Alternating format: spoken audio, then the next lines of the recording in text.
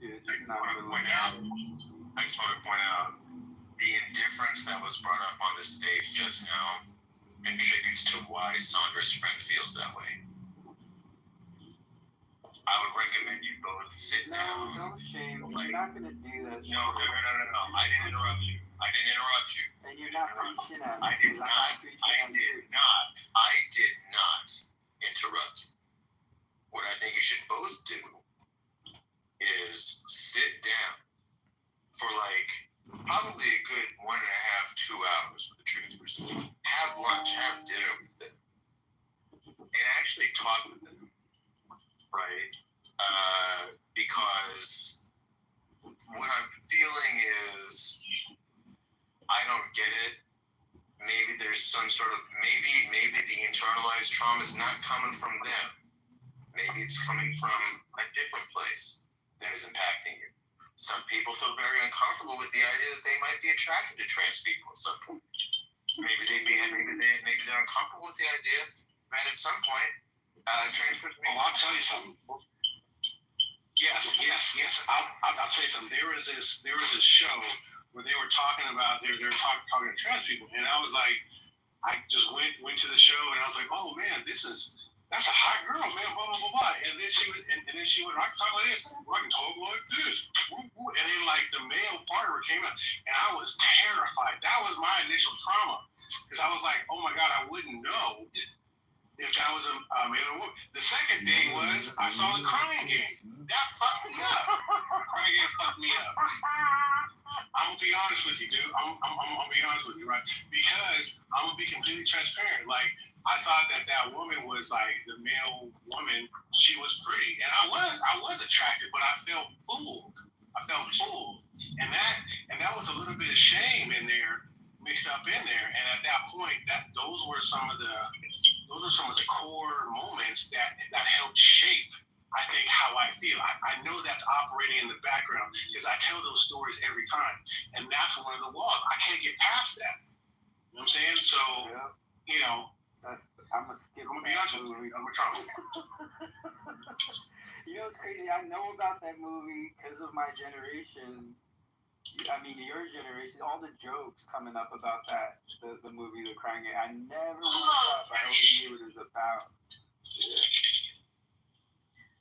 Is it a good movie, Sandra? Did y'all see it? Damn, dark.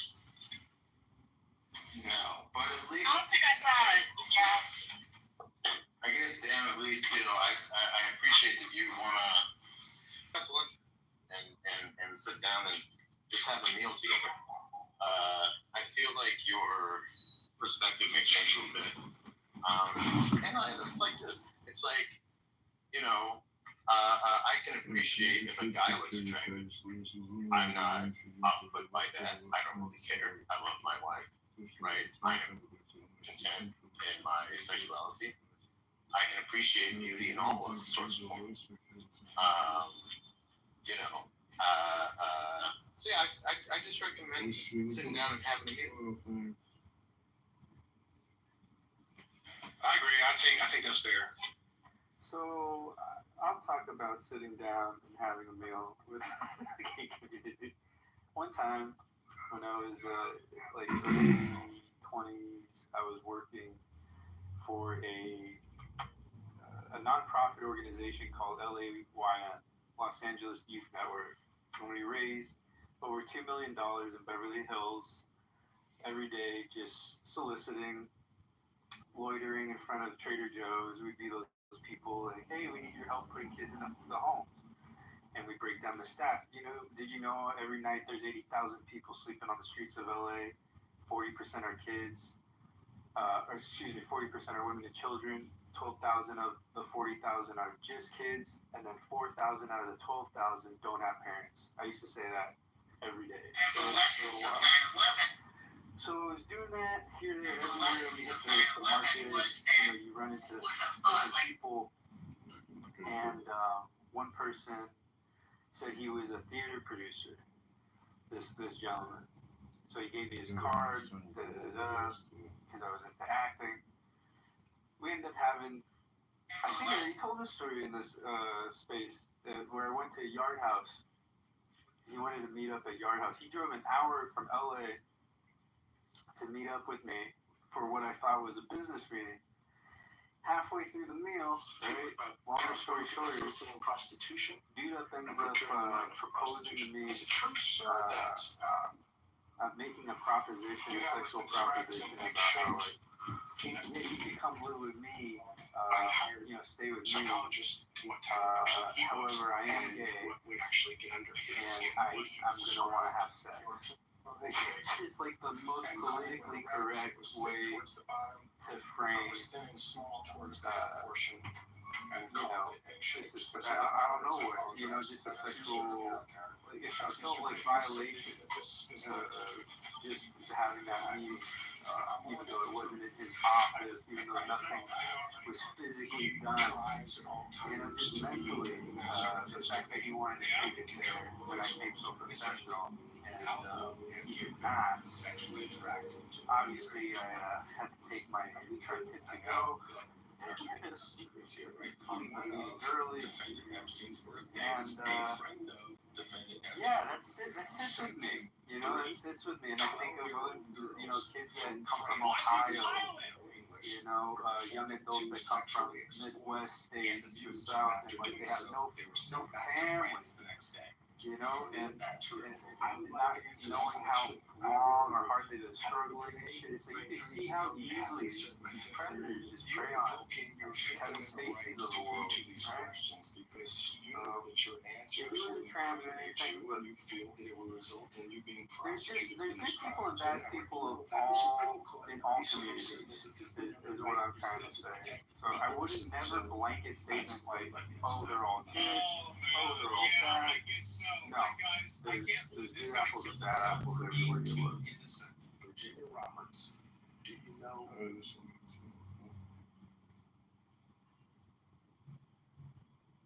Like, have lunch with a trans person because you love the person, not because they're trans. That's fucking weird. I'll do lunch, but I will not call it a date. Okay? I will call it a date, but we'll have lunch. Okay? So, have to be +1. So, because I feel very fragile. If I'm gonna be honest, I'm gonna be real fragile, right? Because my brain, it's like when I start, interfacing and talking, my brain just shuts down. It's like, I don't know what to do. I just try to leave the situation. It's just like, I'm not trying to deal with it. Like, that's really what it is. But again, I know it's an uphill battle. I know I need to confront it and deal with it because I'm that type of person. This is probably one of the hardest ones. And that crying game jacks me up. They didn't tell me what the story was about. I got the surprise too. I think I was too young too. So, I don't know. I'm gonna rest on that. Pat, I took the Yard House meet. Will you stop it? Hell no. And I read your comment, Jennifer. It's very real. You gotta speak up. You see something, say something. We need a regime change in Hollywood as much as the government. Yes, Pat. Just the tri-tip, not just the tip. Just the tri-tip. Wow, just try the tip. Wow. So I'm telling you, that character's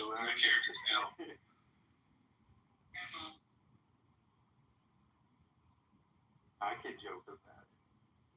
That's a crazy story, Water. That's crazy. That's a daily occurrence in LA. It gets that West Hollywood, I'm telling you, that's wild, man. Like, wild. Jen's specialty is fresh pork dumplings that sell for premium prices. One customer just ordered 1,000 dumplings for their company's Dragon Boat Festival celebration. The meat is so fresh that muscle fibers are still twitching when Jen cuts it. Jen reveals his dumplings cost $15 each because he uses 6 ounces of premium pork per dumpling. Or like most restaurants use their entire dishes. Hit the like button. Farmer makes $500,000 a year. That's the number one rule you want to learn. Anyone's asking you to pay,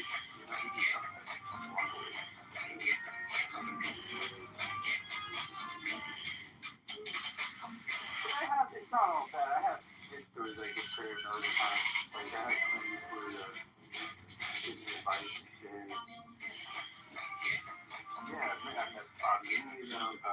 today from SNL.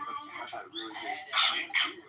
Clint Eastwood gave you advice. What did he tell you to do? Vote for Trump? Because he did. What did he tell you to do? You want to hear this story real quick? Is it boring? Clint Eastwood and John Malkovich were doing the movie Changeling with Angelina Jolie. I don't know if y'all remember that. Yeah, It was based on a true story of when the LAPD kidnapped a child, right? And anyways, there's this one scene we shot in like a church, and I want to say it was Pasadena. It's a real big, beautiful old church, real ornate. And I was doing background, nothing special, but I gotta tell y'all this. The person who cut my hair said Halle Berry's hair on Monster Ball, and y'all, Halle Berry's such a dope person and like took care of everybody. When I say she took care of everybody, she dapped him up with like a chain. He didn't tell me how much that chain was worth, but you could tell it was worth something. It had a big piece, and she won the Oscar for Monster Ball, so she got on that chain and stuff. She is such a class act. I just wanted to say that about Halle Berry. But oh yeah, she really rates go up when you get that Oscar. Rates go up. Man, and then the haircut he gave me was the best cut of my fucking life too. To this day, I remember like he did such a dope fade. They cut my hair like 1920 style and shit. So I was feeling fresh. I was on set. I bumped into John Malkovich first at the craft table, but he looked so different and fat. I couldn't even recognize him. But I did, like, just his weirdness, though. Like, we, like, got stuck in each other's way. But then I'm sitting in the pews, right, of the church, and in between me and, like, half the people were spaced in between them were blow-up dolls, believe it or not, like to save money on extras. So it wasn't like a church full of people. It was like person, blow-up doll, person, blow-up doll. Wait. So you're saying Hollywood and blow-up dolls? That's about right. Sounds about right. The story checks out. Yeah. Checks out. So I'm sitting there, like maybe like the first, second pew. I have an Onion newspaper, right, like a comedy one. So I see Clint Eastwood walk by, like, pretty close. He's looking at the paper, too, like, seeing what I'm reading. So I think he knows what it is, a comedy paper. And Clint Eastwood, if anybody knows about his directing style, he's really chill. He's really, really cool. He does it different, where he won't even say cut. He'll just be like, he'll say action, go ahead, and then, and when he's done with you, he'll tell you you're done, but, like, kind of like casually. He'll just be like, all right. Like, that's it. Like, to kind of just, so, like, it's one big conversation between you and him, it feels like. I don't know. Like, I think it was really interesting how his approach, his intimacy. So, anyways, longer story short, he comes by. Oh, and John Malkovich and him are, like, both walking down the pews, down the aisle, and they stop right in front of me, and I hear this exchange where Malkovich goes, like, oh, Clint, I really enjoy the pods. I really love the pods. Like, just being weird, not just saying blow up doll, like John Malkovich would. And then Clint's confused as fuck. And he's like, what? And he's like, the pods. The pods, I really love them. It's a nice touch, like the pods. And Clint's like, oh, yeah. And then, like, I'm just thinking to myself, like, I wanted to get a joke in. I'm like, yeah, I'm just wondering what God thinks of me with all these sex dolls. Cheers. But I didn't say shit. And he just looks at me and he goes, oh yeah, it's Lars and the real girl. And he meant to say Oscar and the real girl, because that's the Ryan Reynolds movie where he's like with the blow up doll and shit. So then Malkovich had to correct him. And it's just really awkward. Really fucking awkward, and he walked away. That sounds wild, yeah. And the snatch kind of moment, this is the part where he gives me advice. So he comes back to, like, I think he wanted to show me, like, he's not senile. And he comes back, and he goes, yeah, if you got a niche, go for it. And that was pretty much it. And it was like that was the extent of the advice. Yeah, it wasn't just me. It was to all of us in that area. But it was advice to us. It was advice to me. I took it. Gotta go for it. Well, I guess it paid off for you, right? Yeah, here I am. The rest is history. No, I'm thinking about going back down. I ended up skipping Hollywood altogether and went up to Sonoma and learned how to do farming and shit. But Hollywood ain't going nowhere, and I needed to get my mind right. I needed to work on my emotional trauma with my family falling apart and stuff before I started, making a lot of money really fast. Like, 'cause I wanted to know what I was gonna do after I retired, get out of there. I didn't know what I was gonna do, so I think I would have crashed out, like just like any other stereotypical story of too much too soon. So if you go back, are you going to go back to Atlanta or would you go back to LA? Because I know, or New York, because those are the three hot spots right now. I have a best friend in LA. First, we're going to hear right now. Congressman. We need to take him out. Congressman, what would you like to tell us today? Congressman. I just like to read some Bible verses, if I may. Oh, look at you. Would you like to read one? We'll let you read one, brother. And then you're going to have to wait for a little bit. Okay? We know that for those who love God, all things work together for good, for those who are called according to his purpose. I am the bread of life. He who comes to me will never go hungry, and he who believes in me will never go thirsty. God will meet all your needs according to his glorious riches in Christ Jesus. I can do all things through Christ who strengthens me. The peace of God, which transcends all understanding, will guard your hearts and your minds in Christ Jesus. We walk by faith, not by sight. Be strong and courageous. Do not be afraid or discouraged, for the Lord your God is with you wherever you go. Well, that's awesome that you quote these. It would only be great. Bye.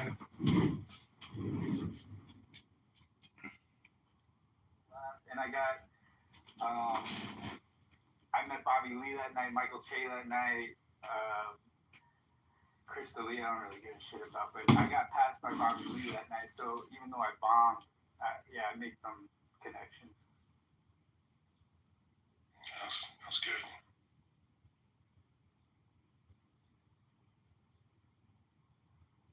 Yeah, there's never too late, y'all. You do it whenever you want. Anybody can do it, too.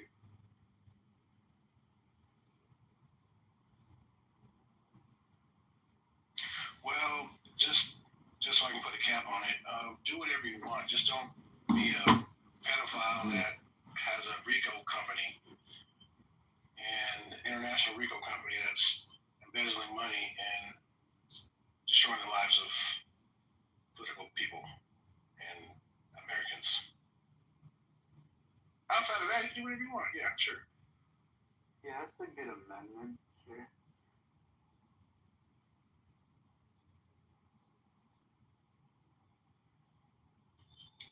Okay, Ryder, I put some pictures in my thing. Do I have to put it on my PTR for you to see it? Or can you just look at my pictures? They're in my gallery, my clubhouse gallery. I'm getting ready to put a piece of cabbage in my head. No, it's in here. Do I gotta update the app to see your clubhouse? Oh, these are PTR type stuff. Yeah, it looks nice. Yes, I'm seeing it right now too. See some tomato. You get some. Yeah, you should be able to just go to the PTR. Oh, there it is. Yeah. Yeah. Okay. Yeah, it's really green too. It's like I don't see any signs of even insects trying to grub on it either. That's the real part about it. Oh no! I see a little bit. No. Well, for me, that's how I know your shit bomb is because if it's really bomb, everything's gonna try to get at it, right? That's how you know it's good. But you gotta protect it though. So yeah, I used to grow some butternut squash and some butternut squash, crooked squash, pumpkins. They started on the green, so I started spraying neem oil. Oh, okay. I told my eggplant up. Yep. But my eggplant's coming back strong. Liquid smoke in a spray bottle diluted will work real good too for any soft body bugs. Are you serious? Yeah, that's cool as heck. Mm-hmm. Do you sucker your tomatoes? This lady taught me how to sucker a tomato, and they say, I'm sorry, what? You sucker that sounds a little. Using the suckers to produce more yield. Yeah. I gotta stop talking to y'all because my man is here. He's helping. Don't get in trouble now. That's Christine Kelly. So tell me what is that? That's a technique where you kind of cut something and you kind of use a straw or something? What do you use? Same thing works with cannabis too. It's a really good trick. It's like basically you get the clone, right? You know when you go to the nursery, you get the 4-inch pot of a tomato. You get the first 4 bottom leaves, right? Until you see the shoot coming from the middle, like the first shoot coming from the middle. You take about 4 of them off, 6 of them off, and then you bury it all the way until that first set of leaves. So lower than the root base. Yeah, and then you just create a huge root ball with all that space. And then that means that, you bigger roots, bigger everything. Yeah, okay. And is it just, does it strengthen the plant too as it's going through, or is it just allows you just to kind of propagate your crop? Oh yeah, you could do that, and then it makes it stronger, beefier all around, just a more stronger, robust, resilient plant. And then there's one other trick you can do. Uh-oh. Still there? Yeah, my mic went out for a second. Hold up. So, alright, keep going. So Okay.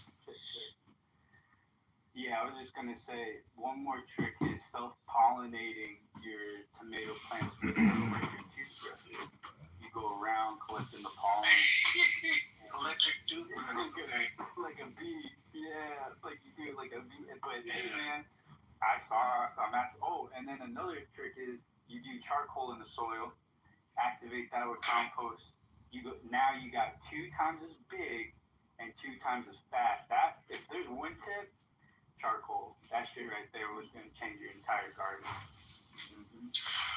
All right, I got something I gotta ask you because when I was doing my butternut squash, that's when I discovered grubs. Like afterwards, some of them were dying, and I was like, "What the hell is this?" And I had to do some research.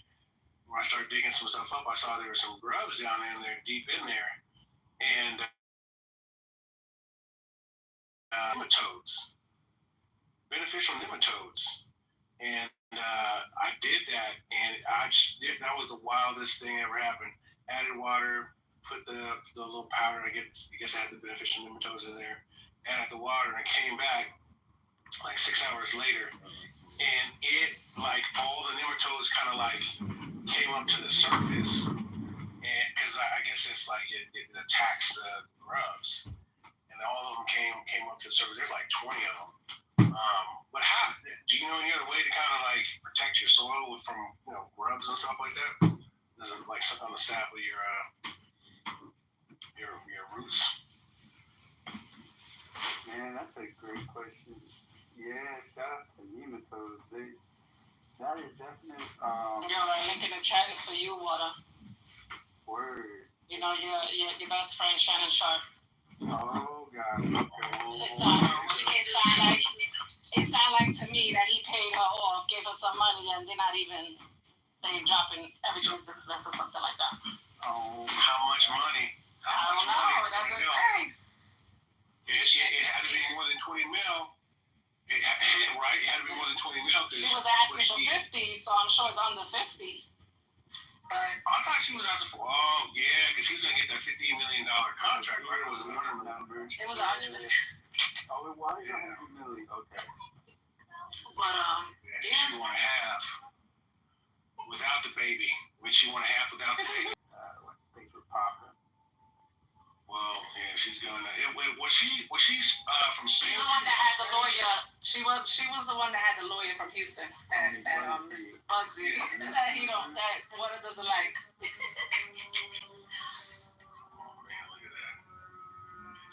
Sexual supervision insurance based settled and will be dismissed with prejudice. Attorney behind the case acknowledged their long-term consensual relationship. Oh, interesting. So maybe they didn't. I don't know. You think there was no money? It wasn't consent. Oh man, it was consent. It was just No, I'm saying, do you think that maybe there was no money exchange? Like they just. Oh, well, that's true. Maybe. You never know. Well, the thing is too is like she would have to sign like something to be like, okay, now that this is over, you don't need to open your mouth about this shit ever again. Mm-hmm. You can't do no interviews. You can't do nothing. Yeah. Like I'll give you this amount of money, but you can't say shit about it, you know. So, but you know how long that's gonna last, right? That's gonna last maybe about 10 years. Something gonna happen, and then you know Shannon Sharp, you know something's gonna happen to Shannon Sharp, but she gonna come back and just blow some shit up again because they don't ever go away. They don't ever go away. They just somebody else. Is that or somebody else comes up? Or would we be surprised if Shannon Sharp had a side piece on top of a side piece? Do you think he would have that? Well, she can't. Is he that type of man? That's like double jeopardy. You can't be tried for the same case 2 times. So they got their money. It's a different woman, though. It was just it's a different defendant, though. So it's not the same case. You know. Well, that's different. Does he have it in himself to do it again? Is he stupid enough to do it again? No, I think he was smart. I think he learned his. I hope the guy he learned his lesson. I hope he listened to Monique. God damn it. Like, yeah, get old, like, need to rub your feet all day. Oh, man. That was the best advice he ever got. Cassie, be careful. I just hope it teaches other people to not do shit like that. I mean, everybody's getting caught up. Everybody's getting caught up on some sexual stuff. Well, we had Kyle. That's why you gotta get that. Kelly. That's why you gotta get that contract. Gotta get that contract before y'all get in the bedroom. Fuck that shit. Yeah, that's the only way this is gonna go. So, straight up, I like kinky stuff. You like kinky stuff, and it's about to go down. Sign off right here. Sign off right. Oh man. Yeah. Just a tip. And then you gotta sign before and after. Oh yeah. Yeah. Before we do. Oh man. I signed this under. Yeah, but he has to do it afterwards to make sure that nobody was raped. Like everything, you enjoy it. Did you enjoy it? You have a few questions. Yeah, there's gonna be a before and after signature and video. Right. There should be nothing romantic about it. Oh no. By the time you tell me to sign, I'm like, I'm out. I didn't want to do nothing with you no more. Exactly. What you see is pull out a briefcase and like, hey baby, you want this? Well, check this out. I got number 2 pencil right here. Number 2 pick. No. This is my lawyer, Ari. Oh, Mel, you know what I'm walking past right now? Macy's in downtown. They closed. So it's just, they just have it up. It's all blocked off. They have like this gate. And they have like, plywood all over the place because it's closed. It looks kind of sad. Anyways. Are y'all noticing a lot of stores closing and stuff closing in your area? Well, so I've seen stores close because people don't want to renew contracts. They ain't got money to renew those leases. Facts. Like bigger malls, like malls, they're still okay, but the smaller malls that are kind of like transition malls, Mm-hmm. yeah, I'm starting to see like like boards going up, or I start looking and I don't see nothing in there at all. But yeah, it's a sign of the times. So we're gonna see more of that. Well, this brand that I like, there is Sephora. It's a black-owned brand. Amy Collet, the founder, just announced that she wrote an article that she announced that the brand is closing, and they were saying a lot of brands in Sephora, like these higher-end brands, they're not gonna make it. It's really, expensive to produce this stuff now. People aren't buying as much. So a lot of brands that are good are not going to make it. So, I don't know. It's kind of sad. It's very sad, actually. You work hard, you build something, and then you have to shut it down. Anywho, Sam, why are they gonna go out of business or stop? So Amy Collet, she wrote a whole article. The founder, she's from Harlem, and she has like a Senegalese background. I didn't get a chance to read the article. I'll read it, but it's it's hard for it was like a small brand, like an indie brand. And so it's really hard for these brands to make money, right? A lot of these brands, they rely on influencers to produce content for them. Yeah, and they have to send out free stuff. Yeah, and it's these fucking influencers are basically pieces of shit.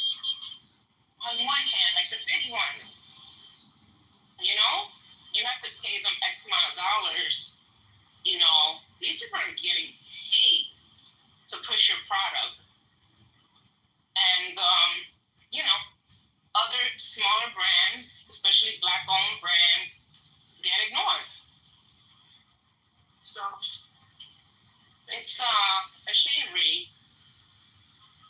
So, anywho, I'm sure she'll be all right. She's talented and everything. But, I'm sure at least the beauty industry, black beauty industry, is certainly going to struggle, right? There were certain brands that were in Target that people aren't going to Target anymore. So, it's a brand called the Lip Bar. Actually, I think Sandra, the owner of the Lip Bar, might be from Detroit. I gotta see. She's so pretty. I'm gonna put her Instagram in the chat. But yes, ma'am. The Lip Bar was born and raised in Detroit, Michigan. They have their flagship store there too. So it doesn't bother me that I don't go to Target anymore. And their awesome. Red is so beautiful. That's my favorite lipstick. But yeah, so they got sold out by Target. Yeah, but I can't wear red. But that's the only red that I could wear. Yeah, because it's got so much blue in it. Mm-hmm. It doesn't turn orange on you. Yep, it's literally the only red. But I don't like wearing red. I feel like I don't know. It just doesn't suit me.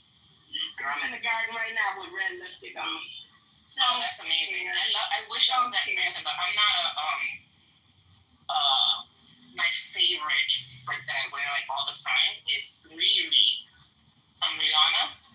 Not you in the garden with your lips popping. Yes. I want to be that person, but I'm very yellow. So red doesn't look good on me. I'm I become so white. I always wear my red lipstick. I used to be very brown as a kid. She always wears her red lipstick. I love it. Girls. You know why probably, Sin, you don't get as much sun as you did in the past. No, I was in the beach. Like, you can't compare Miami, sun, like you always. But let me tell you, when I'm gonna tell you, I get black. I get like real dark. Yeah. I can get, because my daddy was dark, so I can get dark. Like I need a week, but lately, you know. So I got a picture in Miami. I was dark too. That was just a week of me being there. And I love being dark because I can wear white. Yeah. When I'm really dark. Like I feel like you could wear certain colors, but like I love to wear orange. Like a nice orange bathing suit. A nice orange. Yeah. Like definitely. Like when you get tans. Yeah. I love how the orange looks. Participating. Then my phone over here is shut off, and now I'm back on the phone. It's probably gonna shut off again. Okay. I'm waiting on the phone right before rush hour. I'm like, I just want to be home. At this point, I was in downtown Brooklyn, Abbey Square Mall, because they called City Point now. And they have this food court downstairs. Oh my God, amazing. Amazing. I'm telling you, when we're not speaking on politics, nobody want to be in this room. I mean, I don't even know what's going on with politics right now. I'm in the mall. Oh, damn, there's really nobody in there. All right, well, can you talk about something? That's what happens when you let water take control. What happens? Everybody bounces.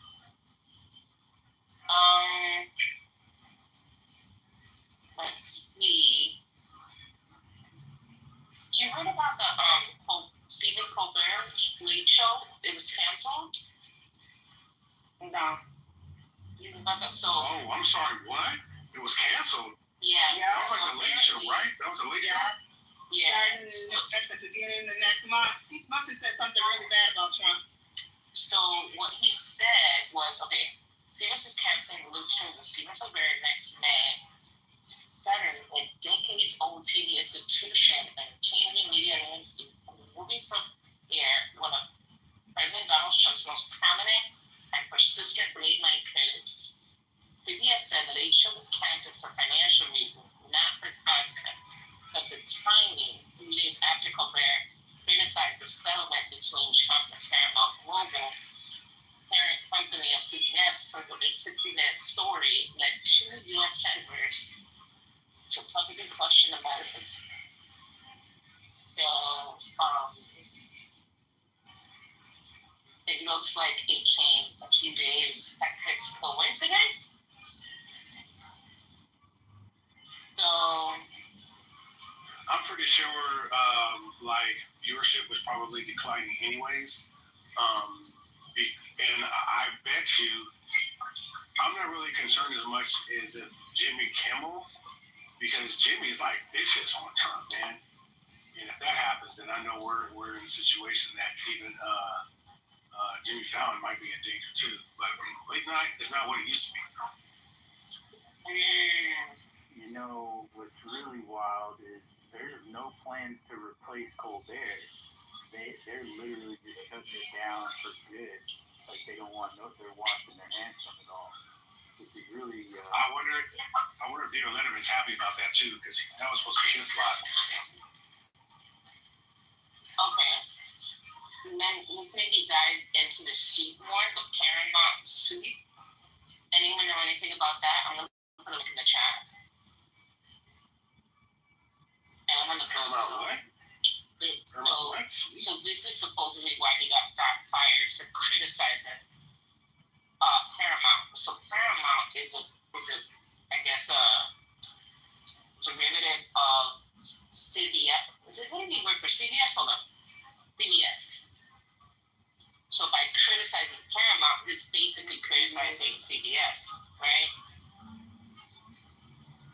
So it says here, I can see that. Paramount would pay $16 million in settlement with Trump over 60 Minutes interview. I think this is, let me just read it. In a case that became a closely watched test of whether a corporation would back its journalists and stand us to President Donald Trump, Paramount Global decided to pay Trump $60 million to settle a lawsuit regarding editing at CBS story 60 Minutes news program. Aforementioned, after effects of the deal are likely to linger. Journalists are infuriated Wednesday, and the senator wants to investigate whether bribery laws were broken. The company was hoping to take the issue to rest as it seeks administration approval of a merger.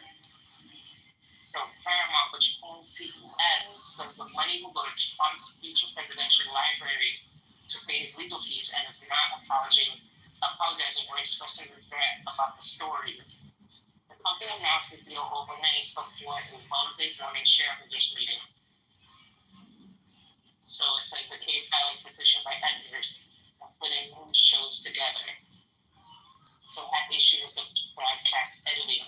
Harris was given, Kamala Harris was given, it says she was given different answers to a question about Israel by correspondent Bill Windsor with their 60 Minutes and Face the Nation.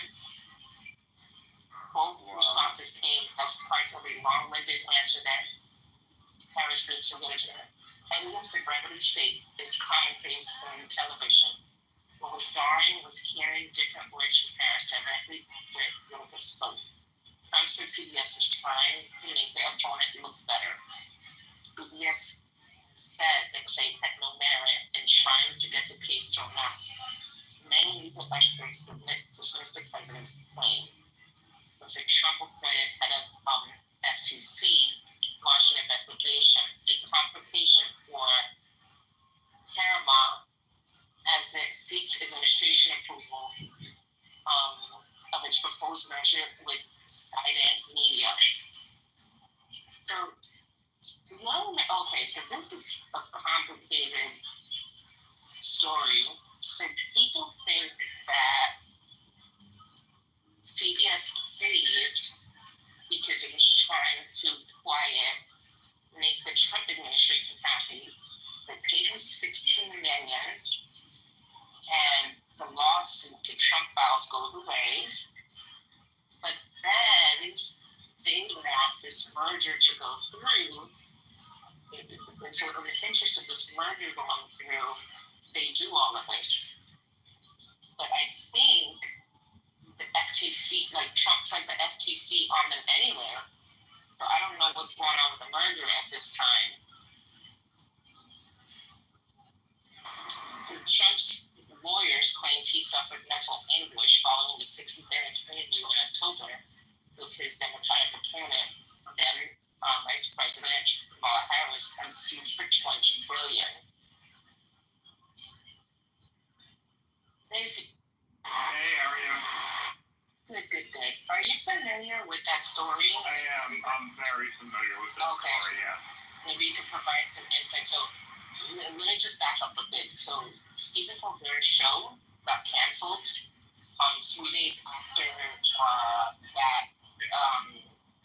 He said something about Trump, about the suit for Trump. And so that's what we were talking about, but it's connected to that lawsuit related to the Kamala Harris Trump debate. Cool. Yeah, so there's likely two different things occurring here. So the reason they paid Trump the $16 million is not as a bribe, but to make the lawsuit go away, because you can't enter into a merger if you have a liability pending like that, a legal case. So they did that so they could get this merger complete. Now, the Colbert thing is a bit different because They probably, and whether they talked with Trump about this, someone in his administration openly about this or not, they would recognize that, like, Trump is vindictive, and he may have ended up being petty over approving the merger. So I see them as slightly two different kind of motivations there.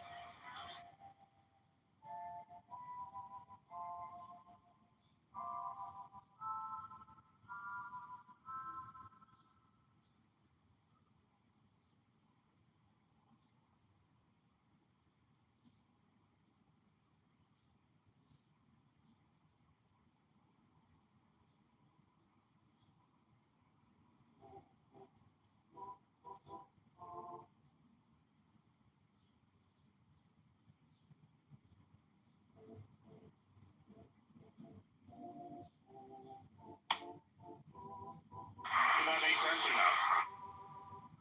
Yeah, that makes sense. Did you hear something about the Trump administration sending the FTC to investigate the merger? Because I heard there was some retaliation anyways. Like, Trump accepted the money, but he still sent the FTC to investigate and potentially F up the merger. Well, I mean, the FTC is going to investigate a merger anyway. I don't know what that means. Do you have any more context around what we're trying to say about that?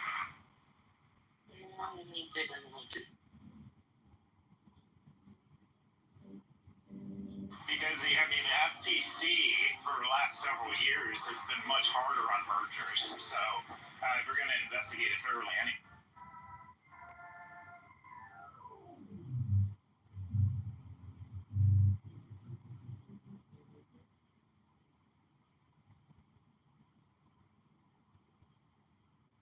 Mel, how was New York?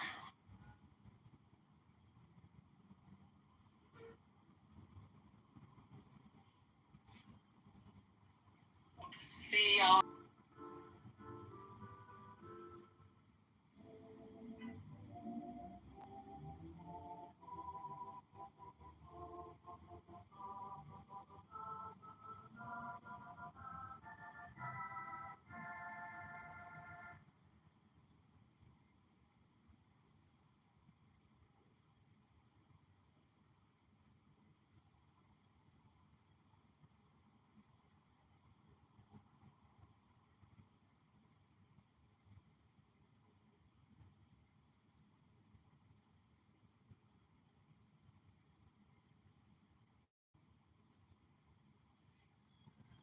Welcome to New York. Yeah, I came back fast. I didn't stay the whole 5 days that I was supposed to stay. Sunday I came back home, so it was Friday to Sunday. And yeah. Oh, that's crazy. So you didn't miss, like, seeing a huge rat or something? No. You didn't miss No. things at all? As soon as I got to LaGuardia, I was like, New York City. Well, I didn't want to see a show because Buena Vista Social Club is playing. You don't like shows? Like, I'm a rare breed. I don't know what breed I am, but I'm a rare breed. Not too hard on a rotten apple. Not too hard. Yeah, that's fine. Yeah, I'm not into, like, Broadway shows. I'm not into that. Okay. Like, my husband's like, what's wrong with you? I was like, you should have got with an older woman. What I don't like is Straight This Away. Yeah, he went there with his ex, and I was like, I'm not into that. I don't like Straight This Away. I fall asleep. I've tried. I've gone to Vegas. And like, it's so bad. I can't do it. I cannot fucking do it. I can't do travel age. There's certain things I cannot do. I could do opera. Yeah. I can do Broadway shows, off-Broadway, off-Broadway. Like, I like that. But yeah, I'm gonna get it. It's not for everybody. You know, my sister didn't really like Broadway, but I just took her to Hamilton and she loved it. Because it's very much hip-hop. So Yeah. she liked it a lot. So I think it just depends on the show. Hamilton last year, my son and I went to see the Back to the Future. Was that good? That was really good. Yeah, they did different spin on the movie. They changed some things. It was cool. I have to like really like something, for me to sit through it. Once again, you guys know I have ADHD. So I cannot just sit through anything. It has to have my attention, or I'm gonna just be on my phone throughout the whole show. Doesn't this is an official stat, obviously, but doesn't 87% of Clubhouse have ADHD? Yeah, I believe so, because that's why everybody jumps off the mic and nobody has fucking control. It's like I gotta get off my mic because I'm gonna forget what I gotta say. I hated Wicked so much when I saw the play, but I loved the movie. Like, the movie was so good to me. So, I don't know. I think I feel like we gotta try a couple of different. Wicked was good, the play, you didn't like it? No. What happened? Person play, I didn't like it. We're gonna go home soon. I thought it was you guys got 9 minutes in the pool. But the storyline is a little bit updated and for the movie, and I actually like the movie a lot more. Yeah, it's a little different in the movie. So yeah, and it seems so incredible. It's just, I don't know, the playing Wicked itself was just very predictable and kind of blah. And I think we're 2025. Let's stop making these little storylines of the girl trying to get the boy. That shouldn't be the whole thing. Does that not happen anymore? That's the base of 75% of this stuff. Make it different. I don't know. Just, I don't know. It's just me, but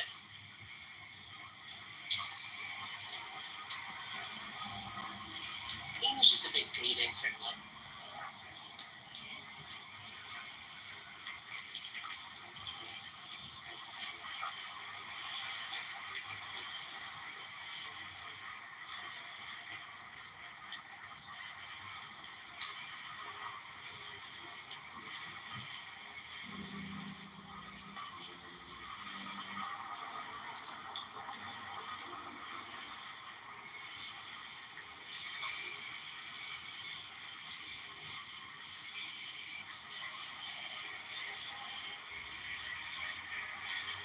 Water, you still here?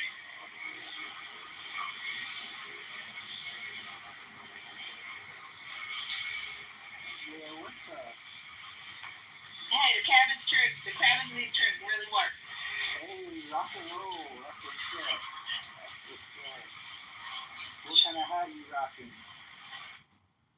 It's a sun hat, but it's a baseball cap. It's a sun hat, but it's reflective on the top to push the sun away. That's wild. I ain't never tried it myself. Now I gotta do this.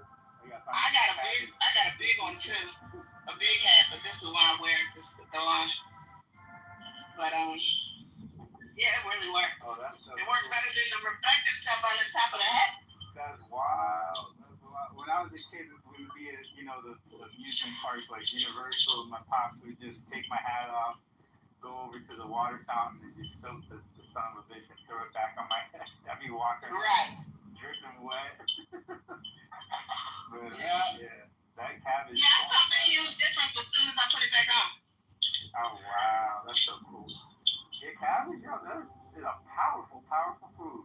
You make kimchi with cabbage, you make sauerkraut, that stuff, man. The Russians know something. The Russians knew something with that.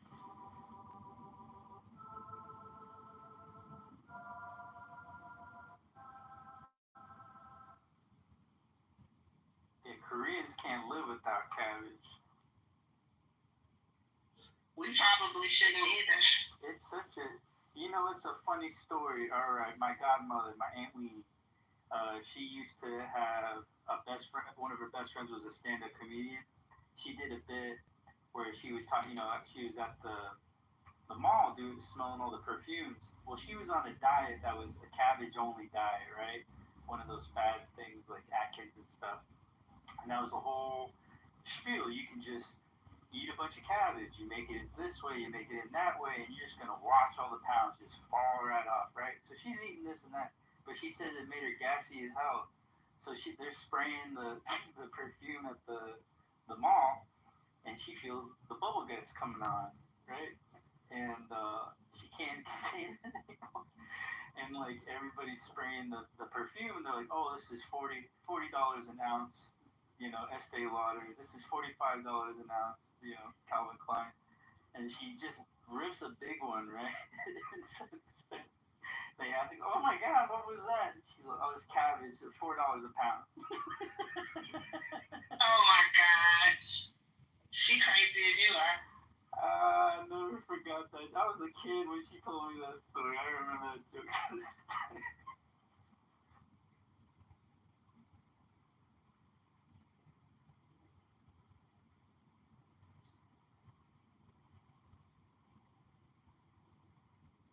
Yeah, I'm looking more into this Paramount Skydance stuff. I don't know if y'all want to know, but they're doing a probe. Just basically what you could probably already assume. Skydance is under regulatory scrutiny as the proposed merger with Paramount, CBS's parent company, triggers multiple investigations and controversies. What investigations are underway? FCC News Distortion Inquiry. The FCC has launched a probe into CBS 60 Minutes interview with Kamala Harris. The complaint filed by the Center for American Rights alleges the show was deceptively edited to favor Harris, which could violate FCC rules, distortion rules. So, I guess that's rooted in the settlement outside of court, the bribe outside of court, whatever you want to call it, the Trump. And then it says the political legislative pressure. Senators Markey and Lujan have sent letters to the FCC demanding full check, blah, blah, blah. Number 3, shareholder lawsuits. Oh boy. Demanding access to documents challenging the fairness of the merger. That's all just Trump's bullshit, though. But it's all Trump's bullshit because when they did the live show, they made it seem like she said something that she didn't say, and she kept telling them, no, go back, show the film. And when they did, they showed the real film. That's what Trump is mad about because they were supposed to make her look bad, and she demanded that they fix it, and they did, and then it proved that she was right in the first place. So I don't understand what that bullshit is. And Trump is the only one that has anything to say about it. He's just mad. So he's such a crybaby. Oh my God. So, did you watch all the footage, the unedited footage, Sandra? Did you watch all the unedited footage, Sandra?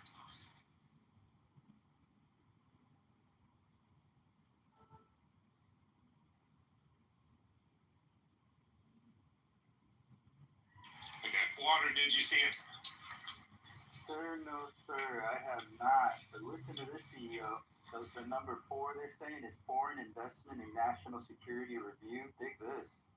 Concerns have been raised over Tencent Holdings' stake in Skydance. Tencent is under U.S. military scrutiny, and whether the deal should be reviewed by the CFI. Now we gotta look into this.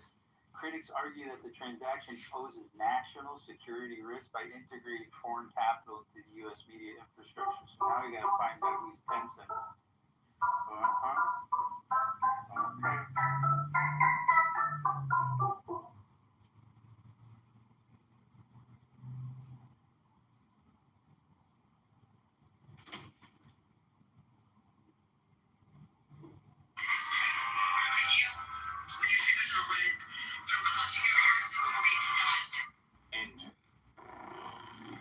Remember though, CEO, the interview, what was omitted and what they put back? Or?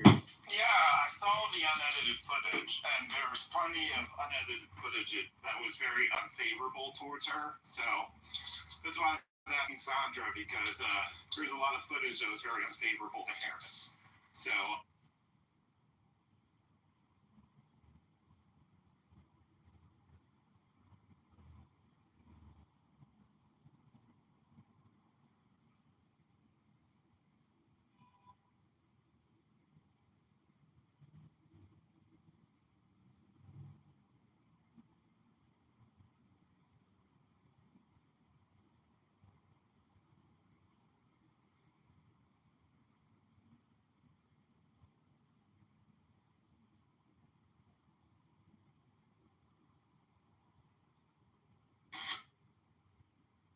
I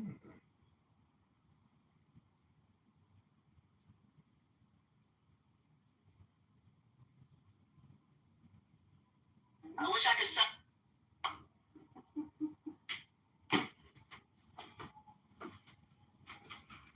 I just need dual citizenship. I'll be happy in the clan. You can get dual citizenship a bunch of countries. I'm gonna try to get dual citizenship to Canada. That's definitely gonna be my goal. I don't know if they allow that one, do they? Well, they're not gonna do it right now. Oh no. That's so sad. Sandra, just go to a country like Vietnam or Thailand that's like super cheap and just go for a month. Give yourself a break. By myself? Yeah. You never solo traveled before? I did before I lost the use of my leg. I mean, I'm a little crippled now, so you can like blow on me and knock my ass down. I don't go too many places by myself. I got you. I am an easy target.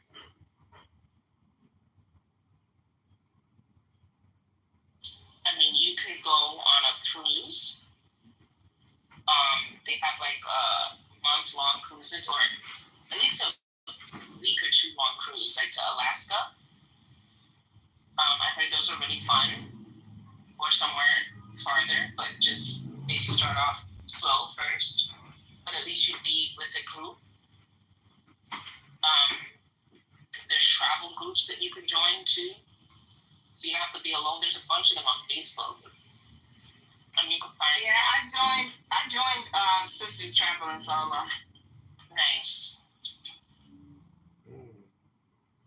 So because my man ain't going nowhere. He ain't going nowhere. He's so stuck. I met this girl on a cruise. EP Travel Bandits. It's like Travel Bandits. Let me see if I can give you her info on. She's like she didn't even fuck with America anymore. Yes. That's a good suggestion. Send a cruise line. Yeah, there's I'm gonna put it in the chat. But I met her in person. She's lovely person, and she's a traveler. Really traveler. You ever heard of Norwegian cruise lines, Finn? Yeah, I mean, yeah. I like them. I mean, like, they still got newer boats, and then they got this freestyle kind of format where, like, there's no real, you gotta sit here, you gotta do this at this time. You just do what you want. And I had a good time with my brothers and my mom. We went island hopping in Hawaii. It was a really cool experience. We saw the volcanoes from the active volcanoes at night. It was really unforgettable. Nice. But if I had time, I'd go on one of those. My friend just came back from one of those Virgin cruises. She went to Greece. Oh wow. So we had a cruise book for 10 days with my mother-in-law last year, but my father-in-law passed away, so we had to cancel it. Yeah, thanks. So her dream is to go to Spain, so we were gonna go to Spain, France, and Italy. And now it's like we have the money to rebook it, but it's like now we gotta do this. It's like it's really hard now to find the time. I mean, I had everything planned. I had all these excursions. I had all this shit. Now to start from scratch, it's like a pain in the fucking ass. Yeah, my dad had to do the same shit with COVID. They had all the money saved up to go to Tulum when COVID hit, and they just now came back from Tulum all these years later.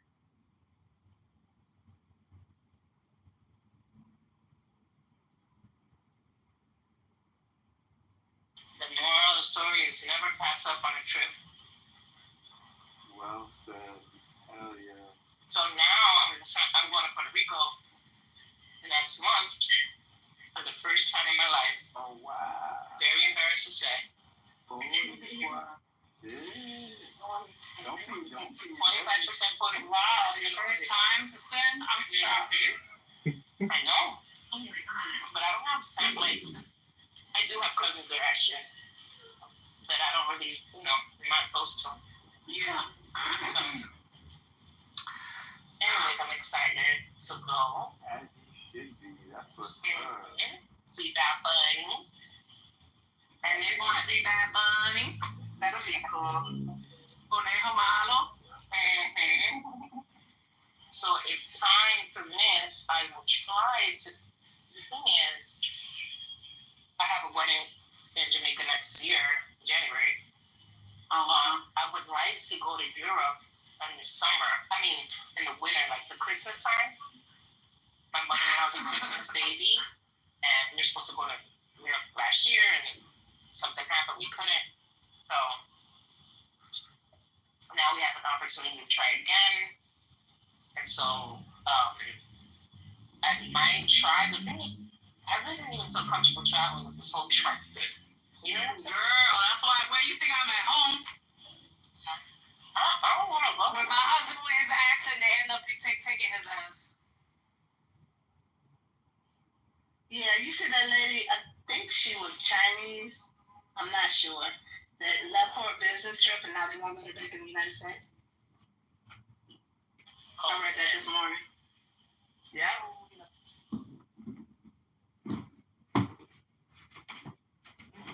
I mean, could you imagine leaving for a business trip?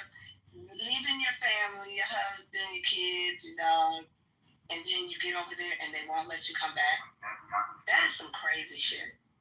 And then I heard they're looking at people's phones to see if you got controlling child. Like, I would have that. I take a will burner. make it back. I would have to get a burner. Ain't no way I wouldn't take my tablet, my laptop, nothing. Nope, I had to put a lock on that shit. So the wedding I have to go to because it's one of my best friends is getting married. I'm very excited for him. And so that's in January. So I feel like if I calculate my vacation days, I feel like I have enough vacation time to take off for a week and to maybe make a quick trip to Spain. So I do want to take my mother-in-law to Spain, even if it's just us two. It's good that you're that close to your mother-in-law. That's a blessing. What happened? I said it's a blessing that you are that close with your mother-in-law. That's really good.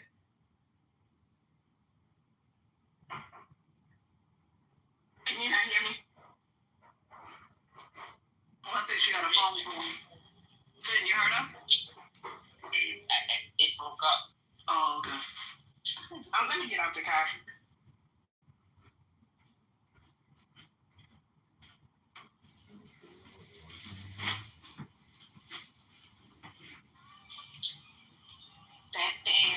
Big deal. I might drag my man, but he don't be wanting to go nowhere. And then when he does go somewhere, he wants to fucking be the last one out. I don't understand him at all. I'm like, you don't even want to come here. And now you want to stay 2 extra hours.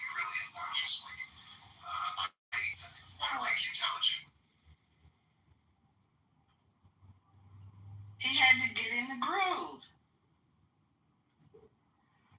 It's like every time it's like to come on a trip, you never want to go on a trip. Many of those lives that were lost were right? But then he was like, every time I go to Miami, it's the same shit. I feel like I have to ride him, drag him. And then when you get there, oh my God, he's like, oh, we're moving here. I'm like, what? You really don't even fucking come out here. He's just lazy. I don't know.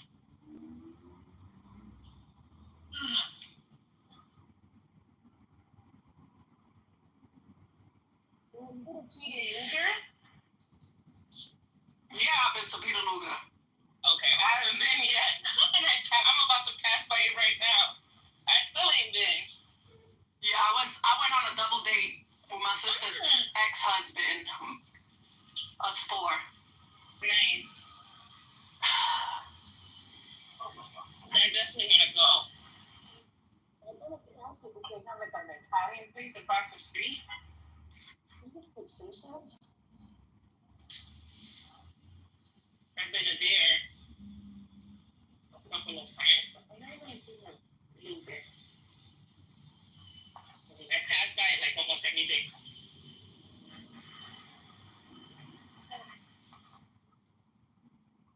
Do you feel like New York City has lost its luster? What? Do you feel New York City has lost its luster? No, it's just gentrified. It's not the same. Racism. Once it got gentrified, it's just not the same. Yeah. It's not the same vibe. Mm-hmm. It's a different type of vibe, and I don't like that vibe. I understand. I don't like. Some places more than others. Yeah. Yeah. Like Williamsburg. That's where I was at, and I was like, "This is a vibe over here, but I don't like this vibe." I don't like it.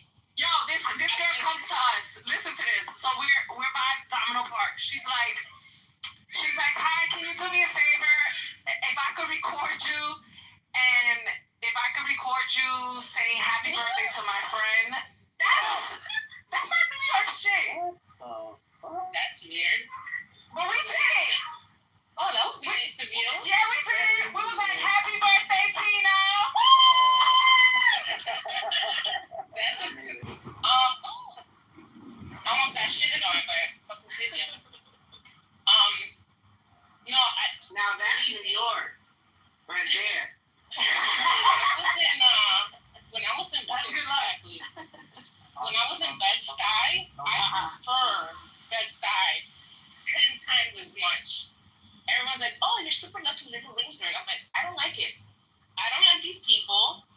I like my block, right? Because I know a lot of people on the block. I like my bodega, but I don't like it here. I was much happier in Bed-Stuy. Much happier. But I understand, my mind wanted to. The English is, it was not black. It was not black. So I felt just comfy there.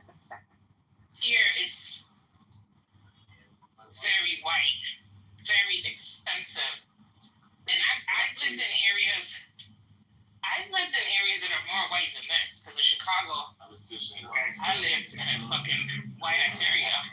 But I think that's what it is. I'm not used to that many white people. You know, about that many white Sounded same. That's exactly what an insane person. Good Shabbos, Rabbeinu Shalom. There's no safer place than Sal would say. That's exactly what a Sal would say. in cellular. How'd you pronounce that? In cellular. Jacob, when was the last time you caressed a beautiful woman's legs? Dude, all the crazy people find each other. I'm just saying, Shabbos is the safe space, and if you want to be safe, you got to be in Shabbos. That's what I'm saying. If you want to be a friend of mine, you better get down with me. If you want to be a friend of Randy's, you have to believe that it's okay to kill children. That's Culture. it's sick, Barbie Mattel. What kind of projection is that? You're a sick That's person. what he just told us. People that won't know. So you're telling me that you're repeating his projection back to him, Barbie Mattel? Are you sure about that? Sure. Why not? Are you a doctor? I'm a congressman. Sure. You sound black as fuck. How could you be a congressman? Look at me. I'm the mayor now. Black people aren't in politics. Are you kidding me? Do you suffer from a lisp? Don't make me laugh. Black people are not in politics. Excuse me, but my sister is a lisp expert. She's a speech therapist, and I think you could benefit from speaking with her. I think you might be suffering from what we call in speech therapy a lisp. Am I accurate in diagnosing you, Bobby Mattel, with a lisp? No, sorry. Not accurate? That's my pussy. It has a lip. Can she fix that? You have a pussy that has a lisp. I've never heard of a pussy having a lisp. Is it like a queef? Is it like a queefing effect? As bad people, is there such a thing? No, that shouldn't impress anyone. Even bad people? Even people who are trying to kill you? Yeah. Is that oppression, or is that trying to get rid of people or give justice to those who actually are done? Just not impressed. Who's this Congress John Kitover? He sucks. Really? Okay. Sam's just projecting on me. Oh, there you are, Congress. There's something inside of Sam that he's not happy with, so he Stop projects it getting on me. Congress. The problem with Congress is he takes over rooms, he's loud, he's annoying. It's so Well, cool. it's Shabbos. I'm relaxed. I'm with Hisham Rabboina Shaloi Loim. Shekhinah's here. Come now. Love is the law. Love of the will. Honest, you're going to see firsthand what I mean. Well, you- He's still salty. Look at this guy. Hey, Ali, I told you I was going to go after your prophet when you start going after. Oh, I know this guy, Phoenix Flyer. I try to keep my promise, Ali. I keep my promises, Ali. You know that. So I'm going to go after your prophet. You get this. Sam, would you like to read my PTR for a second? Let's see what his prophet did. Would you like to read this one, Sam? Hi, Tam. How you doing? Good to see you. I'm happy. Okay, so we got the messenger sent to me in the clipboard, so I came to him. He's under a quote from his wives. So 11 of the quote, we became 3. What?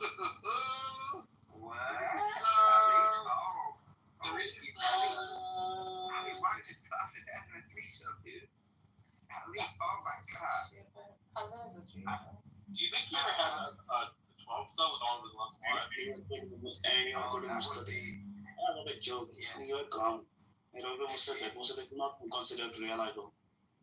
Do you think next time they're considered reliable? Phoenix Flyer? Do you think? You know what those Well, then you know the sons of Hadith? that's someone like. Do you even know how the sons of Hadith is done?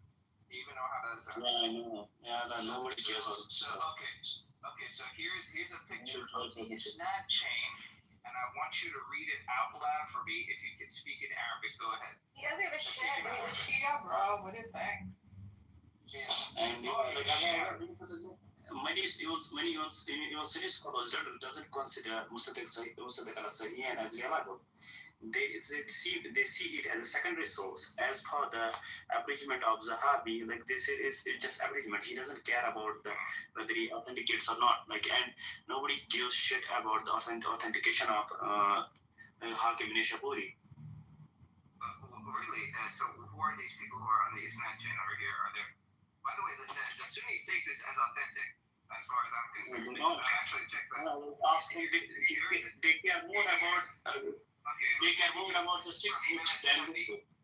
They care more about Bukhari, Muslim, Tirmidhi, Abu Dawud, and other stuff. Why do Shias always go supporting not the prophet of these guys? So you need to stop. No, it's not. It's the same prophet. It's not. God is one.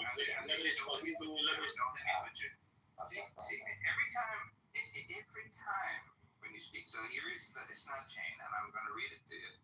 حدثنا أبو عباس محمد بن يعقوب ثم محمد بن سنان وقزاز ثم إسحاق بن إدريس ثم محمد بن حازم ثم هشام بن عروة عن أبيه عن عبد الله بن زبير عن أبيه, and then it says right there هذا حديث صحيح الإسناد. This is from Imam al-Dhahabi, who actually authenticated this as well. So, if you have a problem with your Sunni brothers, this is as authentic as it gets according to the Sunni science of Hadith. Now, you're saying you're not a Sunni, you're a Shia. But if you want to defend your brother, I have the Isnad chains to show it to you. It's right there. It's on my screen. It's fabricated. How do you? Hadith, it says Isnad al-Sahih. How do you think they made sure that the goat fat was hygienic enough in order to have anal sex with a slave girl? Why do you defend your brother who has completely ruined the entire image of this prophet, which is completely different from your Shia paradigm?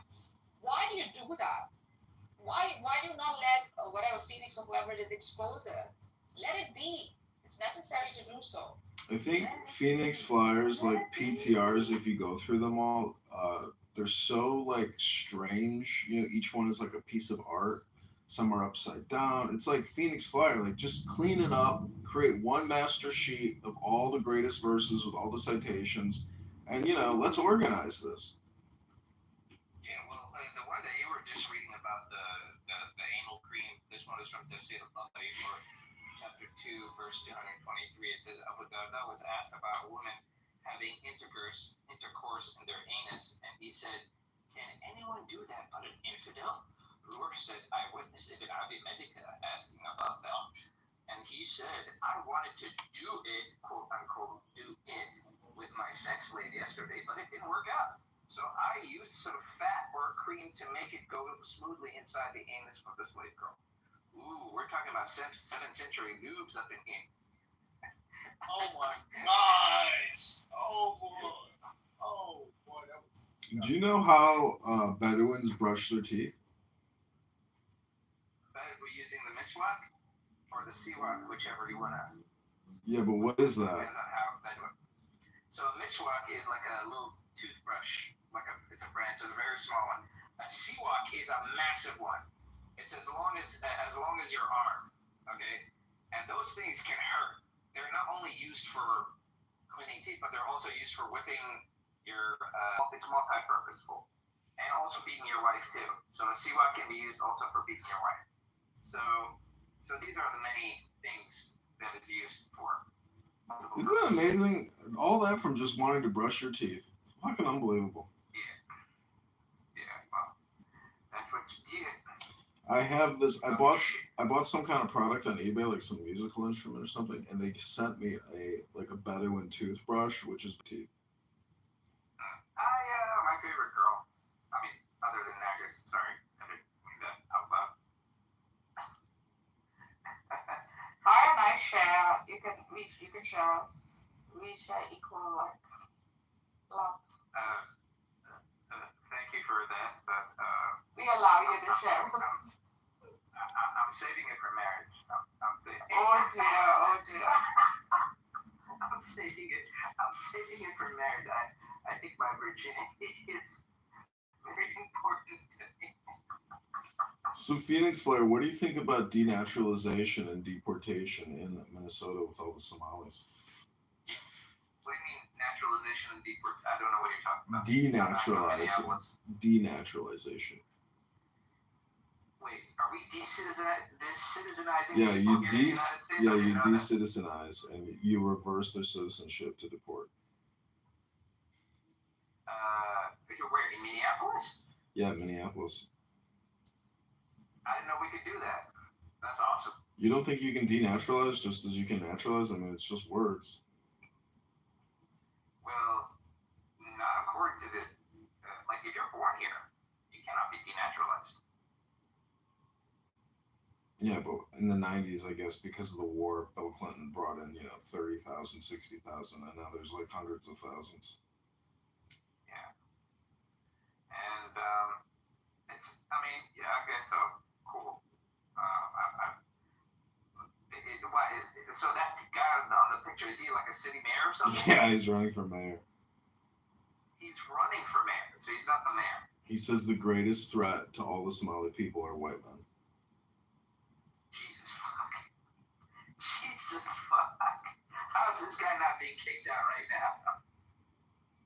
I mean, it's the same thing in Chicago. The mayor says that climate change is white structural racism, and that in 1997, 750 people died because of white structural racism, because the heat is racist. I actually read something on how it's like that once. So this woman who's an editor, she was trying to find any evidence of IDF soldiers actually raping Palestinians, and she couldn't find them. And then she came to the conclusion that the reason that she couldn't find any rapes that are happening is because IDF don't consider Palestinian females as human beings in the first place. That's why they don't want to rape them. I fucking stopped laughing when I read that. It was almost sounded like an onion piece or something.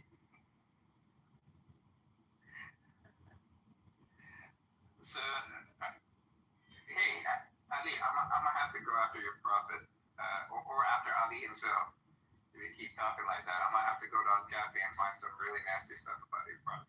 Actually, I remember reading this sniff test. It's a different kind of book. It's not for Testament. Well, there was one that I read from when I was at university, and it wasn't from Ed Cathy, but it was one of the other books. I think they're the four main books, and then one of the books that talks about like a scratch and sniff test for like if you want to choose a wife, like you gotta smell her, and you gotta. It was weird. It was weird. Phoenix Flyer, what are the most typical responses? Is the number one response this isn't a primary source text and therefore it's just like, gossip, or what are the primary responses? For which ones? For the whole slew of scandalous, Muhammad escapades. Well, here's the funny thing. When it comes to the hadiths, particularly in the biographies of Muhammad, you have to understand something. I've never met, nor would you ever meet, a Muslim who would say, I would be willing to accept a book without knowing who the author is.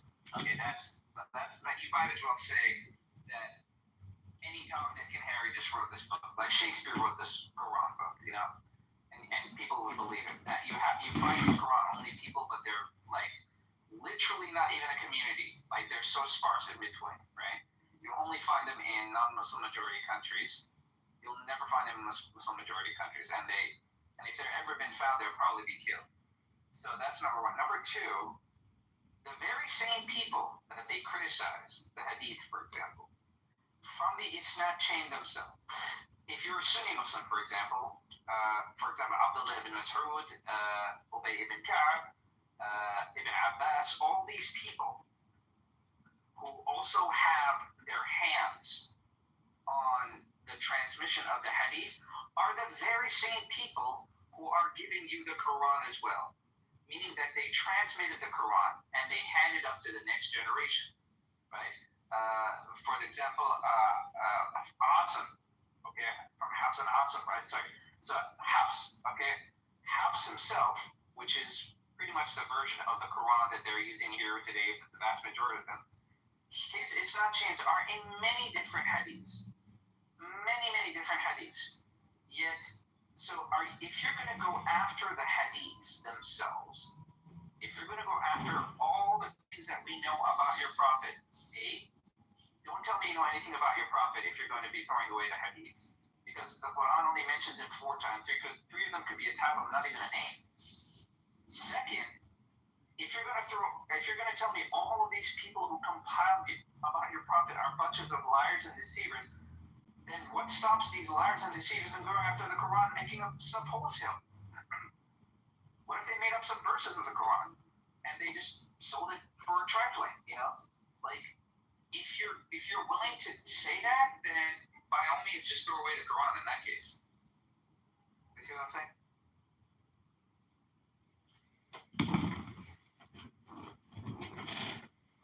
Yeah, but I mean, didn't that previous speaker just say that this isn't like a primary source, meaning it's not the glorious Quran, therefore it's irrelevant?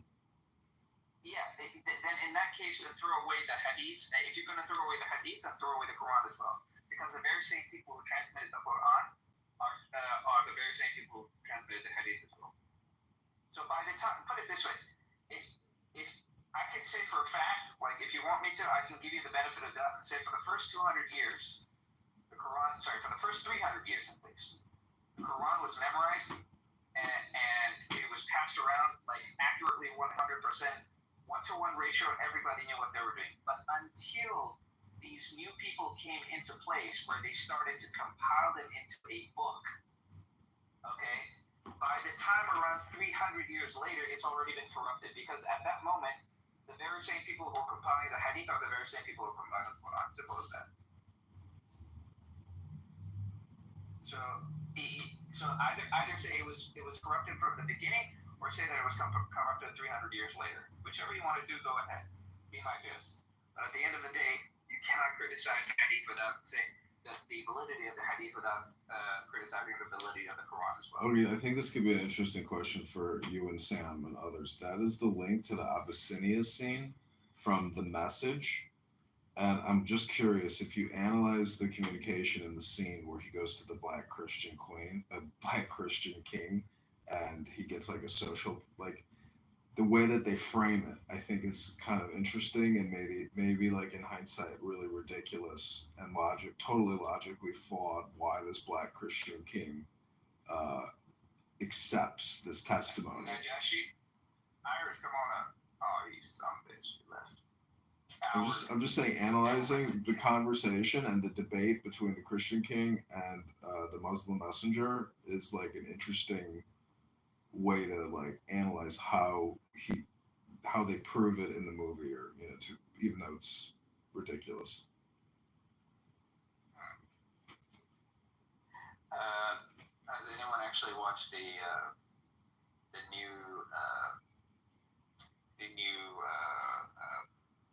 interview of the Ashafadi? Have you seen it? No.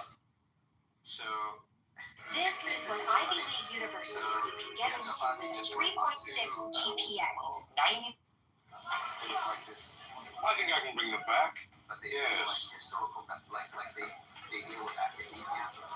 Abyssinia. And Right, he said right out, he said, it is are not nothing in the article that we will not hear. Lion of Judah, in the sense I don't know where to begin.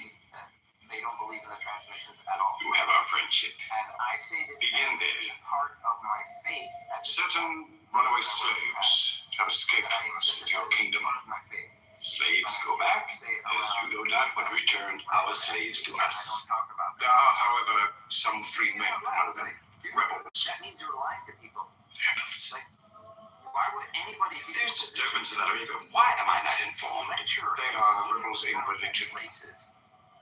At one time or another, all religions were rebellions. Why are you here? The bodies of slaves are of the world and within our disposal. But as Jesus Christ is our shepherd, the souls of men are his sheep. These are Arabs who have betrayed the religion of their fathers. They follow a lunatic thing called a prophet. But I cannot put souls into chains without hearing them. You're lying to students. Nobody wants to call out on that.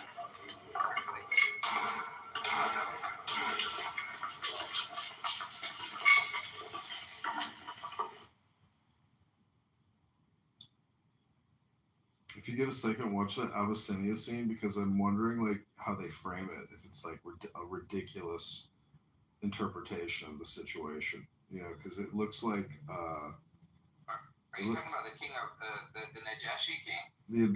The Abyssinian Christian Black King. It's like basically it's like what's that Disney movie? Wakanda.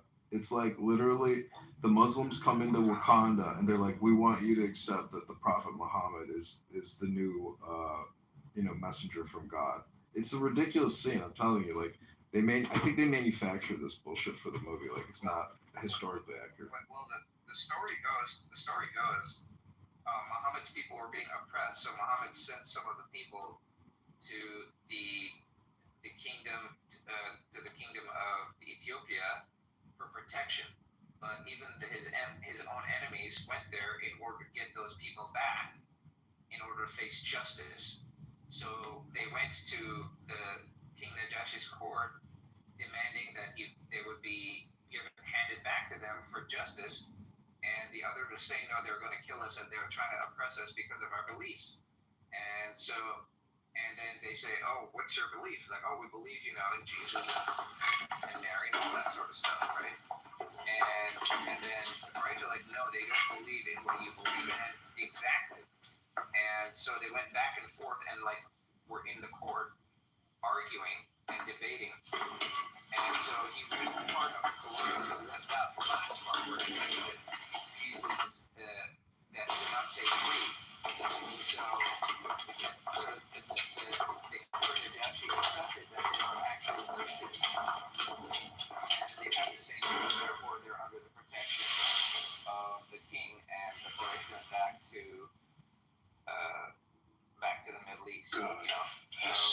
snakes will hang them. The Muslim account. Is that what you're talking about? Do you? Yeah, but in the movie they frame it that they come to like make a case. You just gotta watch the YouTube link I posted because I think a lot of people operate off of this movie. You know, most people are lazy, but I think that the way that they made the movie is probably laughable and totally not accurate. But they do make it look like the Kingdom of Wakanda, and the Muslims come in to debate the Christian king, and the Christian king like relents, so it gives like a social proof of validity and credibility to this messaging. Is it that old movie? Like a really, really old movie? It's actually like a really good movie. I mean, surprisingly, it's like really good. It's called The Message. Yeah, it's the old movie. Yeah, The Message. I know what you're talking about, yeah. I shared it to Daniel, by the way. You should watch that. It's a very socialist view. It's really presented. Do you not bow yourselves before your prophet? Muhammad is a man. We kneel only to God. Well, Muhammad's miracles, Jafar. If he were a prophet, he'd light the sky with them. Indeed, this is true. God has given his prophets the sign of miracles, that we may recognize them. The miracle of Muhammad is the Holy Quran. A book written by illiterate, attributed to God. I think the emperor has had enough, and mindful of Pentecost. When God sent down tongues of fire upon the heads of Christ's apostles, so they could speak the many languages of the world, then I've heard enough. You've made a poor case. Government's like, I don't care. This is nothing to do with us. What? You know, you can make your own version of the Shia version. When we suffered persecution in Mecca, Muhammad told us, go to Abyssinia, the land of a righteous king, where no man is wronged. What they called persecution was fair punishment. They disorder now. Why did your prophet send you to me? Because you believe in the book of the one God as we do. He sent us because in your heart God will protect us. Talking with him is like drawing water from a mirage.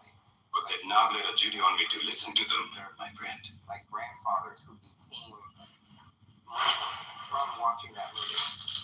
Like, there are about 3 generations of Muslims because of that. Go on. Of that movie.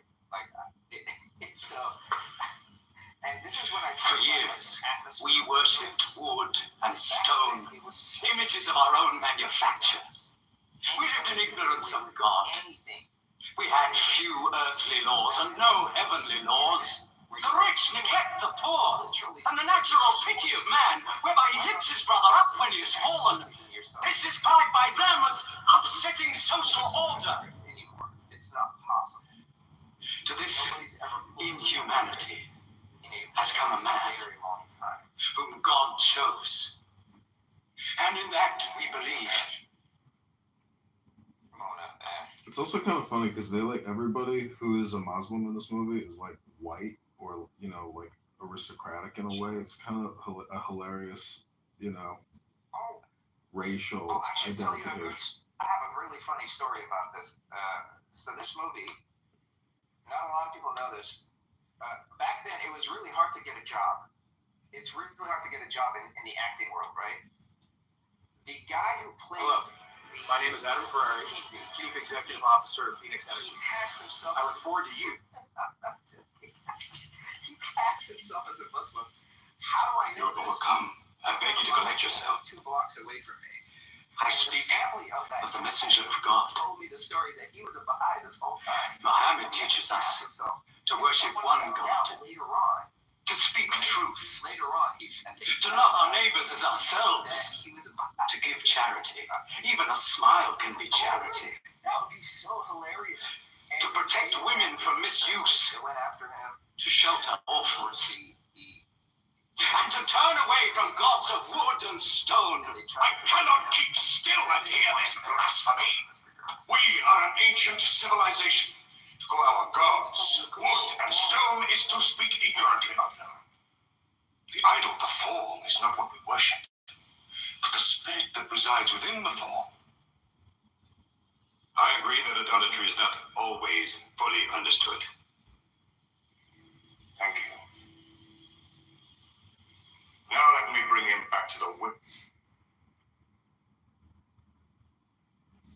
It's like a clubhouse room, this movie.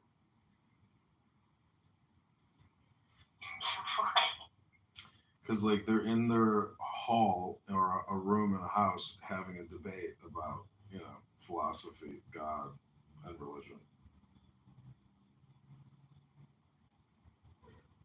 Women.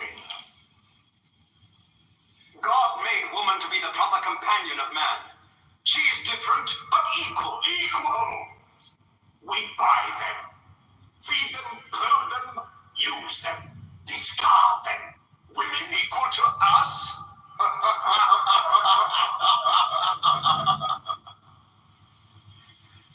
God created man from one male and one female.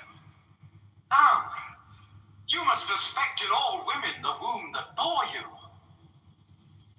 Why are your 300 gods so tongue-tied, while his only god is eloquent?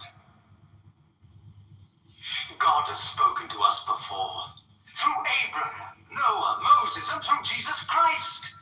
Why should we be so surprised that God speaks to us now through Muhammad? Who taught you those names? They are named in the Quran.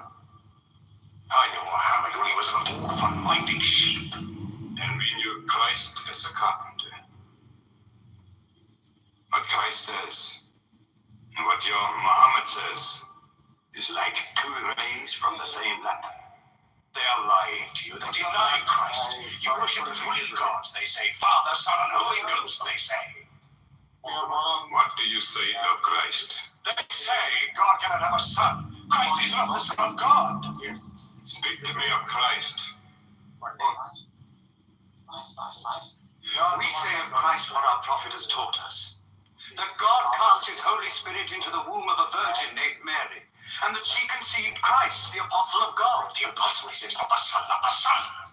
What is your miracle? Your Quran. Say of the birth of our dear Lord Jesus Christ. May I relate the words?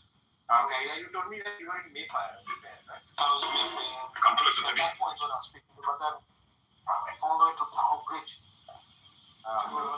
Right now I'm in Whitechapel. In the name of God, most gracious, most merciful. Oh, I met myths. Relate in the book the story of Mary. How she withdrew from her family to a place in the east. How we sent to her our angel Gabriel, who said, I am a messenger from your God, to announce the birth of a holy son to you. She said, how shall I, Mary, have a son when no man has touched me? And Gabriel replied, for your Lord says, it will happen. We appoint him as a sign unto man, and a mercy from us. It is a thing ordained.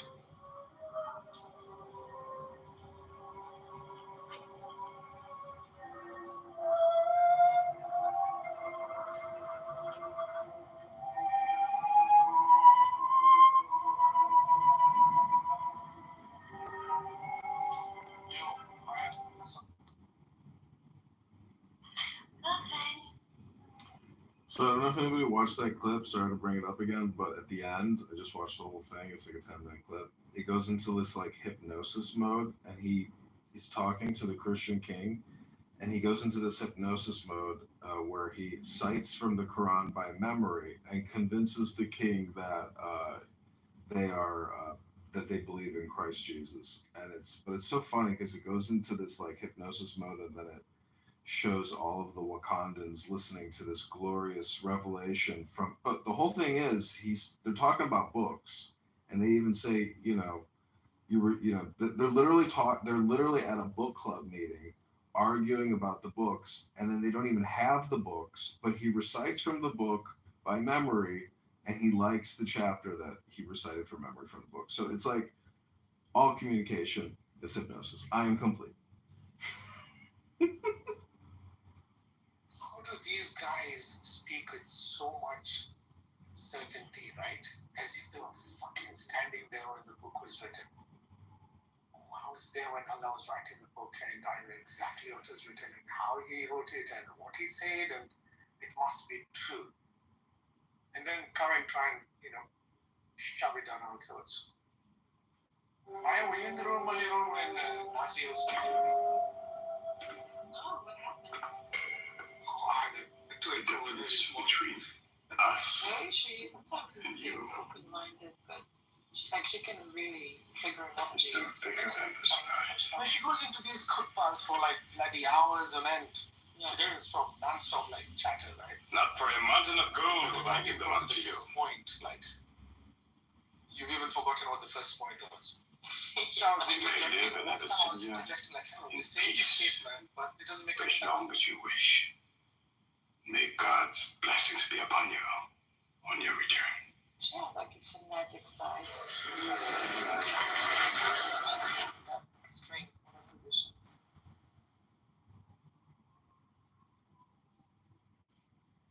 Yeah, so she was asking me because I told her I don't think like we get punished, and I don't think there's anything like hell.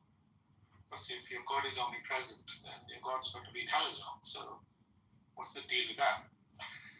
And she was like, then what about all the people who do all this crazy stuff? What happens to them? I'm like, well, whatever happens to them is it finishes here on earth. You know, you don't take anything back with you, do you? Scene in this movie, basically the king of Abyssinia says, you guys are Christians, but you're not Christians, but you are Christians, so you're cool, you can live here with us, and I'm not going to punish you because of this accuser here, because your book has our information in it, and, you know, you may say something new, but, like, technically we still have the original, so you guys are, you know, just trying to discover what we've already got. I am complete. When you look at early Islam, it was a more inclusive group, so that makes sense. Because if those guys came with the Islam that we know today, to the Abyssinian king, no way he would let them pass and protect them like he did. Yeah, I mean, imagine, like, you know, the Syrian Islamists murdering innocent Jews in the streets, you know, going and being like, hey, you know, can you give us protection because we're Christians like you? I mean, the Pope calls Benjamin Netanyahu and is like screaming, end this war, end this war. You know, after a church supposedly got like some shrapnel. But I don't know, how do you go from being like, you know, a Polish priest in Chicago to calling and like demanding an end to the war? I don't know. People are crazy, and like terrorists will just fight to that very bitter end, and to the, you know, they just won't stop until they die. It's like nothing, you know, no new information in, no new information out. Because in Islam, they don't want to say it, but the Ummah is God. The Ummah has the power to execute God's plan. So it's a human-based prophecy. And because of that, it has more similarity with communism and like delusional dreams of achieving a perfect society by human action. So it's like the Lulu people.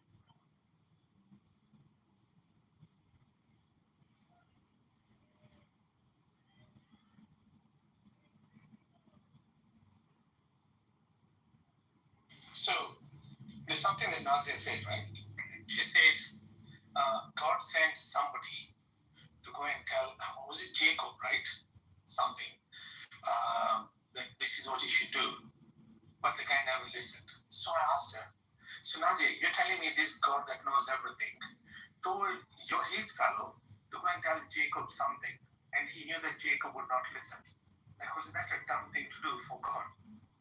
Like, if he knew he was going to refuse, why tell this guy go and pass a message to the other guy?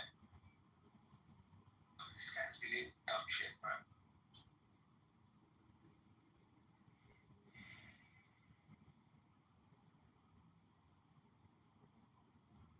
Were you here when Daniel discovered like Surah Al-Fil, like the elephant attack on Mecca, and realized that it happened before Muhammad was born?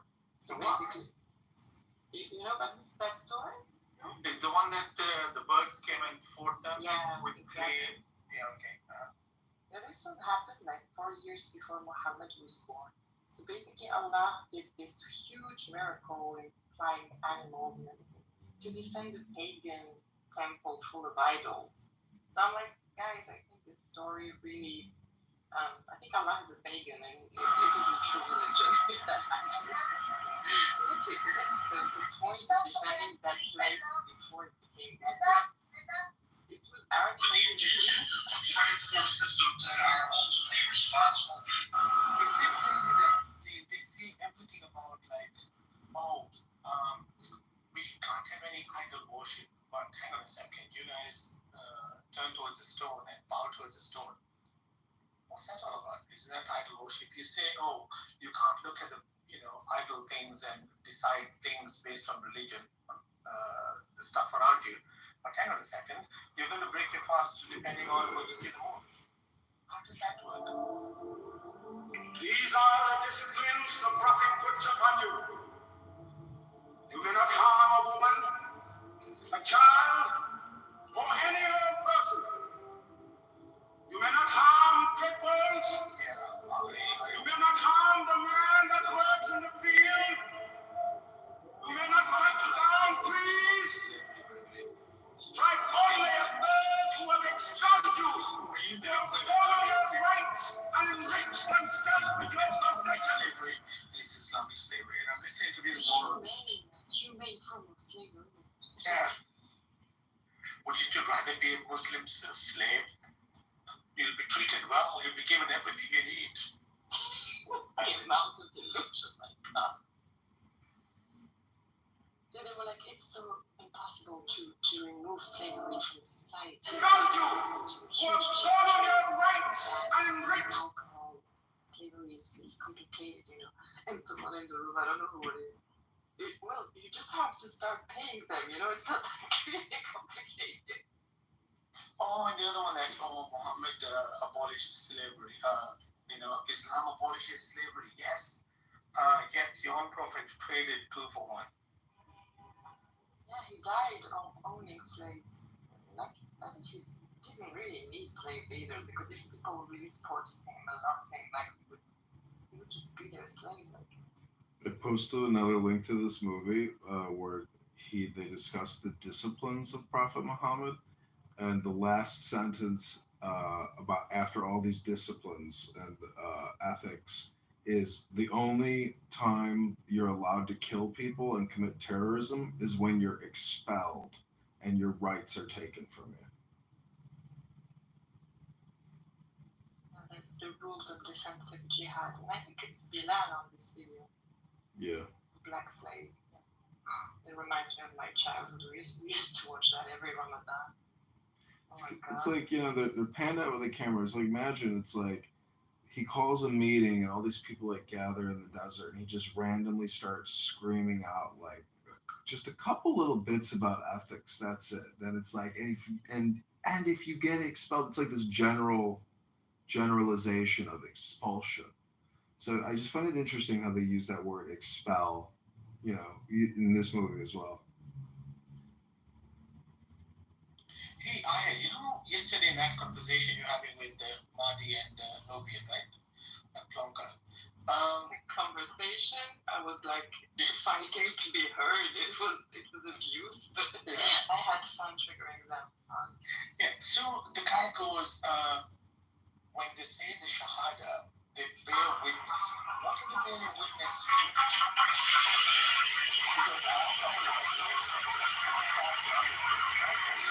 Do you know God? She says, yeah. I said, so you know everything about God? She's like, no, I don't. I said, okay, then that means you don't know everything about God. She said, yes, I don't know everything about God. So then I asked her, so when you bear witness that you know God, according to what Marty and Nubian say, it means you should know God so you can be a witness about God. Yet you don't. Here's how you make my super easy. If you're not getting your back. Maybe it's a mistranslation because when I think about the Shahada, Ashhadu is like swearing. Yeah. Not really implying knowledge, but I may be wrong. I don't know. How can you have knowledge of God? Even if we argue that it's knowledge. How can you have knowledge of God? Yeah, that's a fair point.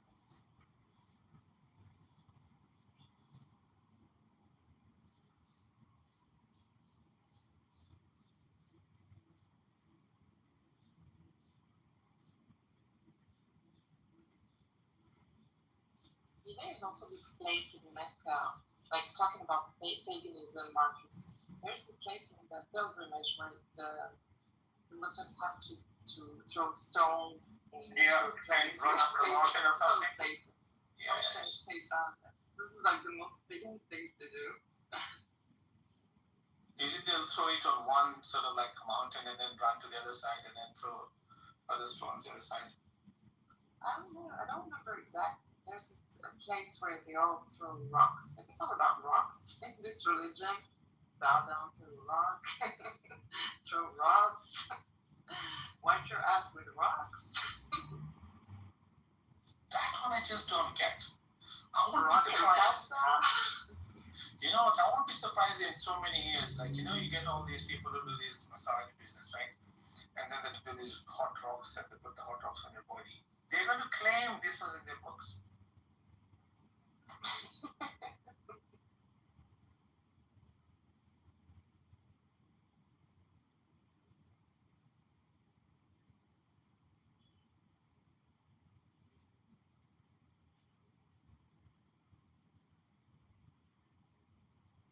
Stoning people to death, intifadas. It's all about rocks. Yeah, this is like the esoteric belief that all these black cubes are related to Saturn. I just wonder how many Muslims have any concept whatsoever of any of this stuff outside of like the Quran, which probably doesn't mention anything about Saturn, I suppose.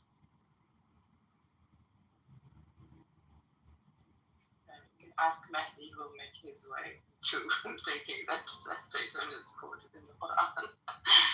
He will find a way.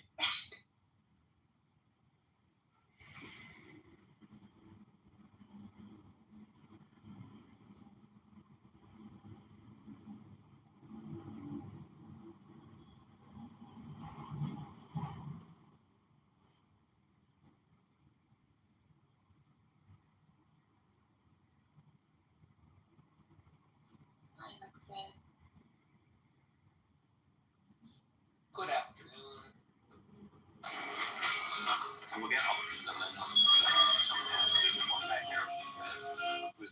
The Kaaba of Mecca, the focal point of the Islamic pilgrimage, holds profound symbolism beyond its religious significance.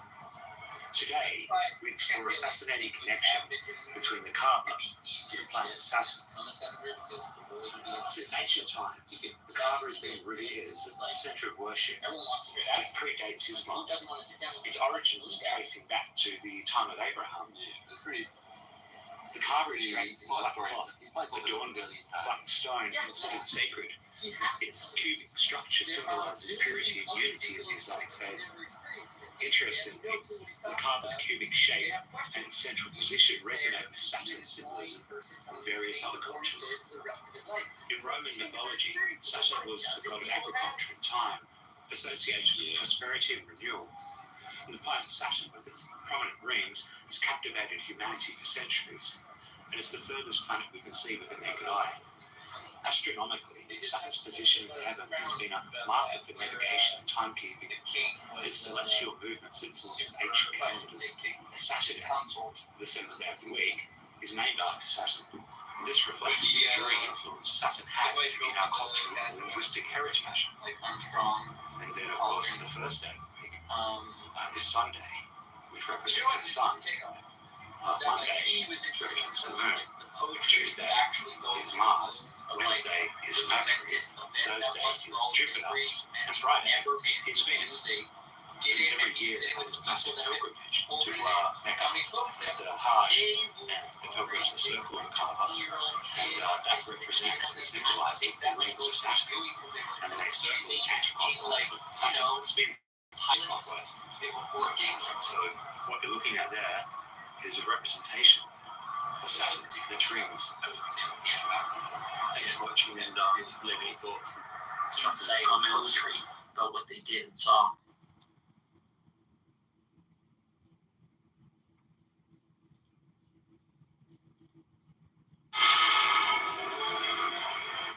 This is a double Leo in the expansive age. Watching videos of Golden Moon. It sucks that I can't really match it back then. It's like kind of blurry. Returned with help from the Jewish tribes. So you think we should go An back? army of 10,000 the warriors. sounds, yeah. This was over Also, 3 times like, the size of Muhammad's army of only 3,000 men. Like have a suit that can help you falling down. So you Muhammad gained the initiative by digging a massive trench to the north of the city, making it extremely difficult for the enemy's cavalry to cross. In an attempt to break the deadlock, the Quraysh secretly negotiated with the Banu Qurayza, a Jewish tribe in Yathrib,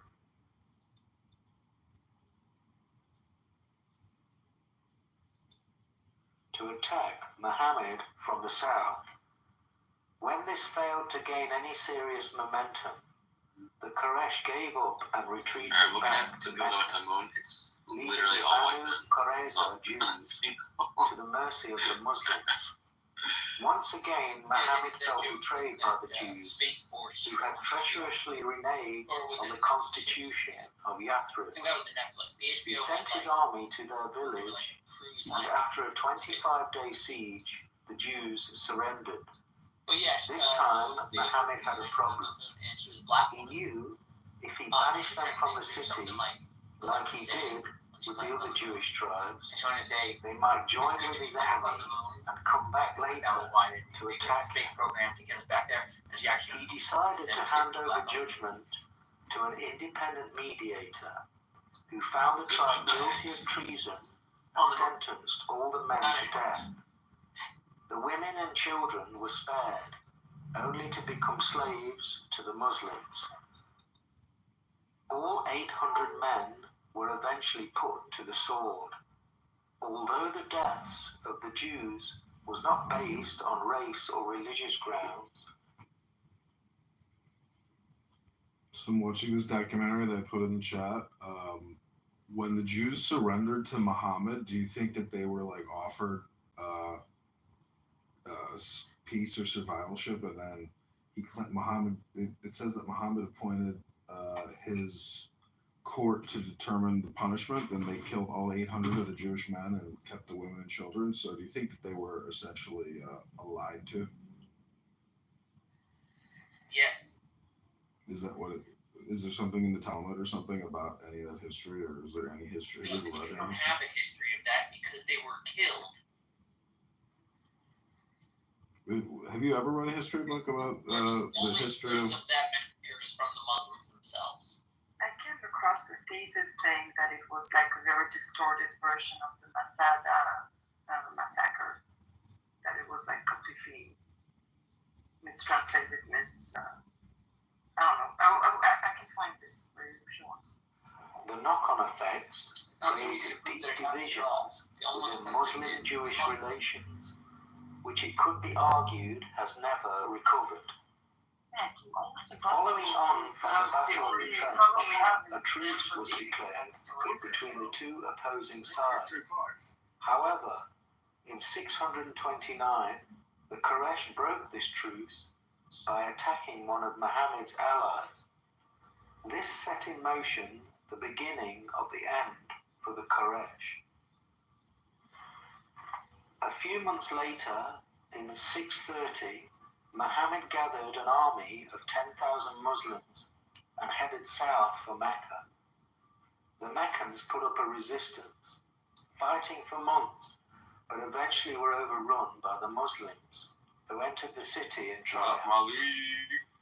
Instead of putting his enemy to the sword, Muhammad declared an amnesty and forgave them all.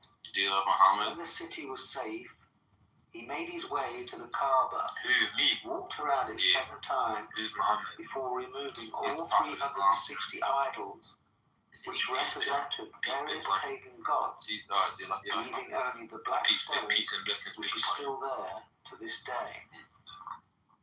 At this point, he declared that there is only one true God, Allah, In the ancient pagan world of star worship, many idols represented planets, stars, and constellations. This is an interesting coincidence that there were 360 idols in the Kaaba. The same number of degrees the Romans, as the zodiac. the Persians, they were the And the dominant act world of powers. circulating the And they looked Kaaba at the Arabs 7 times before what removing are the these? idol These are like animals. They could live have out some in the desert. metaphysical We ain't significance got nothing to to the 7 we ain't planets even got of the ancient world, or the colonize 7 like let's leave them to Sephiroth their own shit. in the They do Kabbalah's whatever they tree do. of life. We are the world The powers. We deal Sephiroth with of victory, of by Venus. respect, like high respect. So By Arabs 631, were the regarded last as pagan like low class, stronghold like fell to the barbarians, Muslims, innit? giving them complete And rule yeah, over and all of this man, Arabia. Muhammad, The he only comes stone from left this in the place. Kaaba He comes from these was the people, meteorite, and which could have fallen to Earth as effects Venus of his moved message. If into you its look new at the orbit world around the time of and Abraham. these people, the Arabs, From the early days of you can't Islam deny to now, the effects the Kaaba and is the the focal positives point that it's, of the that it's had Muslim on religion. how it's changed and Just as the transformed glint into a of more Venus is a civilized circle of focal people, consciousness and you know over the cross they're of the advanced in a physical lot of things, but material that's realm. a different story. But The act you of really circling gave the them black something cube you never had at before, Mecca and that reflects also these history. metaphysical Obviously, principles. Islam now became Muhammad had now a done threat now all to he had set other out to world powers achieve. such as the Romans In and his Persians. final sermon And to yeah, his through followers, this man, the Islam very now next was year, another player he commented on how he had abolished of usury power, let's say. from the land And that's that now through belongs this man. to the So Muslims. I don't know how you can say that you don't feel he's. I mean, you can feel whatever you want, but the stats are the stats. You can't deny that the man has had a positive effect on billions and millions of people. Here's what I'm curious about. It says in Surah Al-Ma'idah, chapter 7, Allah will protect you from the people. But then also Muhammad was wounded at the Battle of Uhud, and he was also poisoned. So, like, what's up with that? Sounds like Allah lied and said he'd be protected, but he wasn't protected. The Jews. So with that, Malik, it sounds like God's wrong. Have you had many Muslims on stage today? All of them. Malik, after Muhammad liberated Saudi Arabia or the Arabian Peninsula, what was his final edict? What was his final what? Sorry? Wait, why are we not talking about my thing real quick? Why are we? Yeah. So Sam, the reason why I asked if there's been Muslims on stage before me today is because I'm not gonna be used as some sort of punching bag, like some type of like if people have. I'm sure you've had this explained to you before. If not, then if you're sincere and you really wanna, get to understand, you really wanna understand because you're interested in understanding Islam. You're a person that really wants to give it a fair shot by understanding how it's meant to be understood. Then that's another thing. But if you're just asking these questions to every Muslim that's coming up on stage, just because you want to prove that he wasn't a good human being, I mean, you ain't got to do all that. I can just take your word for it. No, I think that you should update on evidence when people say the Quran's perfect and has no errors, and then I point out an error. What you should do as a rational agent and go, oh, well, then maybe they'll say an error, so maybe the book is wrong, and then be open to changing your mind about whether or not the book is from God or not. 100%, I agree with you. If you tell me, that's what I'm saying. So that's I've explained two types of characters that I've spoken to, like when it comes to me as a Muslim speaking to non-Muslims. So there's the non-Muslim that's genuine and he really wants to learn. He's asking because he's curious. And I have many friends that become Muslim, and then there's the non-Muslim that you can like. They try to be slick with it, but it's clear these people hate Islam. And this is the reality. This is the reality, and this is a subjective experience that you can only feel if you are a Muslim. So obviously it's an anecdote, but it's a very true. It's like me as a black man. I can tell you stuff that black people generally feel when they're in certain predicaments or certain situations with other races, how they feel, or like at work or anything, I can tell you generally how black people feel. So similarly with Islam and me as a Muslim, I can tell you generally what type of people we come across. So It's very accurate, Malik. That's very accurate.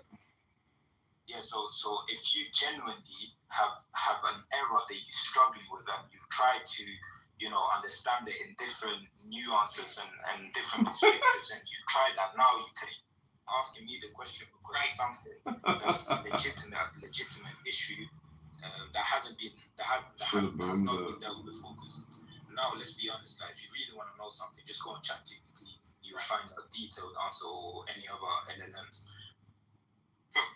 Explain your point. Are you still doing this, Barbie? You ain't got anything better to do on a beautiful Friday. Who are you? Oh, look, it's Blackie Blackerson. Look at me. I am the mayor now. I'm from Kitover. How are you doing? I am good, Yakov. Palestine exists, but it's just that in what context? Is it, it can exist as a geographic territory like the Sinai. There are no Sinaeans. There's not a people called Sinaeans, but there is the Sinai. You are allowed to now have shawarma shops, but no more rocket launchers. Like we have areas in the country that are, geographic areas like the Sierra Nevadas. So it's on a Fox event. It's just fresh break. It's in listen, man. It's in Politico. It's in National Mail. It's a lot of people. Just go put Gabbard in Google and search the new hits. Your eyes will pop out. Yeah.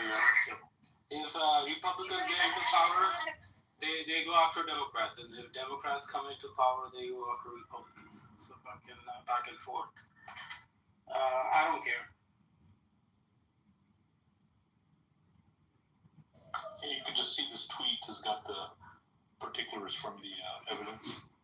So it's going to go for criminal referral indictments. There was already announced on Comey, Clapper, and Brennan. They announced that a couple of weeks ago. Criminal indictments are on the way. But Obama. What do you mean by upside down 9 red? Obama is that's the main course. That's the main dish. So he's about to get served up.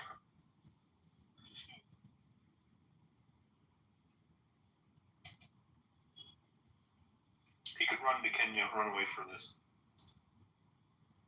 I don't know about Obama anything. You should know about him. I don't know about Trump anything. Obama was the first Muslim president.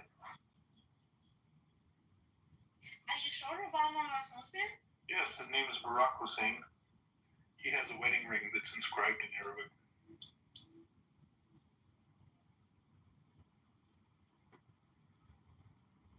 Angels is feeling so proud right now. No. He was a community organizer, just like Muhammad. I never saw him that way. I did not know that. He was a community organizer, a Harvard lawyer, a fake Columbia University student who worked for the International Business Corporation, aka a CIA front group. Right in Indonesia. It's a CIA family.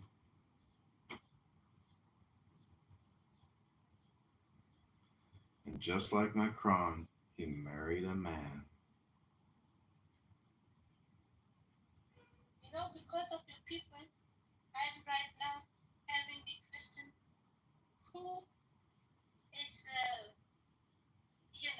about who I'm talking. Good question. Good question. What do you think is my popular?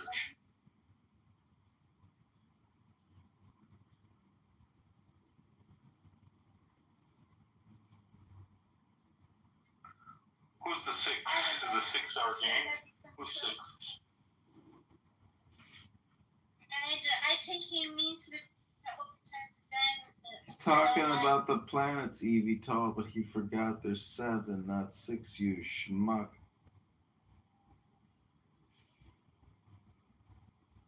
We have more than 12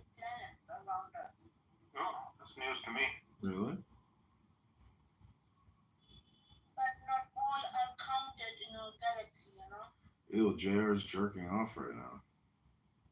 Disgusting. Yeah, there's actually 8 planets. There used to be 9 when I was growing up, and now they say 8. The 9th is just a rock, apparently, not a planet. Pluto. It is a planet. No, it's not considered a planet anymore. There's officially 8 planets now, not 9. Yeah, you know, if you look at it from the American scientific community's perspective, it's 8 planets. If you look at it from the Hindu scientific community, it's 9. Yeah, but they use Rahu. That's what you're missing there. They've got the phantom planet Rahu. Is one of them. Yeah, it's also 8.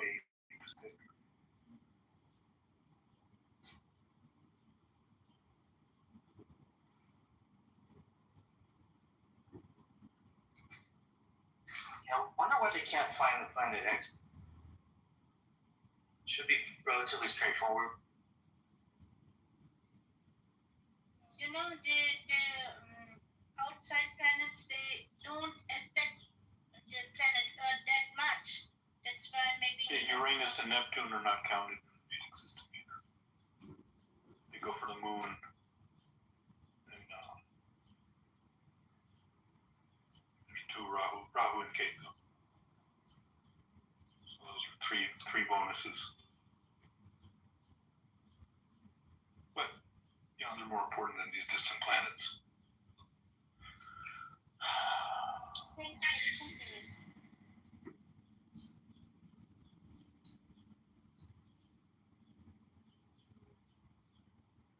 Well, I want to know, how does Mr. Robert look like?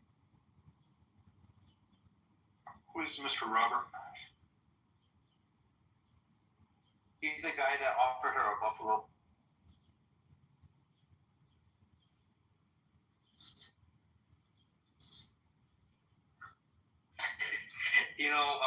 Robert never actually offered her a buffalo. Just made that up because it does. Yeah, I know the buffalo is made up, but still, I don't know who is Robert? Why did you mention Robert just now? How would that be important to us? Why did you mention Robert?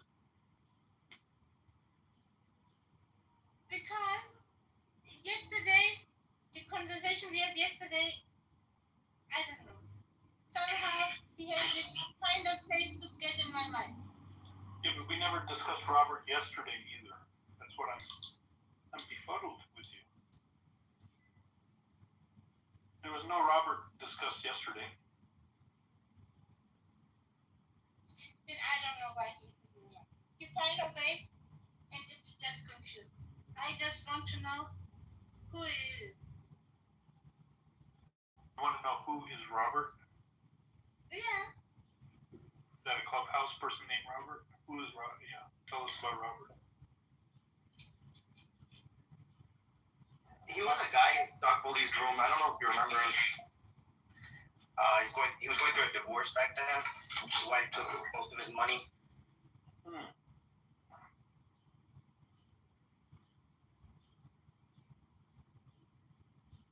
Why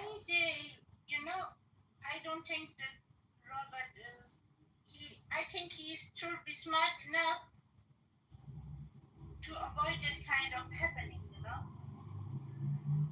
How do you avoid? It's possible that 2 people. Actually, the smartest people in the world cannot avoid it. You can't avoid them taking half. Even Jeff Bezos could not avoid it. They always get half. I think when people marry, then because they're loving each other, and there's no way they're gonna get divorced. Yeah, that makes sense. That sounds like reality.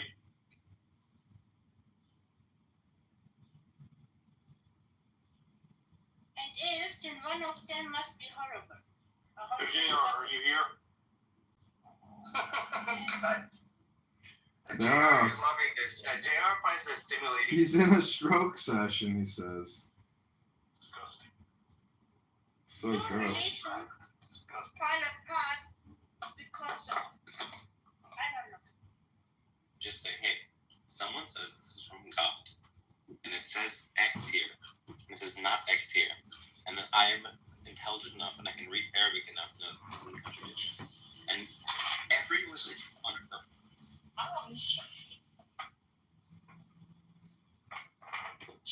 I'm going through a storage. Oh, okay. Sandra, real quick, how things up in Dearborn? Eyewitness. There is only one God. You want to hear how things is in Dearborn? You're trying to start a conversation. And may I Get somebody up. Everything's good. Did you see you good now? Oh, Are you done? I'm done.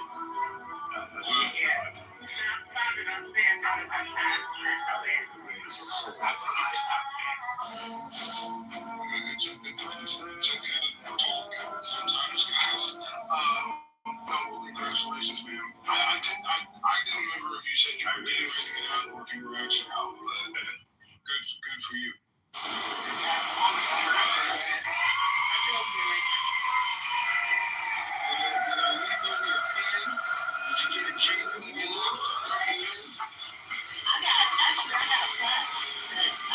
Fishing body class. Well, you might not even know the carriage, the old fishing body carriage. You know, because no, I don't know. Nothing about. Okay, fishing body plant here in Lansing was 115 years old when they tore it down. It was originally a carriage factory, horse-drawn carriage factory.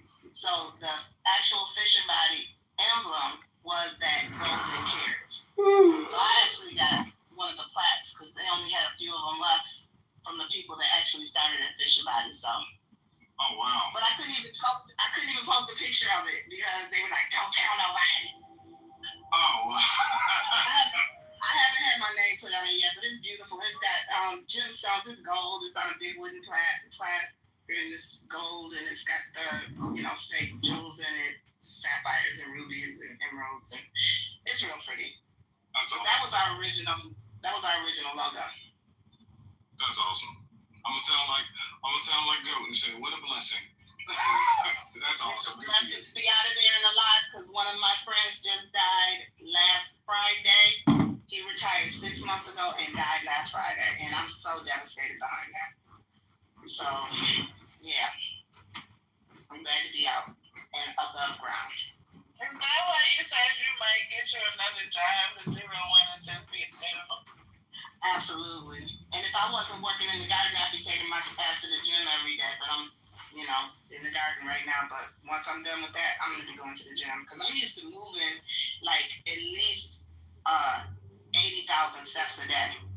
80,000? So, when you're on that line, that ain't no joke. They ain't playing with you. When you're on that line, you are moving the whole time, other than when you're on break or taking a piss. Yes. So it's not for and do you see the girls that work on the line look totally different from other women my age. Like, we got the racks, we got the arms, yeah, for real. I'm a Rosie the Riveter.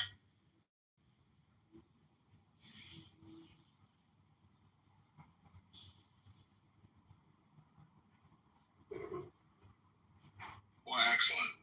Well, I'm gonna get out here, y'all can go back about your conversation. You don't want me to dominate the conversation. I'm gonna give me a couple of vodka tonics and have a good day. Oh Lord, and you have to talk about a question to the screen. Do you still go over to Mexico? I never do go to Mexico. We went. But I don't. No. So we went to Mexico. We were on a cruise and we went to Cozumel. We border Reynosa, and no, there was no reason for me to go to Reynosa. I'll be honest, it's not safe. It ain't safe for me to go to Mexico. One of y'all to send me some soursop leaves, because I can't find none here. I'll just tell you, part down here, if you ever come down here, Progresso is safe, and parts of Matamoros, which borders Brownsville, that's safe. So going into Progresso is nothing, but we don't ever go. I mean, shit, I basically live in Mexico, but what are you looking for? What kind of leaves? I want some soursop leaves, but I can't find them here. And you can only get them. They come from hot climates, like in Jamaica. I don't know. I just thought I'd ask. All right, I'll ask. Should saline have Epi in it as well again? Okay, great.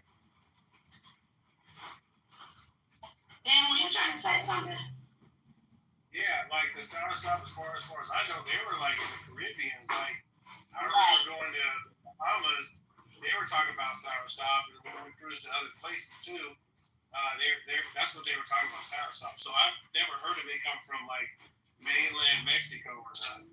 I was just thinking like the heat, the tropical, not tropical, but it's definitely coming from hot climates. So I thought maybe Mexico would have.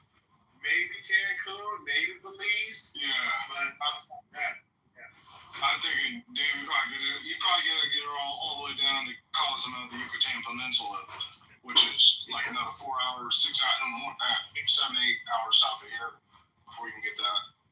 And see, we don't have any more, like they say you can get them at Asian markets, but our Asian markets have most of them here are closed.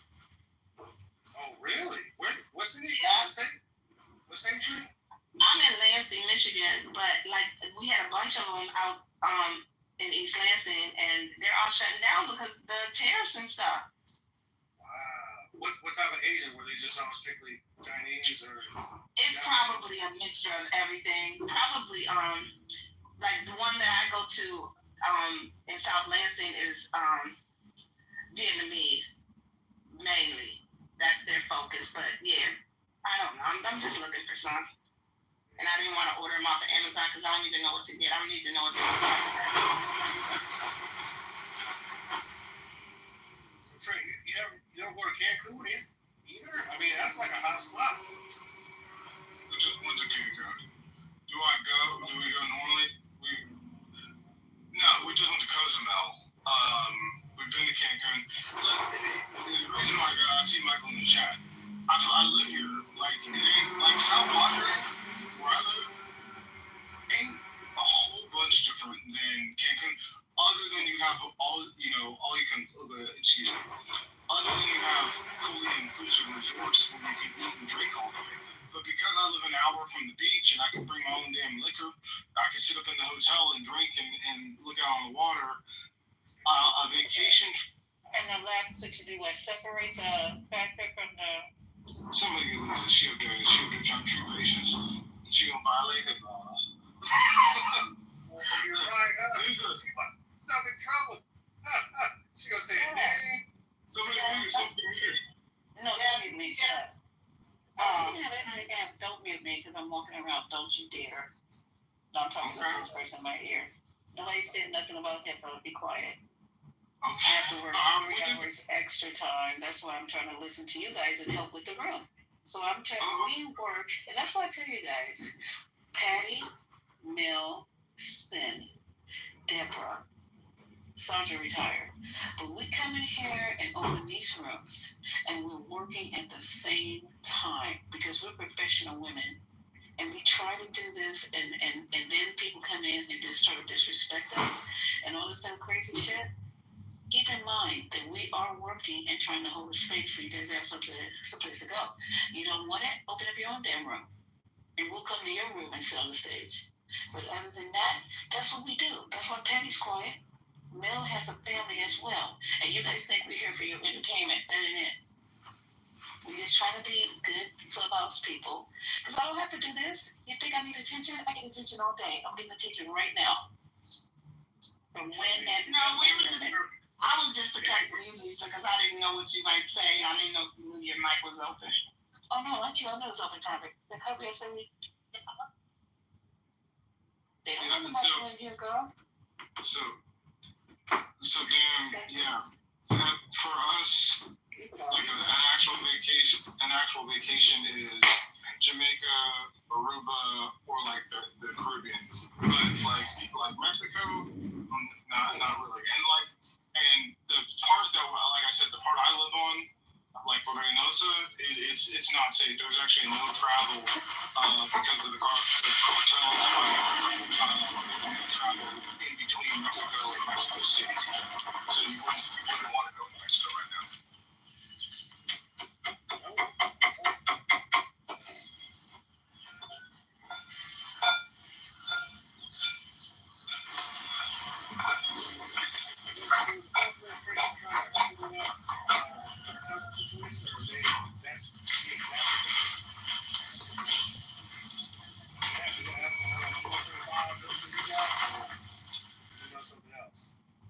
I would say that it's in Mexico because we've shut off the human trafficking from Mexico. That's why they're fighting more, because there's less money coming into the cartels. I don't know for a fact, but it does seem like there's less drugs coming across. It seems like the busts are happening more frequently. I think that the cartels are now going to be designated as terrorist groups.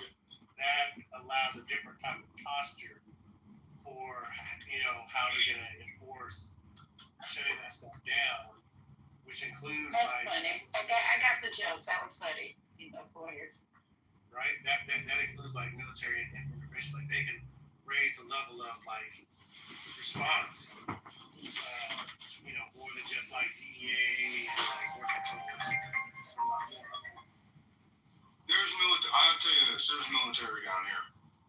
What exactly they're doing, I don't know. They're actually very tight-lipped, but there's definitely military down here, and they're not just doing. They're not. The border crossings are down so far. They're not guarding the border. I don't know exactly what they're gearing up for, but they are definitely.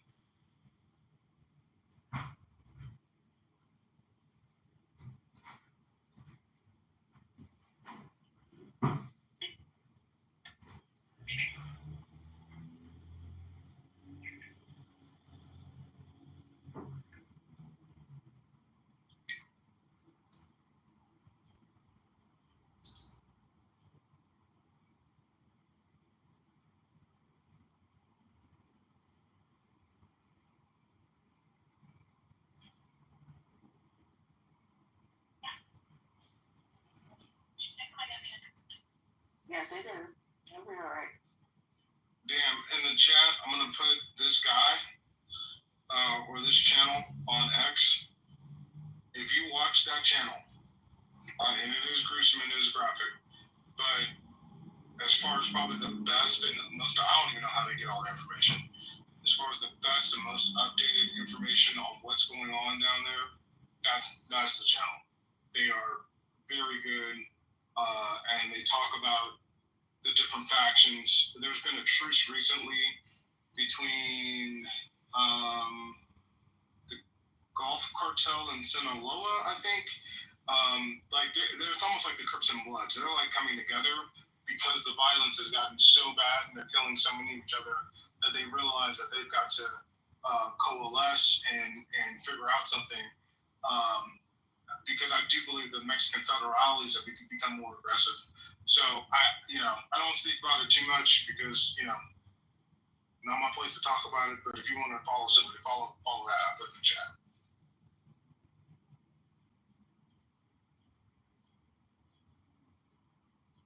Yeah, I was just checking because it's been kind of quiet on that. I haven't heard much coming from south of the border other than south of the border other than just tariffs. But I know that's still a real problem that's going on down there. So our side of the border is as quiet as it's ever been. Like definitely in the 7 years that I've lived here, but in talking with the Border Patrol agents, this is the quietest it's been in 10 years. It is, and some say ever, like because of the minimal crossings. And it's almost like it's almost too quiet because you don't want to. They don't want to completely stop it, because then you don't need to pay these guys. They make some money, right? They make some significant salaries. So then you don't want to. Funding can get pulled away over the course of time. But right now, they're fully funded. But right now, I mean, it is. I will give. If there's one thing I'll give Trump high marks for, it's not a lot, but I will give him high marks on shutting the border crossings and making an extreme difference in like literally overnight. An extreme difference in our vegetable prices. Shit. Bro, Trent, you sound like a MAGA, bro. This shit is crazy. Okay, he really does. I mean, I'm not saying that you are. It's just that you talk more about the good things that you like about what Trump is doing instead of the bad things, like what he's doing to public education and taking away people's Medicare and SNAP benefits. It's like, let's learn how to read. Raise your hands. Yeah, nobody's hands up. Come on. It's so crazy. No, I don't hear you. I don't hear you sympathizing for the people who are not just going to lose their livelihoods, but their lives. Because they're closing all these they're closing 3 rural hospitals close to me right now. Well, you know, my wife's in that. I knew when they cut Medicaid that obviously rural hospital for them closed. It's actually going to affect Republican states more than anything. It's actually I knew that was going to happen. Okay. It's dumber than fuck.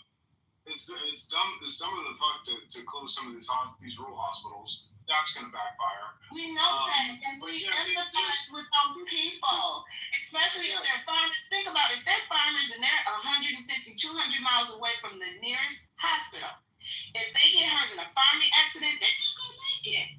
Yeah, well, the biggest thing for me, and when I was just actually talking to my grandmother's and grandfather's friend, she's in her 90s, a great lady named Lynn in Columbus, Ohio. We just talked, and what is starting to happen, even amongst his supporters, is these ICE raids on workers and just on workers, on regular people, landscapers, people working in restaurants, people working in hotels, people that some people know in particular, like you know.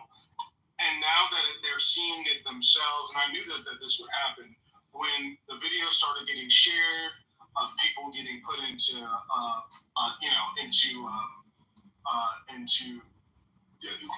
cars and taken away in handcuffs, and these are mothers, these are people that you've known, the calculus is going to change. That's why I know it can't change, because the public perception of this is beginning to change. It wasn't that strong to begin with, and so I actually don't think that. I think some of it's terrible, and we needed to do amnesty before we did all this deportation. But I think it will actually backfire. The pendulum is going to swing, and we're going to end up because of this angst. We'll end up with the amnesty package finally.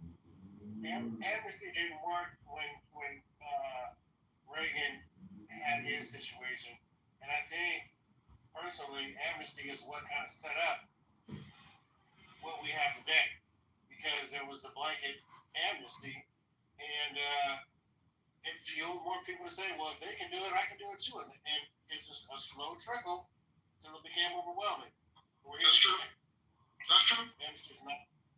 I don't disagree with you, but because you have so much of the business community, and that's the most powerful. When you have the agriculture, and when you have the travel and leisure hotels, and now the restaurant industry, all coming back and saying, we need to do something about this. This can't continue. We're losing profit. Whenever you start hitting people's pocketbooks, damn, shit changes. I promise you that. I agree. I just don't think it should not even have to go that far, because if he was an intelligent person, he would have thought all this shit through in the first place. He doesn't think, he just does shit. And I mean, this shit is crazy. Hold on. One thing I'll say. Look, before I get out, look, this does an extended amount of labor, a override of labor does affect especially the working classes labor costs. Wages are rising and inflation is starting to rise because you've got to pay people more, right? And when you allow this subset of labor to come in that's got to work under, that will work for less because they don't have the same rights, they can't organize, they can't unionize, it actually does affect working class labor more.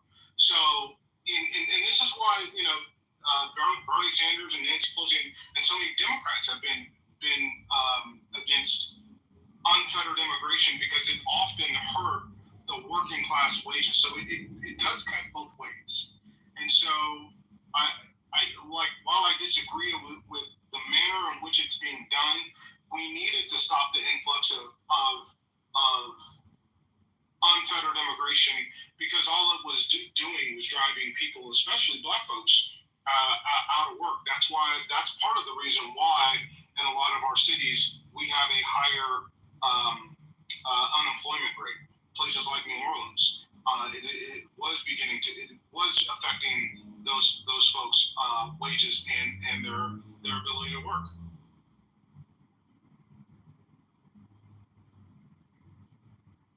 Anyway, that's it. I'm gonna go drink.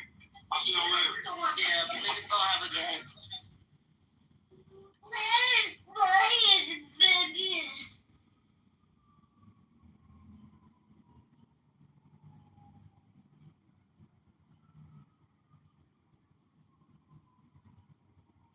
I got breaking news. What you got? It just came across my little Apple News thing. It says DOJ moves to release grand jury testimony in Epstein case. Oh, what?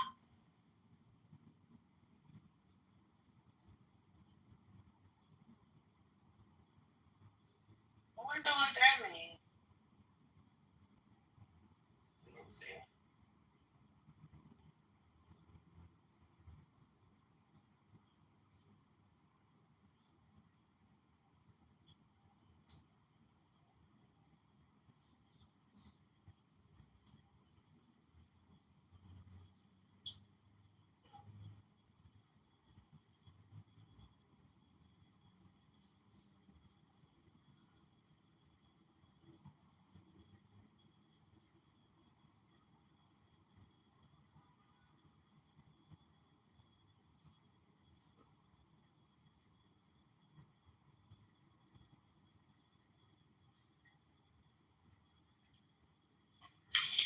The reason why it didn't make sense to me what Trent just said before he left is if the cutting off the immigration was going to then make it better for Americans and they would have jobs, then it made no sense to have Elon and Doge do what they did. If it was going to work, the immigration part, there was no need to go and fire and take people's jobs. So, to me, his assessment didn't even line up. If that's what he thought was going to happen, and he believed that that was what was going to happen, was it was going to then provide more jobs for people who didn't have them, then why did they fire all those people? I agree, Deborah. And with them firing all the teachers, I was listening to Urban View yesterday, and the judge basically told them that, yeah, you can go ahead and fire all these people, but you're probably going to end up having to hire them back later, and then you're going to have to pay them back, paying all this other stuff. So this doesn't sound thought out. It's not a plan. He's just doing shit. Right, because they cut before they did an assessment of where they needed to cut. So Trent's full of shit, as always, and that's why he gets to say what he says and rhyme.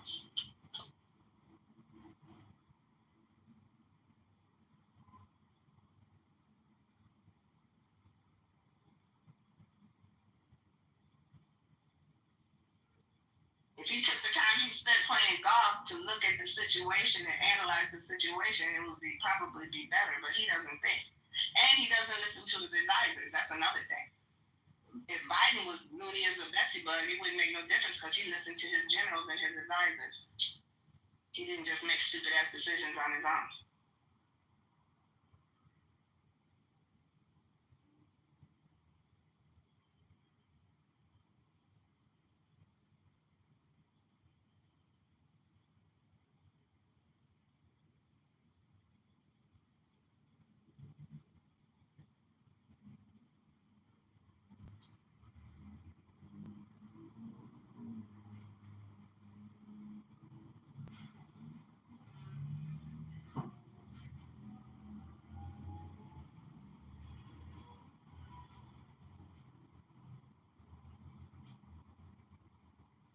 You know what's making me sleepy is this rain or you is boy. But the nose off. I'm in the bed too. I'm like, this bed is feeling good right now. I'm sitting in the car though, because it's raining so hard I can't even get out. But y'all just making it worse, Jesus. Did y'all talk about something? I done brought 20 topics and tried to get y'all to elaborate on it and y'all just won't go. No. God damn it. Shit. Yeah, I was listening to Trent talking shit.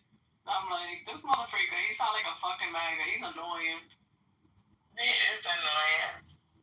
I'm like, sir, my daughter was like, is he KKK? Is he part of the KKK? Damn. That's crazy. I'm like, I don't know. He's fucking. He is too much. The amount of young kids I be seeing with tattoos on their face, I just want to know. I hate when they do that. Like, what the fuck? Are y'all gonna be tattoo artists? Because that's the only thing that makes sense. Like, seriously. Yeah, because it's not professional. Like, on your face, though. Like, I can see you could be tatted up from your neck to your toes with your face. Yeah. Like, that is just ridiculous. I can't. And I always see them. Girls, boys, all of them. So I remember when they used to do the teardrop. Yeah. Yeah, I know. They had that teardrop. They get full-fledged pictures on their face nowadays. And even Krishard, you look at that photo, like, why did you put that guy's face on your face? Jeez. Put that nigga's face on your face. It's crazy. Like, every time you look in the mirror, you gotta see that shit. Right. Yeah. Didn't Amber Rose have a Trump tattoo on her face? Or was it just temporary? That was probably temporary. She just has her son's names on her forehead. Yeah, she got a big stupid ass tattoo on her forehead. I don't know what the hell made her do that dumb shit. Yeah, it's all stupid. It doesn't even look right. Yeah, I don't know what was the purpose. You gotta wear makeup now. Why would you do that to yourself? Yeah, I don't know what was the purpose. Who lost a bet? That's what it looked like on Amber Rose. It looked like she lost a bet, but they had like. I just want to go ahead and get my food. When we was in the pool, Cassie's like, that grandma got a tattoo. It's big. She had a tramp stamp. I was like, yeah, they were not. They just turned grandmas. They weren't grandmas forever.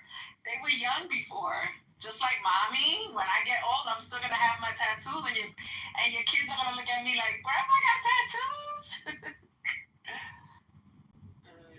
My aunt, she said, don't ever get a tattoo because your palm tree is gonna turn into a weeping willow when you get older. Yeah. My daddy didn't want me to get no tattoos, but I got them anyway. I was determined. And I'm thinking about it, I want some more. The fuck? Yeah. He did not want me to get no tattoos. I remember being 14, being like, Dad, I just want a tattoo. He was like, no, you're not gonna get no. Like, you be doing, I used to be like, my father used to be doing too much. Like, you just need to chill out.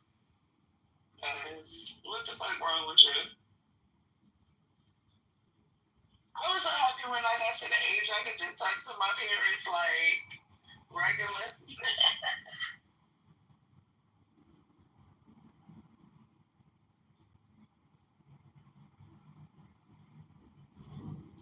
So y'all curse in front of your parents?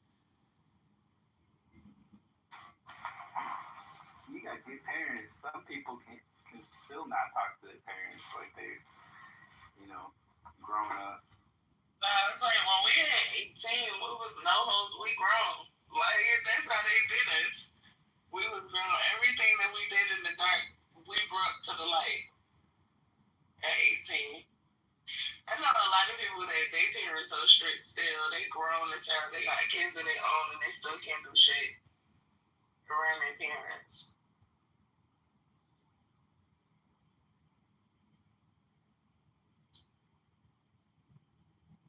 So y'all just gonna be silent, huh? Okay. They don't want to come up. Nobody want to come up to talk to us. This is crazy. It's Friday. Oh, I know Patty must be busy. Yeah. And Deborah and Lisa gotta be busy too, but normally she on mic any other goddamn time. Now she wanna be on mute. She's doing that. She has that in the middle of a conversation and we hear her giving fucking instructions to the people in her background. Any other time, but today she wanna be on mute. You see what I'm saying? People tired, I guess. It's been busy. Yeah, I'm talking about you, Lisa grew up. She gonna jump up like, is somebody talking about me? What? What y'all bring that feelings? I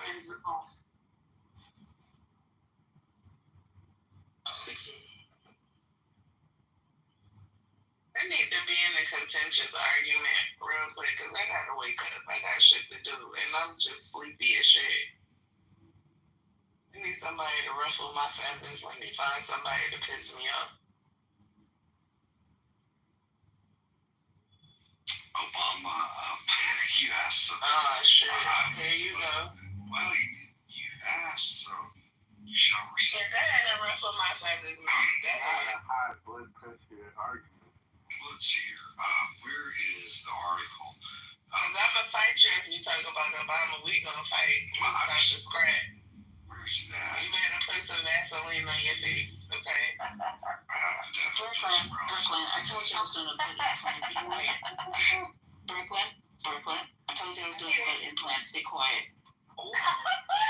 Yeah. Yo, Brooklyn, somebody's doing butt implants. They crazy, bro. That shit's gonna flip. That shit's gonna be flipping. You a cosmetic surgeon nurse, huh? Well, listen, you send me to somebody that's good, because I need some stuff.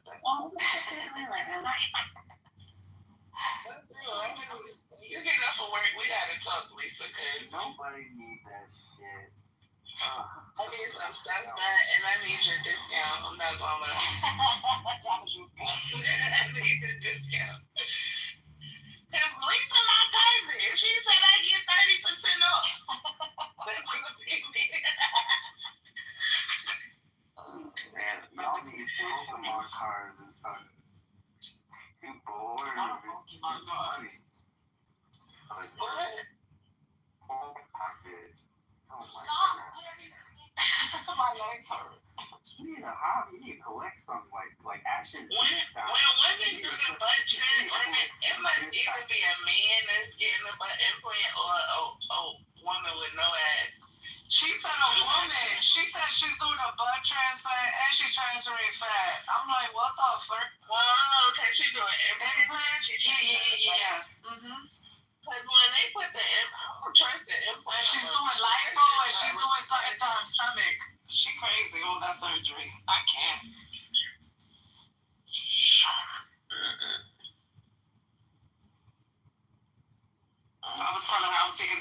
my sister's about to go back under the knife. What she about to get that? She already got a BBL, right?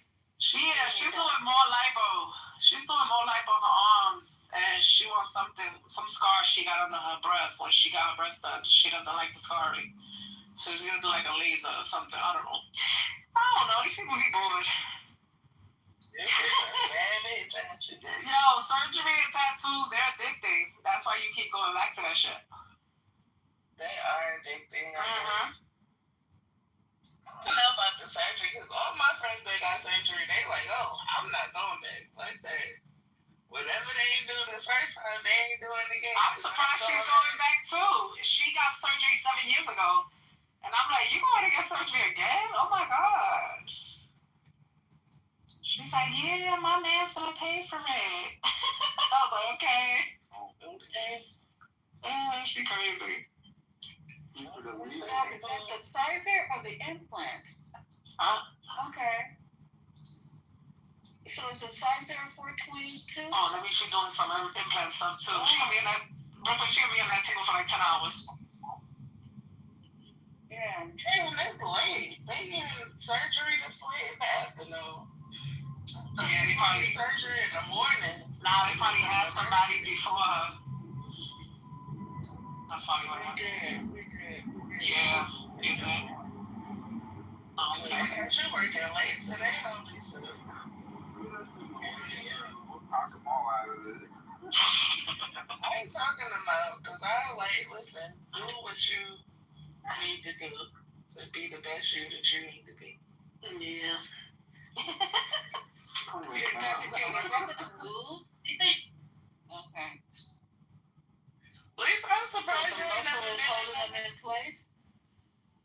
So the muscle holds it right there, okay. But it looked like it might want to slide to the left after a little while. It's going to slide after a while. It's going to them implants ain't. Them things ain't. Those things ain't thinking? You should have told them folks to eat some more or something. They need to gain some weight. Oh my God. I don't like how implants and butts look. That shit look real stink. I don't like that shit either. That's why I was like, ugh. But at least with the fat transplant, if they don't OD, it could look nice. But the implants always. At least I want to say that the girl was crying because she was like, I don't know if I should do it. All of this surgery. What the fuck? She probably spending $1 million getting that shit done. Yeah, I'm like, yo, that's one thing. Surgery does not keep no man. So if you're doing surgery for a man, that's the wrong shit to do. But that's what I would. If I was doing it, I would be doing it for me. That's what I'm saying. But there's some girls that do it for a man because Lisa said that the girl said that her man didn't like something. So that's why she back there. Then he gonna be mad when she looking good. All the other men gonna be looking. You see? Shit, if I would do surgery, I would have my husband come into the back of the room and, yo, okay, how do you like it? Okay, you need a little bit more on your titties? Okay, yeah, she need a little bit more here. Oh my God. No, I see doctors that do that. They bring the person to the back, like their spouse to the back, so that they can look at them. Yeah, I've seen that. What's up, CEO? Yeah, it's like a menu. You get to do it like that. I've seen surgeons do that. Wow. Like when it has to do with like the titty or the butt, they'll have their spouse come in to look at it. Shit, I trust my spouse. He ain't gonna make me look crazy, right?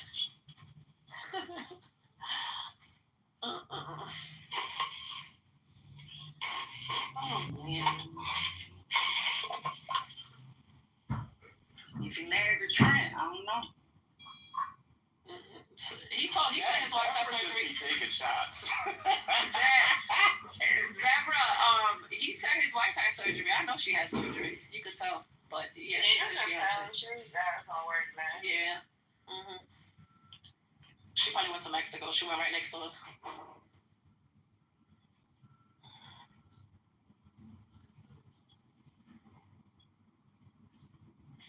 Theo, what's the word, man?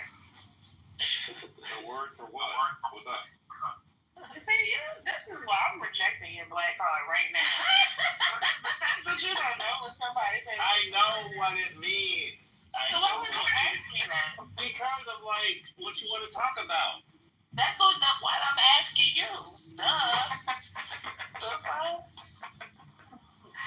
Lisa, this is why I'm on something. She don't want to get quiet in the room. I want you to go back to 90s CEO.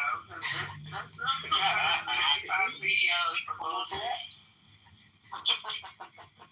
You need to go back to the 90s, buddy, because you just got old and just out of touch. You old and out of touch CEO now. CEO, you got kids? Yes, I got a 12-year-old. Oh, they gonna be mad at you when they get to about 15, because you ain't gonna know nothing. You ain't gonna know nothing. You ain't gonna be able to tell them nothing. They ain't gonna be like, my dad is so I'm surprised he only got one kid. Why are you surprised about that? It's much easier to manage. Oh, yeah, of course. I know that, but I'm just saying. That's all he knows about, though. Are you going with your baby mother? What is that? Isn't that his wife? Yes, that's my wife. Married? It's not his baby mom. I thought he was married. You married for married? No, I'm married for fake. I ain't know. I bet you was out here. He's married, not on stage. I thought you was out here dropping, you know what I'm saying? Dropping loads and shit. Trent married, CEO married, Roy you married, Matt is married. Who else? Dan is married. Aleph, I don't know. Sometimes he be sounding married, sometimes he sounds single. I'm a little confused about Aleph. And he don't never talk about his wife though. Why do you never talk about your wife? That's why I'm married. Romac is married to the game. My wife has her own clubhouse life. Oh, okay. What type you want? 15 round? He said his wife got her own clubhouse life. What now? Why you don't talk about your wife, CEO? Because you don't never say that. I said she got her own clubhouse life. So. Oh, she do. Oh, she on here. Yes, she is. So she might be in here anonymous. No, she doesn't come in this room. She got a totally different life. She does like Marvel, Star Wars, all that stuff. Oh, okay. Is she black? Oh, he hesitated. My daughter's laughing. Hello. My wife is a member of Alpha Kappa Alpha sorority and HBC and went to an HBCU. Okay. He said yes. But you haven't answered the question. A lot of non-black Who said that, Sandra? Good job. No, that was Deborah. Good job, Deborah. That's a good one. Good job. So what was the answer? I didn't get the answer. As Ron Burgundy would say, she's African and American. Oh, she's African. No, she's African American. I was just being like, you haven't watched Anchor. I thought you was gonna say she was She's black. She's black. She's a black. I thought you were gonna say she Caribbean American. Oh my. She's not Caribbean. Trent looks like he Caribbean. Like he could be like Trinidadian or something. I mean, that's Trent's CEO. Did y'all see Trent's wig? CEO's not taking your women, Matt. Is that why you want to know? When I lived in Hawaii, I took his woman. Hey. Oh, That was my early 20s. Oh no. In fairness, there was no black woman in Hawaii, though. So no respect. It's black women in Hawaii. That's why black women in Hawaii. Literally, there wasn't. Like when I was there. Okay, look, Brooklyn. I'll tell you like this. Do you know That's what Puerto Rican in Hawaii. Do you know what Black Planet is, Brooklyn? Did you know what that is? Yeah. Okay, so on Black Planet in Hawaii, it was all Asian and white chicks. Oh, okay. Because they were looking for a black man. Yeah, black women don't be outside trying to date y'all. That's why. No. Everywhere else in the country, it was mostly black women on Black Planet, except for Hawaii. I had like 3 cousins that live in Hawaii, and they black women. Honolulu. I don't know. And maybe now, but this was 2004, so this was 20 years ago. Mm-hmm. Well, I got a newfound respect for you since you married to a black woman. I don't got as much beef with you as I used to. You do just have you always had a natural level of hate.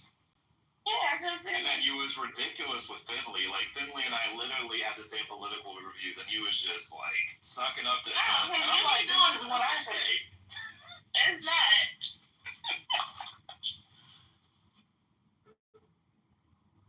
You do be playing favorites sometimes, BK. I met Finley that day. What the hell y'all talking about? Like, I be trying to be nice. It seemed like he was your best friend. I be trying to be nice to real men, and then I crush him.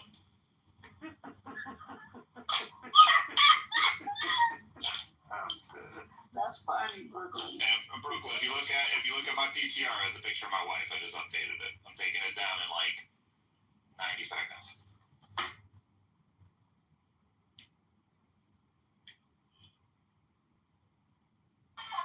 Oh, y'all are. Oh, she real black. That's what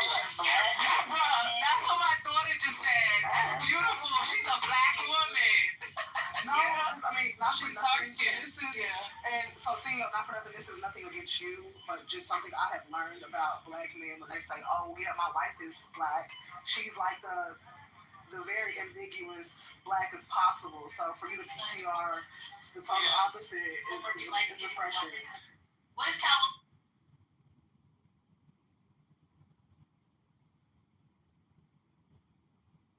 Water said that's a photo that came with the frame.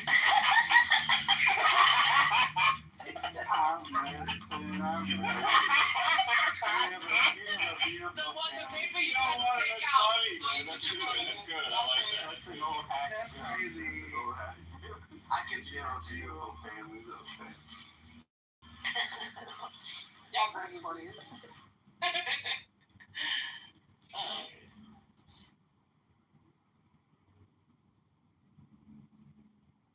Did you know the photographer though, CEO, or was it just some?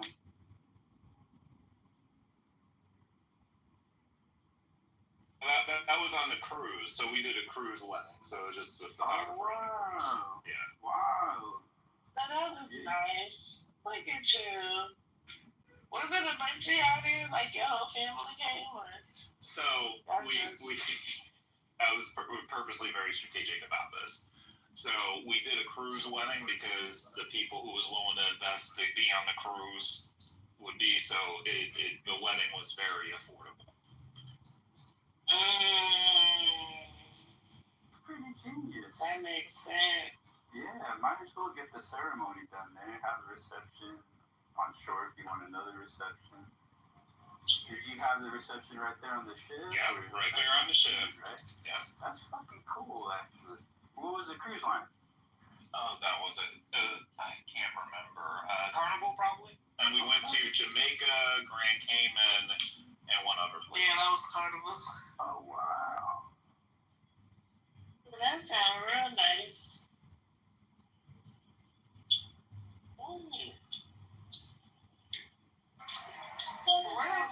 Royal Caribbean wanted to hire me during the pandemic. Well, right before the pandemic hit, actually. I'll never forget. The day I had my second interview with my recruiter, I was in my home office watching the news, and they were talking about the Carnival ship being in quarantine off the coast of California. So during my interview, I asked my recruiter, like, you know, how does this look for you guys? Because, I mean, totally different company, but the industry is the same. And this was March. This is like late February, early March of 2020.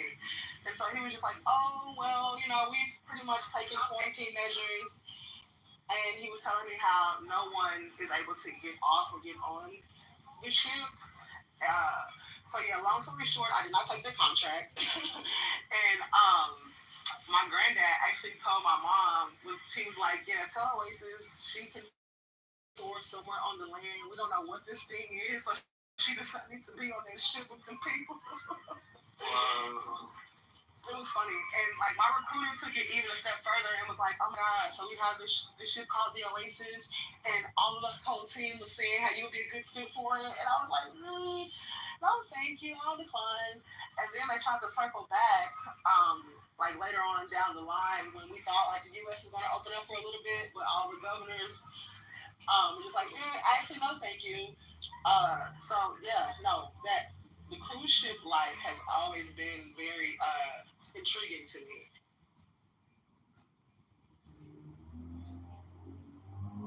Well, are you one of them dickheads that don't believe in coronavirus? Because you give me that. What the hell? I'm just saying. I mean, You seem like the type. I was definitely not a fan of the vaccine, that's for sure. But I was the first to start looking at, well, what the hell is this? How do I combat it? So I was one of the first to figure out what the hell to do with it naturally. I know that there's specific strains of lactobacillus that kills it on contact. UV light was a huge upgrade in the system, in our healthcare system, and the airplane system. A lot of planes all have UV lights, which kills it on contact. It was cleared by the FDA to use in hospitals too. So I bought my aunt who has breathing problems on oxygen, one of those UV light air filters. So I was ready. I was ready for that shit. But I never fell for the vaccine though. I don't believe in that shit. Yeah. You don't believe in vaccines? Yeah, you can still detox it, but yeah, just don't. Oh, that's horrible. So you was against the vaccine, but you believe that, at least you believe that coronavirus was a real thing. Yeah, I wasn't a dummy dickhead like you said. You're right. Listen, the dummy dickhead pissed me off the whole time. Let me get vaccinated. Yeah, no, I didn't get vaccinated either. However, I never downplayed the vaccine. Me neither. My mom works in healthcare, and I trust her more than anybody else. And so with that being said, she told me firsthand, just like with her being on the front lines of the situation when it unfolded, that people who did not take that vaccine, you were already immune compromised, and you were not helping yourself.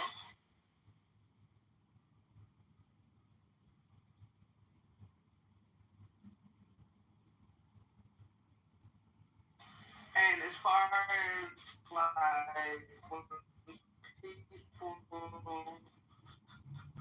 just in the Matrix. Oh, I thought it was me that was in the Matrix. I hear nobody takes the vaccine. Maybe less people are going to take care of.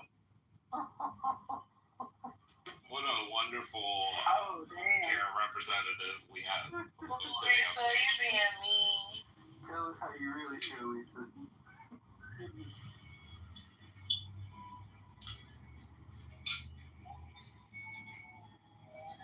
No, what happened with me was like January when that shit hit it real bad. I had to just like go and get a flu vaccine. And it took me like a week or so to actually go and do it. But I went and got a flu vaccine. When I tell you I didn't get sick not one time, like normally I get like sinus infections and all that shit. I get the flu. For the whole 2 years that we was in the house, like I was in the house because I wasn't even in the house. I was breaking all the rules. Didn't get sick. I didn't know what the fuck was wrong with me. I was like, why I didn't get sick? Me or my ex, like neither one of us got sick, so we just didn't get the vaccine. No, same. Likewise, Brooklyn. So my sister was living in my downstairs bedroom, and I waited on her hand and foot. She caught COVID at the very beginning of it, and I never got it. I ended up catching COVID 2022 when I flew out to South Carolina to prep for a tour. I was getting ready to get on, but the whole from 2020 up until that point, I had never had COVID. But the moment I decided to fly somewhere, I got this shit. I mean, that was a whole rule breaker. I didn't have no mask. I didn't wear no gloves. I just did everything that I was supposed to do. I don't know what the... Yo, check out those... Look, Megan. Check out that link in the chat. Look at those badass ass jobs. I can't with that. That's disgusting. I'm driving.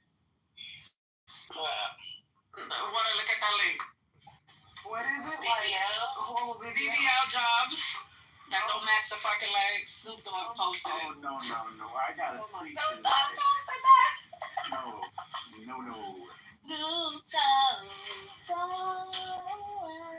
Have you seen that video of that little girl on Instagram? Like, every time her parents turn on Snoop Dogg, how she gets riled up. It was so adorable. Yo, they look like stick figures. Not over Snoop performance for Trump, y'all. Y'all don't even know how that hurt my heart. Yeah. I'm still not over it because Snoop Dogg was like my grandmother and her sister's favorite person.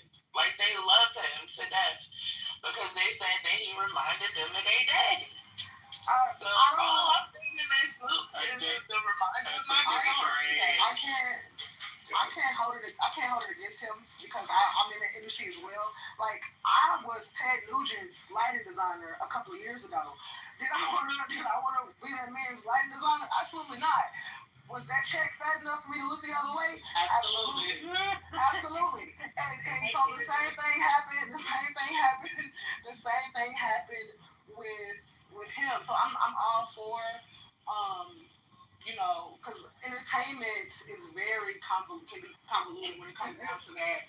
If you don't know how to appease both sides without selling a gimmick. However, I don't hold it against him negatively because I can understand not only that, but the good he has done. It's kind of like the scales. And there's a big difference between doing the campaign versus doing the inauguration. At that point, that is the President of the United States. So that is the office. It's not the candidate. I guess.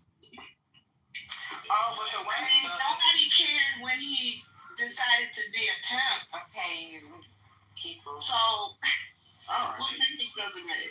Where did it come from now? Right, well, it's not where it come from. I was trying to figure out the correlation. I'm just saying he asked his wife permission because he wanted to try his hand at it. He wanted to deeply investigate it. She allowed him to do it, and he enjoyed it very much to the point where he didn't stop for like a whole year. Who wants to be a pimp?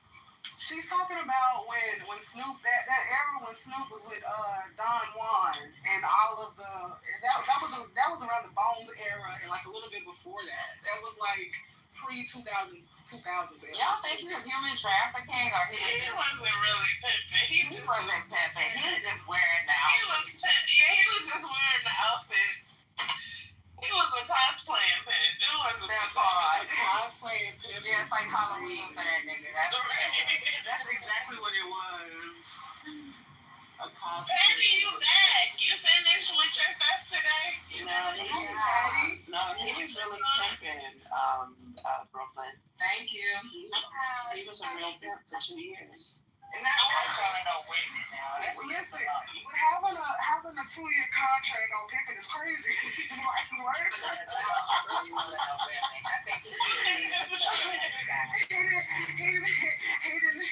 want to extend. He didn't have like an extension clause or anything. He just, Can you do like pimp internships now too? I guess. Human trafficking will have your ass locked up. Okay, very fast. Yeah, I don't think he was real truly pimping. I'm with Brooklyn. That nigga was playing Halloween for a couple of years. Like Peter Nygaard was really pimping. Okay. that's the girl out here that used to fuck with people like that. Yes, I do. I've talked to her. Yes, I do. Yes. It's insane. Yeah. You talking about the old white man?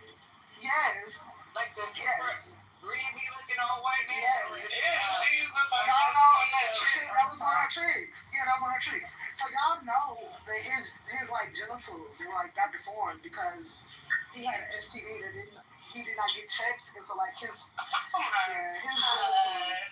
do not look. His dick was in pain, and he just let it hurt. Yes, basically. Please. All that money, and you walk around here. I mean, if I'm not mistaken, they kind of it became inverted. Almost. That was a thing that was a possibility. So STD could deform the dick. Oh, Yes, it can. That's crazy. An STD can render you blind if you leave it untreated long enough. No, I know that. You know that. I know that. I know different directions. That's a whole other type of disease. Man, I'm telling you, it's crazy. The Tom Thumb in my mom's neighborhood is going out of business, y'all. Like, literally everything in here is like 25 to 50. The Tom Thumb, the grocery store. What's that? It's a grocery store. It's a grocery store chain owned by Kroger, if I'm not mistaken. Where are you at? Y'all in Texas? I'm in Texas. Okay.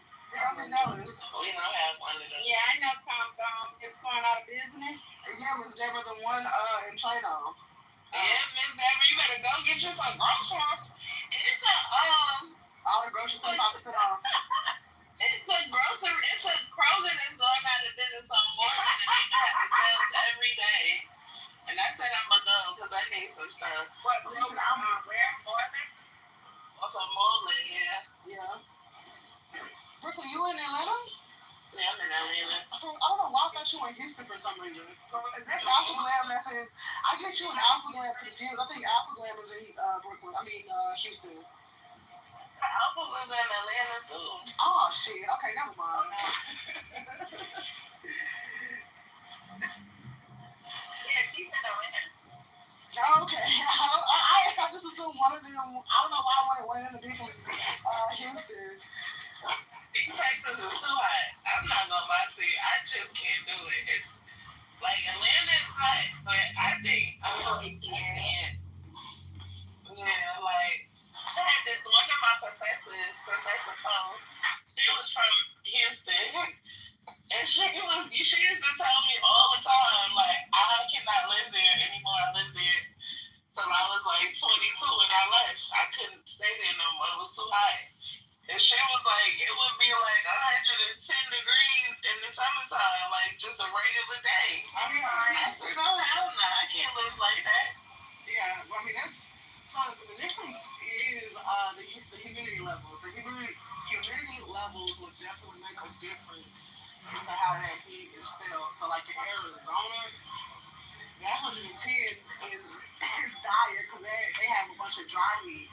Out here, you got a little more moisture in the air, so it's not as bad. To me, the moisture is what sucks the life out of you. I've been switching to dry heat. That's crazy. That is. I would be hot, but it be dry. So I can survive it. That goddamn and the Texas is a whole other bunch of girls. You gotta change your shirt. I guess I'm used to it. So like the heat I like did not like the most is when I lived in Orlando.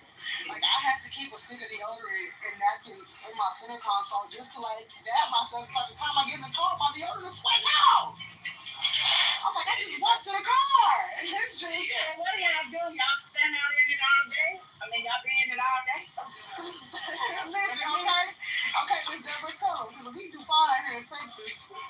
I mean, I'm just asking if you. I think it's tacky that y'all do in Texas. What's that? Tent on these windows. What? You think tent is tacky? Yeah, I think that's real tacky. Oh, wow. You'll never see me.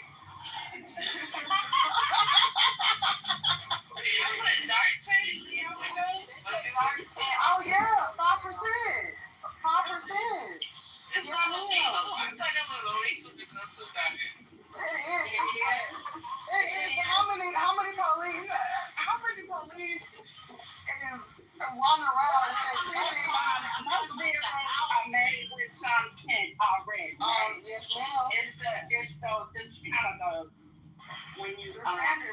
working luxury cars. Yeah, it is. But it's not dark. It's not dark. She's not talking about the car, she's talking about the house. Oh, the house. Oh, wait.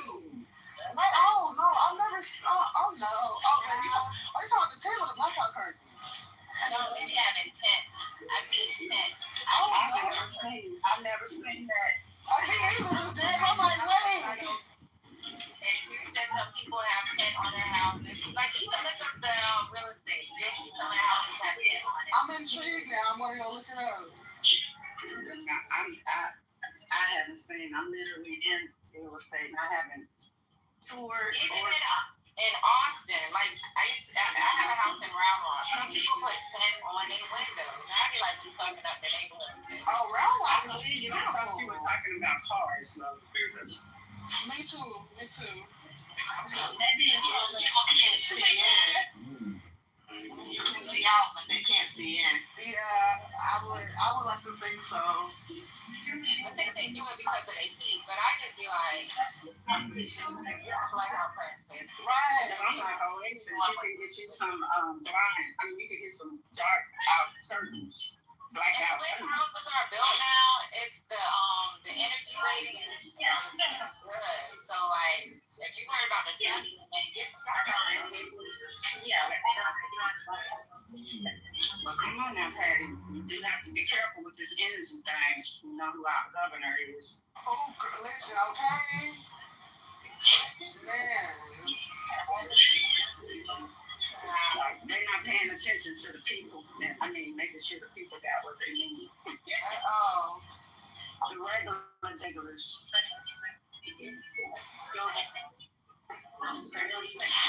Oh, you know, Dan Patrick was mighty upset that he vetoed,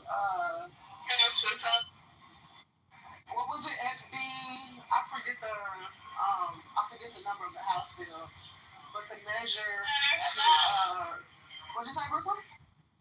Yeah, can you hear me? Oh, no, go ahead. I thought y'all could hear me. So it's saying, can y'all hear me now? Yeah, we can hear you back. Yeah. Okay. So it's asking, do they do like hefty discounts on solar panels? Because my coworker that lives in Florida, she said she don't pay nothing for electricity. Yeah, but she still has to pay her loan against it. So like, if you get like 40 panels, it's like $30,000. And you need like, depending on your use of electricity, each panel is like $10 towards your electricity bill. But it's cheaper. So like in Atlanta, I pay $200 and some odd a month, right, for my panels. But the people that previously had my home were paying $400 a month for electricity. So I was like, you know what, let me just get some fucking panels. Can you just outright buy it though? Do you have to finance it? Yeah, you can outright buy it. Yeah, we can afford it. But like, if you're putting a down payment on your home and you put your down payment, so like, if you're putting a down payment on your home, let's say you have to come up with at least, depending on what how you finance. Like if you're doing FHA, maybe is FHA like 2 to 3% or something? I don't know. Which is not much, but if you're doing like a regular loan, it's like 10%. So you're gonna have to have the $50,000. Then you're gonna have to have the 30-something thousand, depending on what you get. That's just the panel. The batteries cost money too. And some people get one battery, you need 2 batteries. One battery is not gonna last for a day. A minimum of 2 batteries. So you purchased your home, you purchased it with the with the solar panels. So if you purchase it with the solar panels, that brings up the best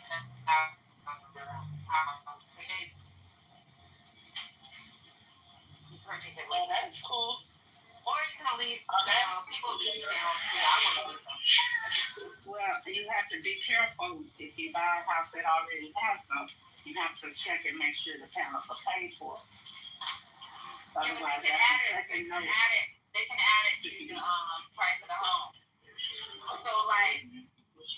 So one of my girlfriends just sold her townhouse, right? She had put panels on it, and or her brownstone. When she sold it,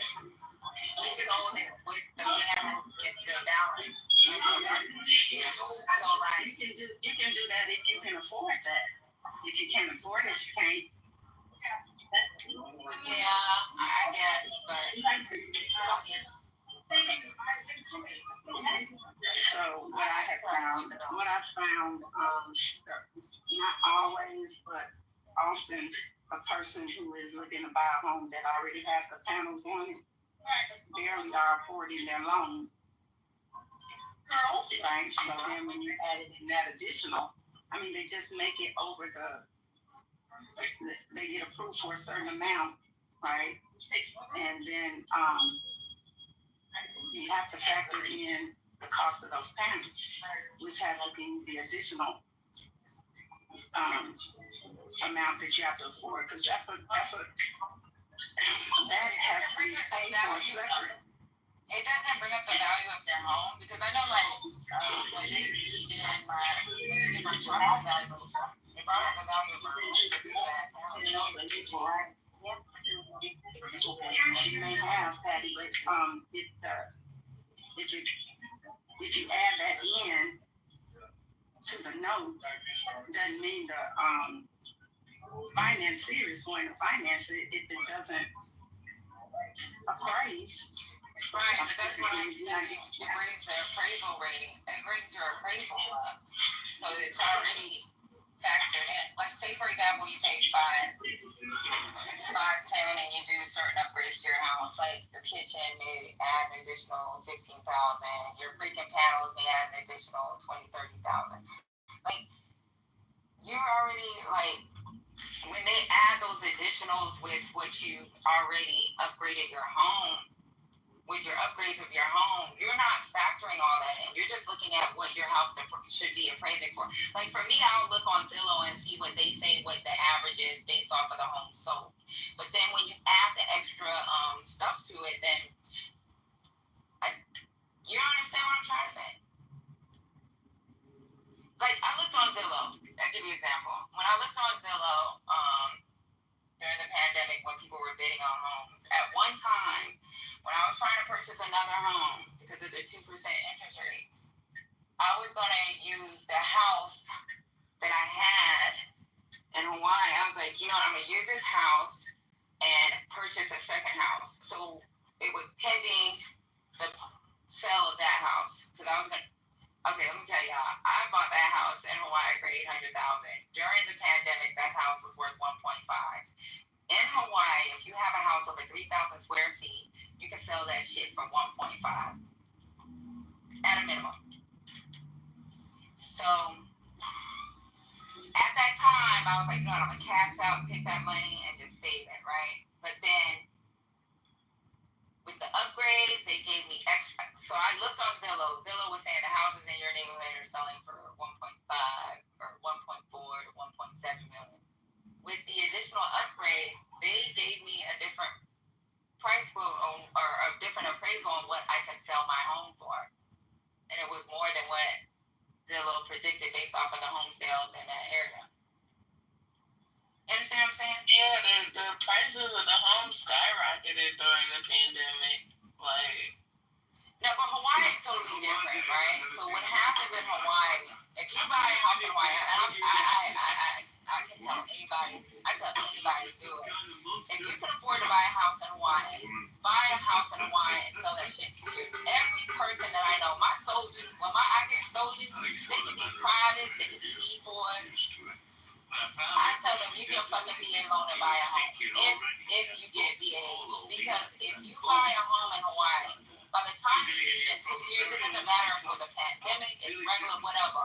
The fucking Asians, the Australians, and the Californians are always buying those homes. They're waiting for someone to get out of that house. And everybody I know, I think the least amount that I know anyone came out of Hawaii, just being there for 2 years, they made a cool $180,000. Like, I know people that made $200,000, $300,000. Look down Zillow and look at those houses, right? And then Zillow tells you what the house is sold for in Hawaii. Like, say you bought a house in 2017. If you bought it in Ocean Point, you might have bought it for anywhere from $800,000 to $600,000 to $800,000. 2017, look at the houses that sold in 2019. Those houses were sold for almost $1 million. Like, the housing market in Hawaii is crazy. It's so fucked up that it's pushing them fucking Hawaiians out. because people want to buy those homes. Like, I get phone calls. I don't screenshot. I got a message from a realtor, and I get them every fucking week. Like, they be like, hey, we want to buy your home. Can we buy your home? No. Like, no. Like, I'm gonna bet. I don't give a fuck.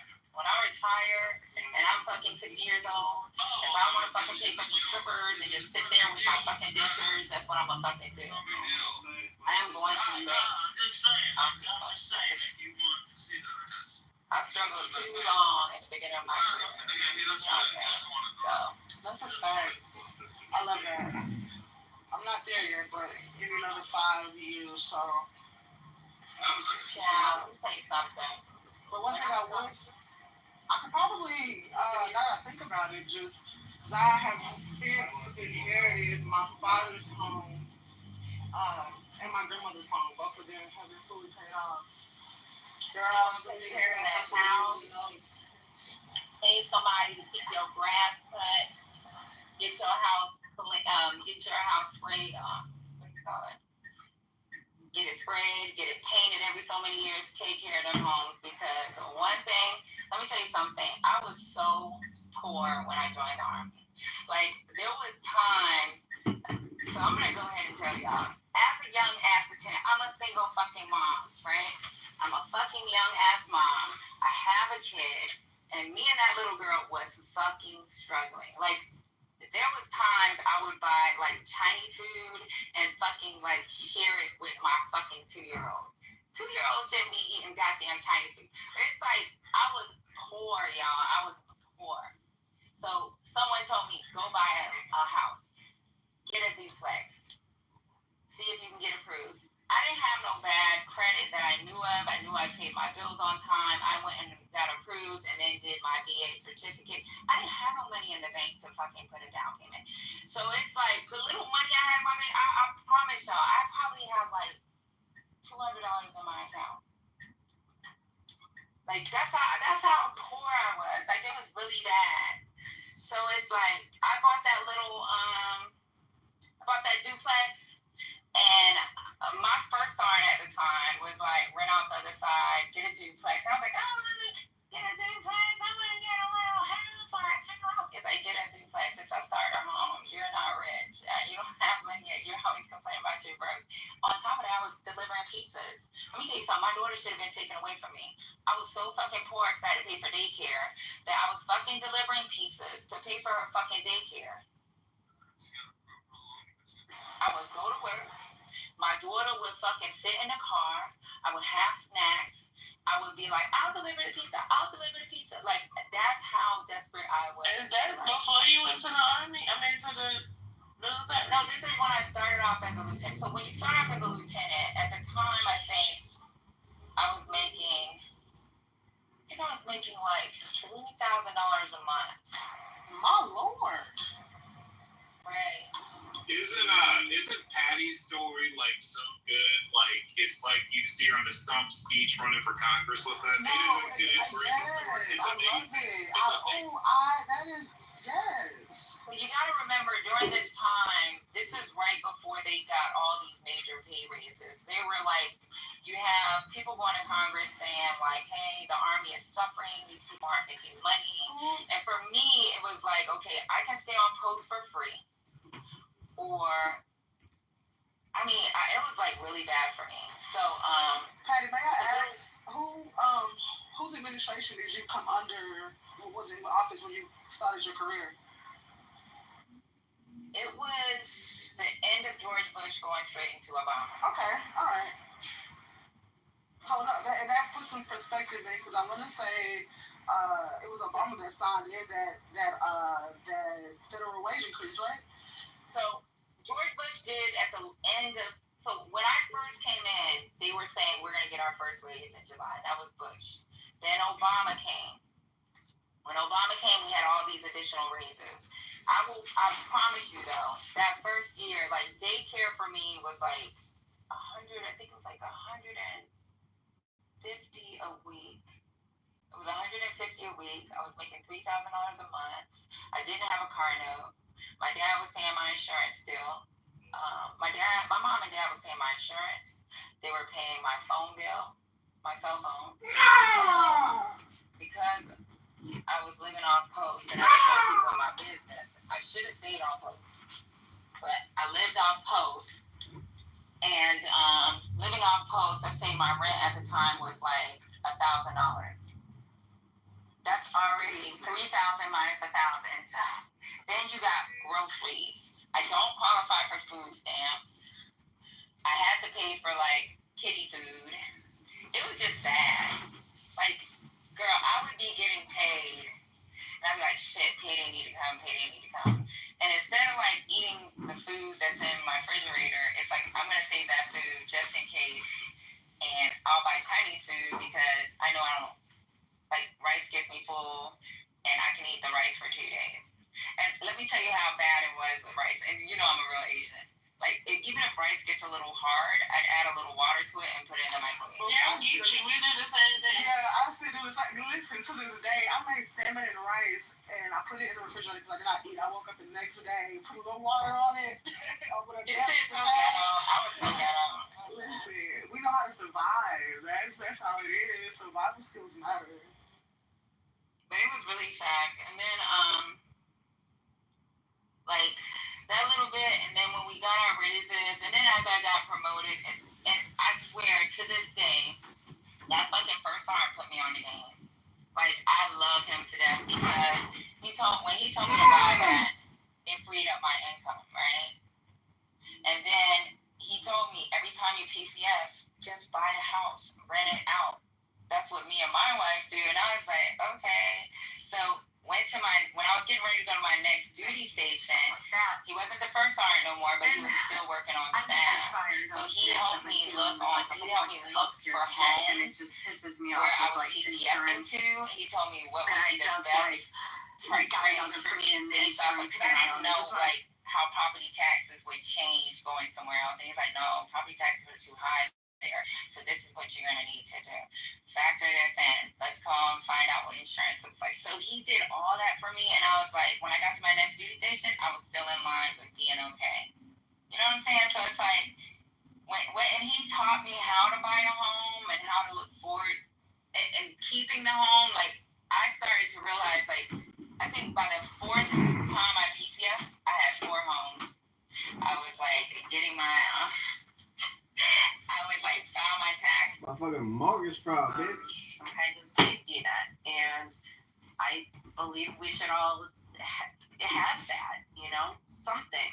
And then to the other point, like Ash said, is, driving up the costs of the hospital. And that would further affect me because insurance is going to get even tighter. And, it's all around just like, for me, it just feels like all around just a bad thing.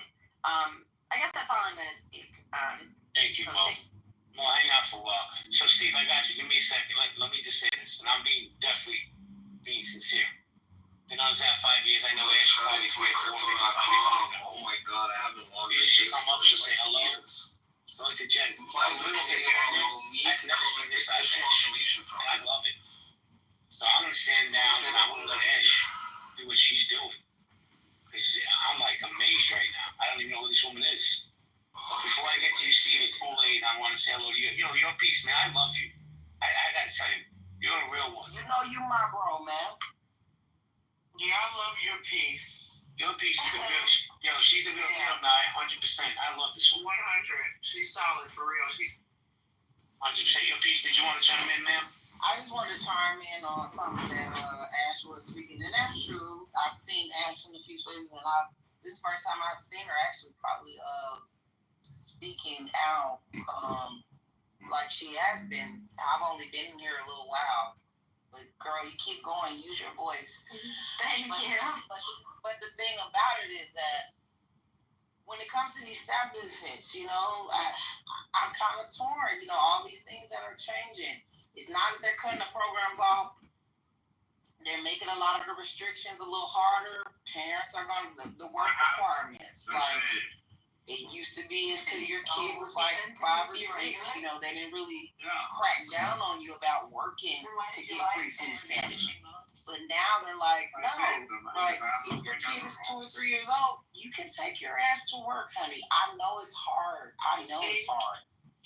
But at the end of the day, on the other side where the rubber meets the road is, I think a lot of times people think, well, on the other side of that, people are rich. No, there are middle class families that are living check to check, busting their ass, and they don't qualify for that. Like myself, you know, going to the store, spending cash for groceries is just what I gotta do. If I gotta get out there sometime and get a part-time job, I got a daughter in college, I will do it. You know, I'm divorced now, but it's just disheartening when it's like people can just ride, and I get it. I'm not, and I hate to people try to break it down. Well, oh, white, black, it doesn't matter. Whoever it is, sometimes people do take advantage of this stuff. But I'm busting my ass, getting up, going to work every day, getting a part-time job, neglecting being at home with my kids, neglecting my family work balance, and you're sitting at home smoking. I'm not saying everybody. This could go for black or white or any ethnicity or race. You're sitting at home making more babies, smoking weed, just fucking chilling. That kind of pisses me off sometimes. So I don't think that they should end these social programs. No, because there are people that have to utilize them as stepping stones. I have. But are there people that's abusing and being wasteful? Yes. And I think people forget about that. I'm done. Thank you. Peace. Hold on, Steve. Steve, before I go to you, I'm going to go to Pool C, because he's been here forever and he won't shut up, and then I'll come to you, I promise. Pool C, you got 30 seconds to ask your question to Miss Ash, and then I'm throwing you out if you get out of them. My question to Miss Ash was, basically, I know the program she's talking about, and I understand that. Now, New York was famous for this when they gave the legal immigrants the $10,000 for food. What about that actually going to American citizens? That program that they did, or those used, and the Medicaid they got, that could have been used for your students, for your things. And that's what I was getting at. And like the $80 billion from California, why can't they take care of the forest or have their own forest fire, fight their own forest fires better? Or the bridge, the train line they were supposed to build above the sky or wherever it was, that $190 billion, where did that money go? The misuse of funds there.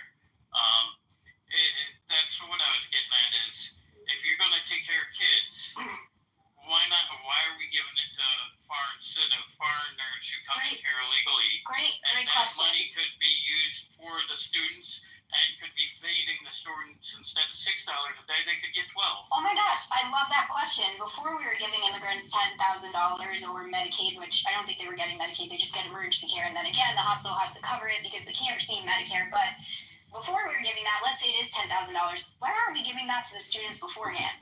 Why are we freezing money for their breakfast program right now? And why are you worried about California's forests when most of the red states in this country can't foot the bill, so the blue state of California is paying? And how do you know they're not doing what they need to do to take care of it? Are you a citizen there? Are you on the board there? Do you have the documentation to go ahead and show me? Because I worked during Hurricane Sandy, and I will tell you, nearly 8 years later, we still weren't completely rebuilt. So Rome wasn't built in a day, and I'll tell you that the state of New Jersey is a hell of a lot smaller than that area, and what was hit by Hurricane Sandy was a hell of a lot smaller, and let me tell you why. Why weren't we there 8 years later? Because FEMA is so underfunded, and what did we just do? We gave it a $0 budget. So if our government programs, again, if we're so worried about that 10 grand going, let's say it is 10 grand, I don't know what it is, so I can't speak to that. In New York, going to immigrant, why are we worried about the fact that no money was given to FEMA before we gave them 10 grand? And why aren't we questioning why it took 8 years? It's still being rebuilt, actually, in a state that does have property taxes, that is footing the bill for that in fact I had no trouble getting funding from the state, but had issue dealing with FEMA during that time. So my question to you is, why are we only worried about the kids when it comes to books, right? Like bad books. Why are we only worried about the kids when it comes to other people getting money other than the kids, but then we still don't give the kids money, right? Like why is that when we worry?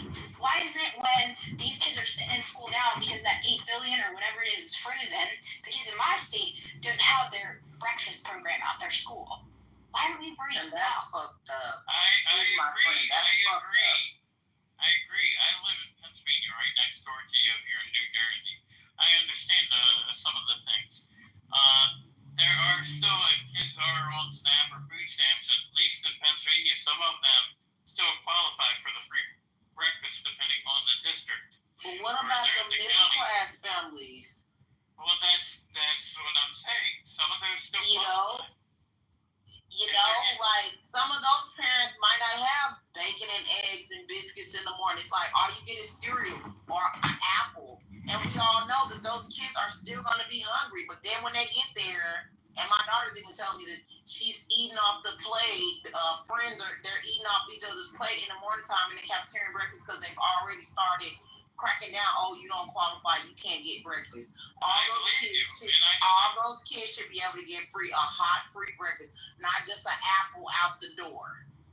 I agree, but that's why some of this was moved back to the state itself. If like California has that $80 billion budget, why aren't they feeding their own kids? But how do you know they're not? I'm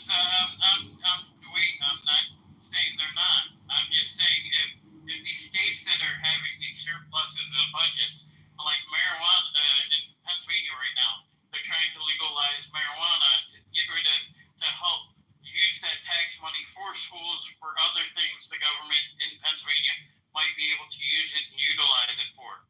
So right now, that's part of these things that are going on, and which is important for younger program, younger kids, for families in need.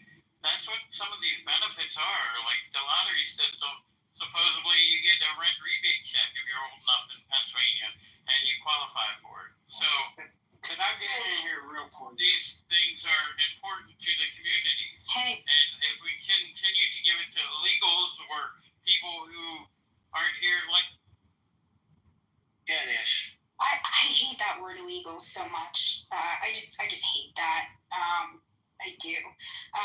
So here's the thing: is like if you do a quick Google search, and you could do it, maybe just go on like the California Department of Education's website and see if they offer free breakfast or lunch to any kid of any income. Just do a quick search of that. I'm sure that you'll find many of the blue states do. And in fact, a lot of counties, even in a state like North Carolina, that's pretty mixed, I even believe that they just started it.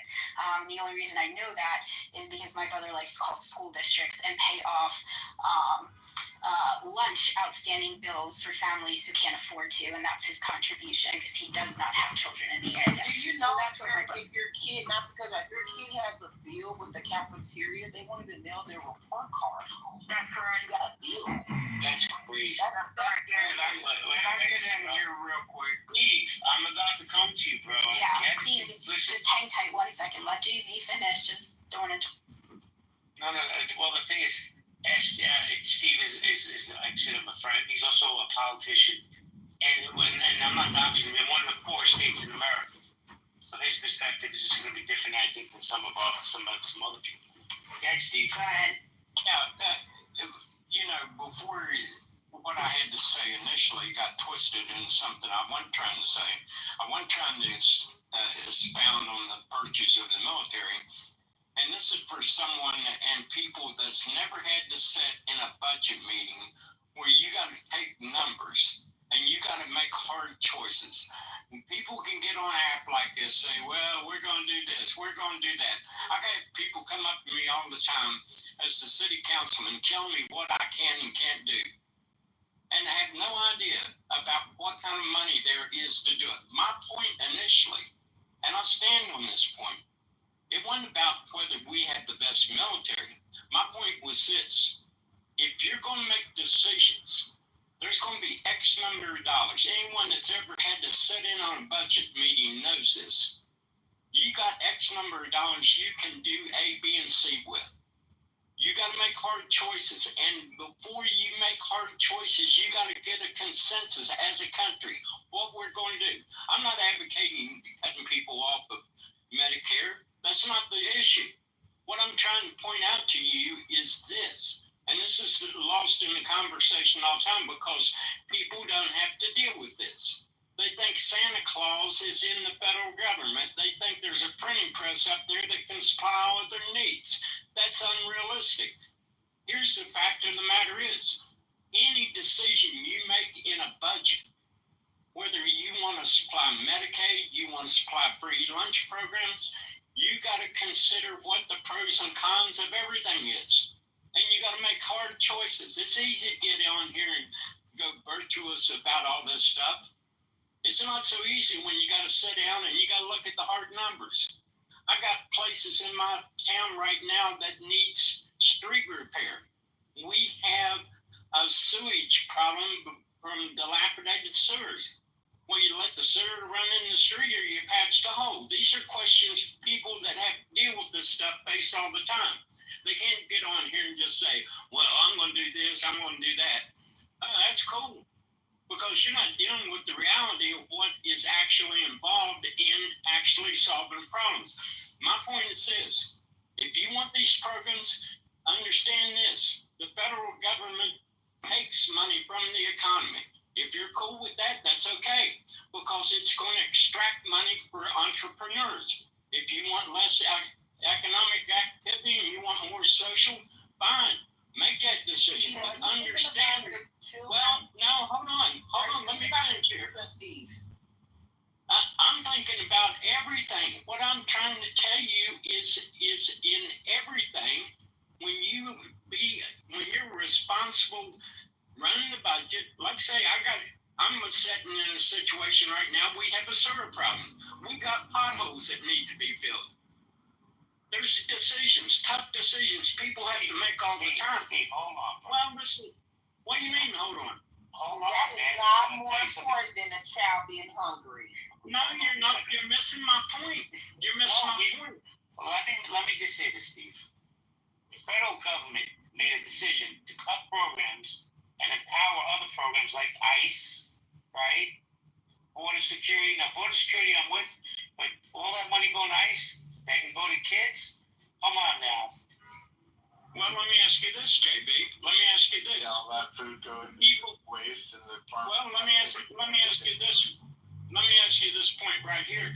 We had investments between 10 and 15 million people came in this country during the Biden administration. Well, they just going to walk out on their own? Or do you have to have some kind of mechanism to facilitate that? These are hard choices that people have to make. And people will get on this app, they will talk pie in the sky, and never had to sit at a budget meeting and make tough choices. So Steve. Here's the thing. If you want a certain thing, no. Yes, this is like having one of my students. Hang tight there, Steve. To say I've never sat in a budget meeting, that's wild. But I mean, maybe people haven't sat in budget meetings. Maybe people don't even know how to budget for themselves. I don't know. If you've ever done a budget, you have an idea of, well, this is what you got to cut, this is what you got to keep, these are the consequences. But to compare feeding children to a pothole and tell me I'm righteous because I'm more concerned about that generation that's going to end up using that food. It's not. You literally just sat here and told me my righteous belief getting on here, like my 20 years of education and seeing what your decisions have made me do, not yours personally, but yours, the government, have moved my job from now making sure that I will take a bullet for every one of my students. Don't tell me I don't understand what your decisions mean. This government is more willing to put in, to spend money on metal detectors, force kids to wear clear backpacks than they actually are to do something about the problem. So don't tell me I don't understand budgets and what things have to go through. You just sat here and debated a damn pothole with me, and I'm sorry about your town sewer system, but maybe there should be a budget regarding that, and people shouldn't be complaining that their taxes go there. Look at what happened in Texas. Just because it was Biden or Obama looking to give them money for a siren, they had to cut their nose to spite their face and not have a siren. Wow. And they gave it to some. Actually, that's a little. That's a little different. I can't. Marshall, let her land, please. Marshall, you can correct me after. My point is, you can't come up here and tell me I'm sitting here being righteous when I've seen the consequences of your decision on a budget. And yet, no matter how many times we talk about this budget, it's always the schools, it's always the children, it's always those moms, that are utilizing SNAP. It's those single moms that are the problem. The single moms are always the problem. The single moms, they're utilizing this. Like, have you been a single mom? You can't tell me that you know what it's like unless you've been a single mom, right? Because that's what you told me. I don't know what it's like unless I sat in a budget. But do you know how expensive daycare is? And do you know that how little you get paid at Walmart? Like, if that's where you're working, or how little you can get paid as a receptionist, or maybe you're a dental hygienist. Do you know how expensive a child is? Like, for you to sit here and just say, like, I don't know budgets. Don't forget about us single dads, Ashley. We go through it too. Single dads. Something real quick, guys. Yeah, Steve, go ahead. Because the only reason I said anything about a pothole or a sewer was not to compare it with kids. That's being disingenuous. What I was saying is, in every budget, and you have to decide. I'm not saying that your points aren't valid, but what I'm trying to tell you, you have a bucket full of money. You take it from one pot and put it into the other, there's going to be consequences. And you have to be willing to elaborate that to the general public. We made this decision because of this. Now, if it's something that you can get through, fine. But we live in a constitutional republic. We have elections. The elections have consequences. And if this is something that's important, and I believe it is, then you have to change the Congress. And when the new Congress gets in, they're going to face the same thing. In every budget, there's a trade-off, and you got to be willing to understand what that trade-off. That's my only point. I get your point, and I appreciate. Let me just say this, it's okay. Stephen 420, I need you to just stand down. Sorry. It's I apologize. I got you. No, I got you. Gonna get in the conversation. After Ash says what she has to say, I want to do a quick room reset.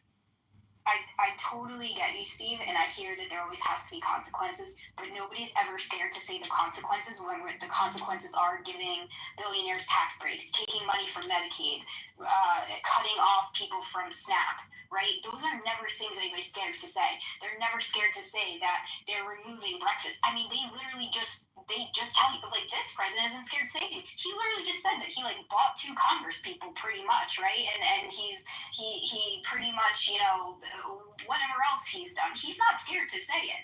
So there's no explaining to other people. We're just being told. Because if you think that majority of the country actually wants what is happening down to Medicaid, SNAP, down to the education programs, for the Grad Plus loan, for the cap on federal loans for college, for what's happening in women's health right now, stopping research and science funding, because that's wild to me. That is wild to me. Like, that nobody's afraid to say those consequences. But I'll be damned if people are afraid to say, we're not giving the billionaires their tax break this year. All right, guys, let me do a quick Steve, please let me run my room. I'm going to do a quick room reset, and then you could be the first speaker after the reset. I also want to get Stephen 420, John, and Abby in conversation. Guys, this is Healthy Debates. Just because you have a voice doesn't mean you should use it. This title came to mind when idiots like Cool C come to my stage. That's why I thought of this title. Let me say hello to Rosalind, Brian, Jennifer, Matt Cool in the house. Elle, how you doing? Guys, you have a pink ticket, cash it in. We're having a spirited debate about kids not being fed, school cut budgets, and all that other stuff. So guys, I'm going to just say this. Please be respectful to each other. Actually, I'm just going to say this. Okay, goodbye, John. You hear me talking, but just thought it was more important for you to jump in. So actually, I'm going to say this. You're my friend. I love you like a fat kid loves cake. Steve's a good guy, and he's not MAGA. I can promise you that. Oh, no, I don't think so. I just get, I've never heard you like this, so I'm okay with it. I love it. As a matter of fact, I let you run the group. Let's go to Steve. You got 30 seconds to respond, and then we'll go to Stephen 420, and then I want to go to Abby. Please. Thanks. Gotcha, Marshall. Yeah, I mean, I'm not advocating one way or the other. What I'm telling you is there's a bucket of money. As Americans, we got to decide, and that decision is made through the election process, how we allocate that money. It's not I'm for or against any particular thing, even though I had my proclivity to things. But that's a mechanism. And if people are dissatisfied with what Donald Trump's doing now, guess what? There's a solution in 2 years. And that solution is the Congress. Change it and then get what you want. Thank you, Steve. Ashley, you want to say something? No, I was just going to say I just appreciate the debate, the back and forth. Well, Ashley. Abby, hold on 1 second, please. Like I said, you're both really good people. You come from different, I think, ends of the political spectrum. But thank you for the dialogue. Hello, Counselor. Hi, I just came in quickly. I heard a little bit of what you were saying.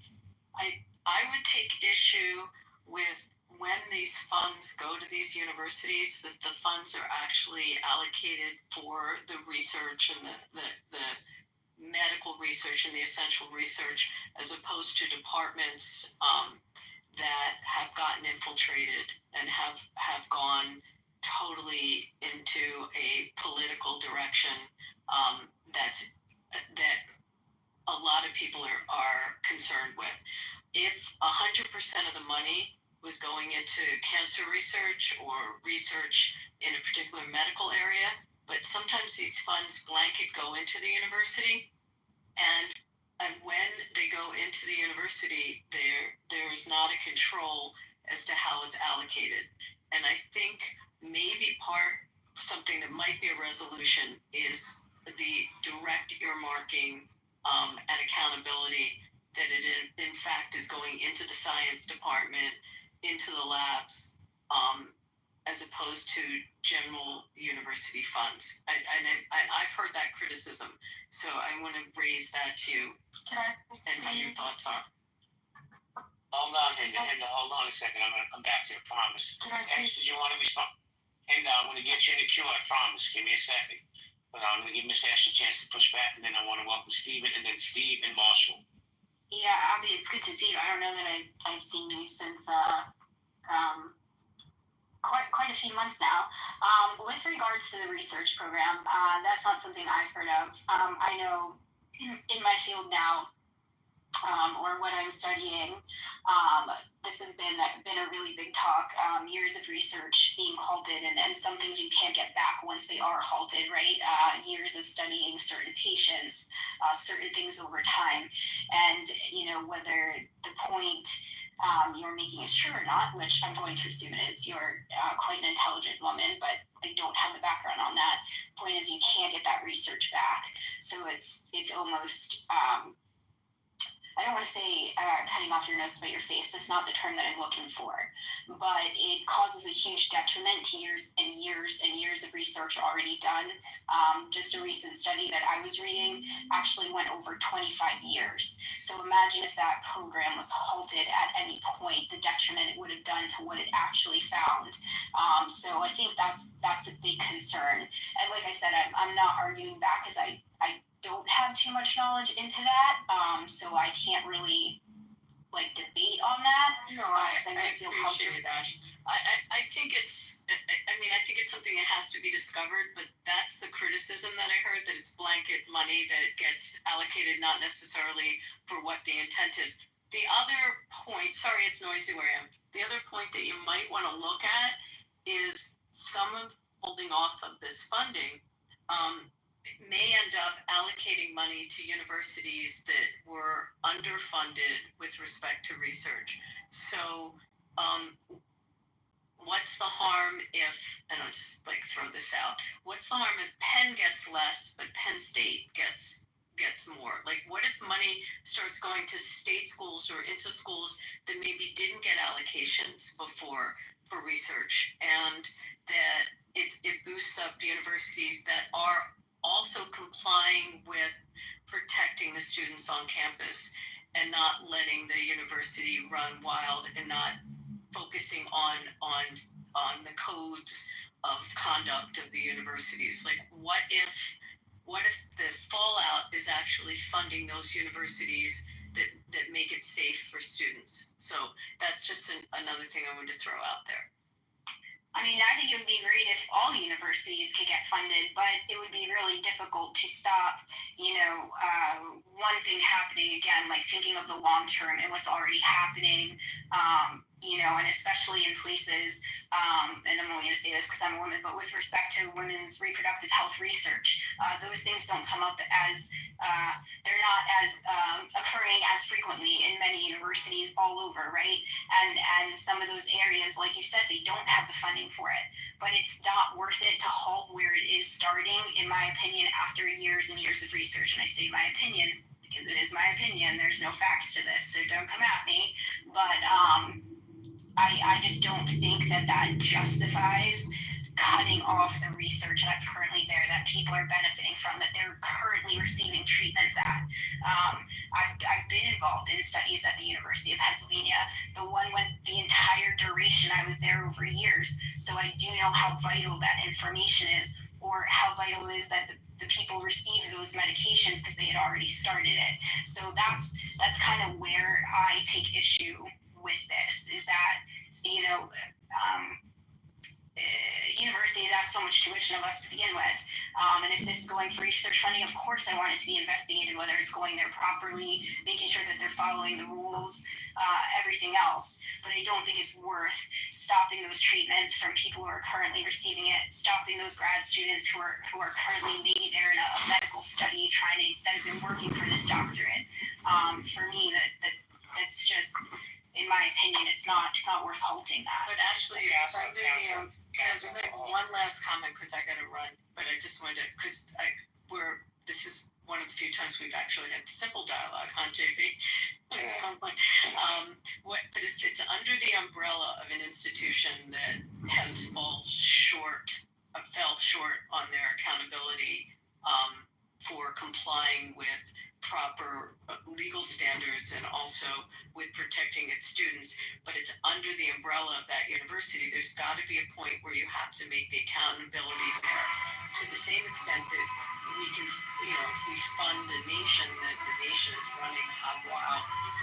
We have to pull in, even though, let's say, funding of that nation may be feeding people or doing something helpful to that nation, but if the nation is, in fact, doing something that is harmful to the world, you have to have some ability to pull in your purse strings to maintain it. So I guess my point, and by the way, and I brought up Penn because I'm real familiar with what they did, like on the aging center and the Alzheimer's research. I mean, like, I'm just throwing that one out. It's really important.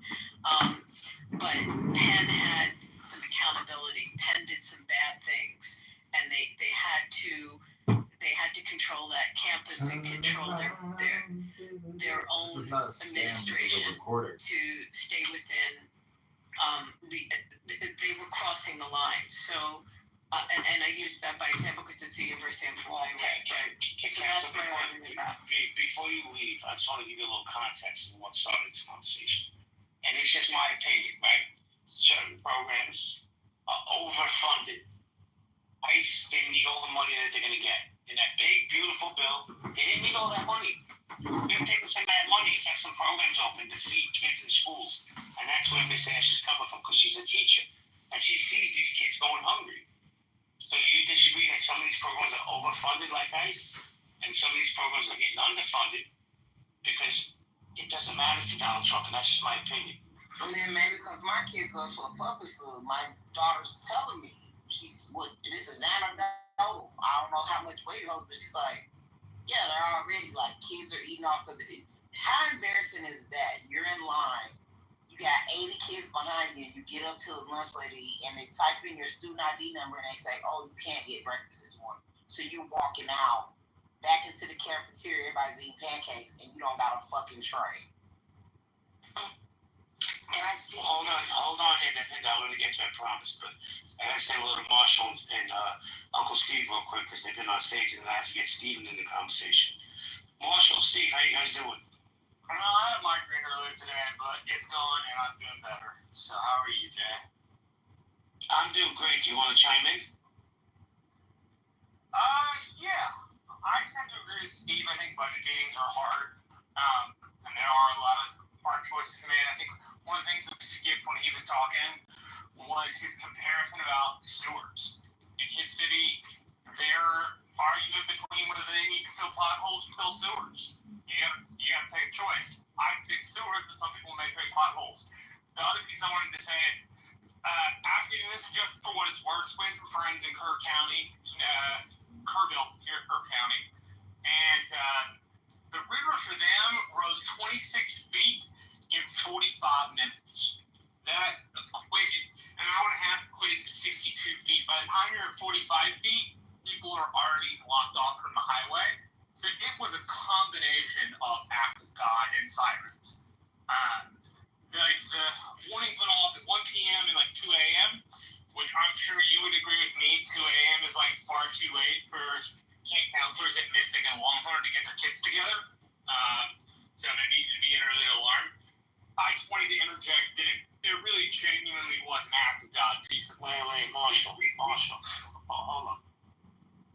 I don't want to compare overfunding ICE to kids getting school breakfast and lunch. Oh, I don't. Hold on. That's not the same thing as sewers and potholes. So you got to go with the kids every day. I'm sorry.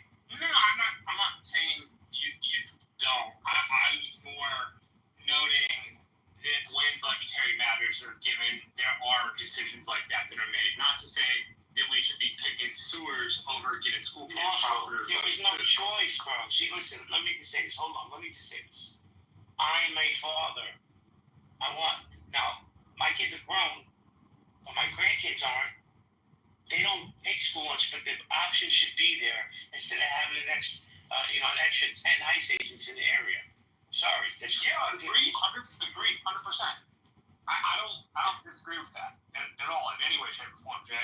I think kids getting to school lunch is important. I was more seeking to give the mix, the Texas floods that were referred to were a mixture between not having a siren and act of God. If you had a siren go off at maybe like 10 p.m., that could have been entirely different instead of the siren at 2 a.m.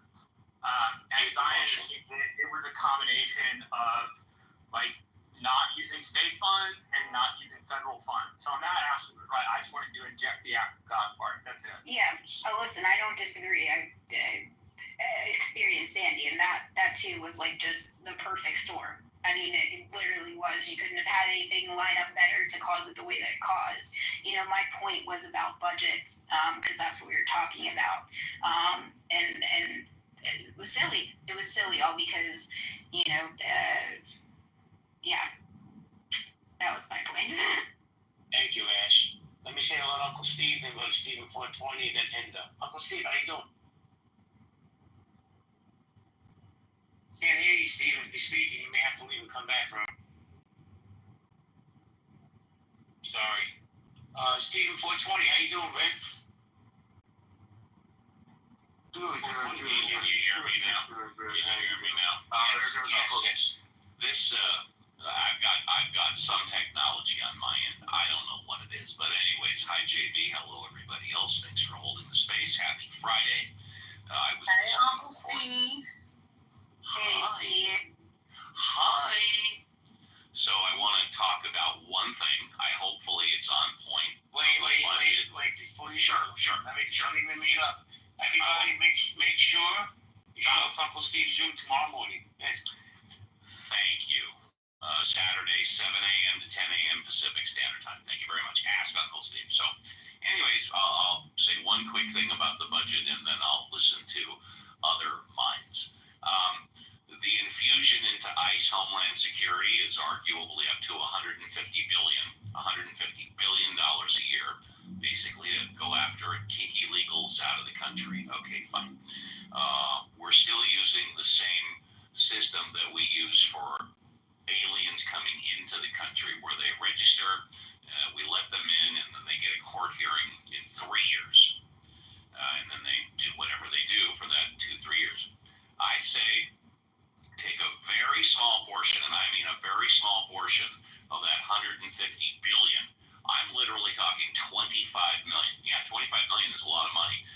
Compared to 150 billion, it's a drop in the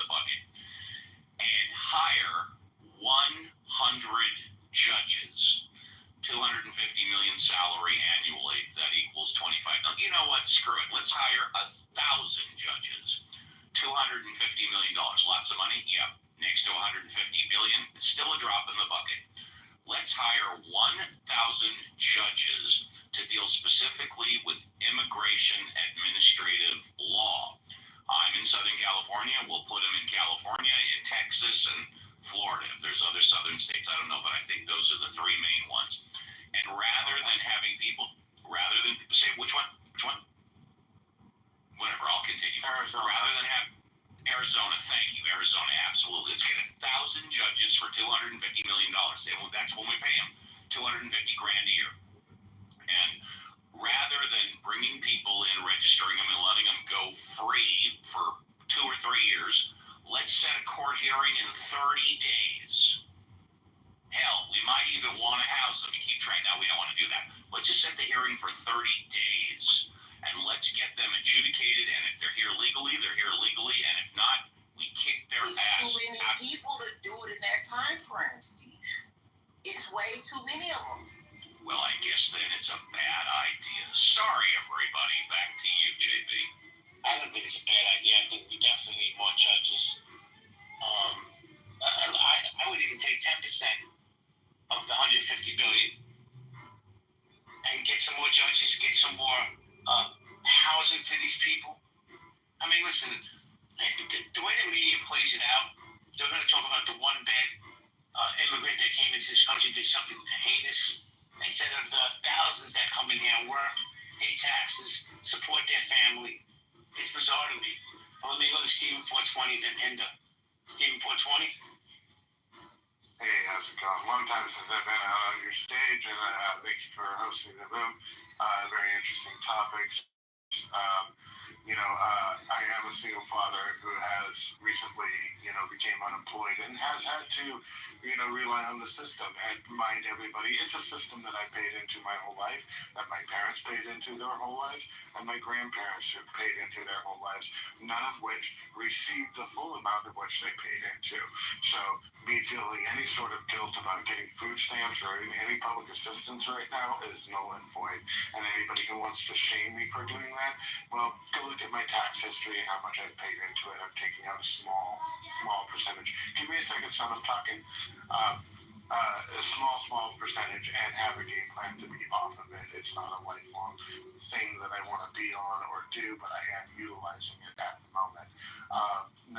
That's one issue. Two issue, as far as your potholes and your sewers. Well, I live in a very small rural community. We have a public utilities department, both water and power. Our water system has been failing for the last probably 7 years, pretty bad, due to a fail of lack of savings on the publicly run, publicly funded water district. Now, during the course of the years, we've seen everybody within the water district get raises and all that fun stuff, yet none of that money was being allocated and put aside for the inevitable things that the structure are going to need. And that's a misallocation of funds by the whole district taking raises, getting paid, well above the average wage in the community, and lining their own pockets and not thinking about the future of our community. And that's unfortunate, and that happens within all districts, and that is what needs to stop. CEOs need to stop making more and more money, giving the same exact amount of freaking effort, which, I'm sorry, the average everyday person, mechanic doesn't get a raise up above a top mechanic, on a yearly basis, and because the price of doing business goes up or whatnot. In fact, most owners of businesses would take a little bit of a deduction, having been a former small business owner. That was pretty much taken out by COVID. Watching that happen and really not being able to do much about it except for leverage everything I have. It was a scary time, and I'm getting out of it, and I've got a game plan. But, I am the average American. I am your average freaking person. I see these issues of potholes and water lines and all these things. It's not the federal government. A lot of those are local municipalities that we vote our freaking tax dollars to be there. So, and mind you, we've all voted our tax dollars to go to funding public freaking or school lunches too. We were all proposed those things, and we voted on them. Now they're being reneged because of some, bureaucrat's pocket. No, I don't. No, what's being reneged on is federal funding, not the state funding. State funding is entirely different than federal funding. Usually what happens is the school lunch programs and some sort of matching program with the federal government. I mean, please don't take me as ignorant, Marshall, and not know how it works. I have a kid in public school, okay? I know how it works. I'm not ignorant of it. Please excuse yourself from assuming that I am. Well, Steve, let me just say something that I assume people around you might not know, and I was using you as an example to inform others, but okay. Well, let me just say this, Steven. Man, you got my support, bro. Remember, the comeback's always greater than the setback. You got this, man. Known you for a few years, and you're one of the good dudes on the staff. So I wish you all the best, and I know you're going to get on your feet real quick. Moving on. And I am very passionate about freaking feeding the kids at school, because that is part of the mission that I'm on, and part of the reprogramming I'm doing for myself, and part of the business that I'm building.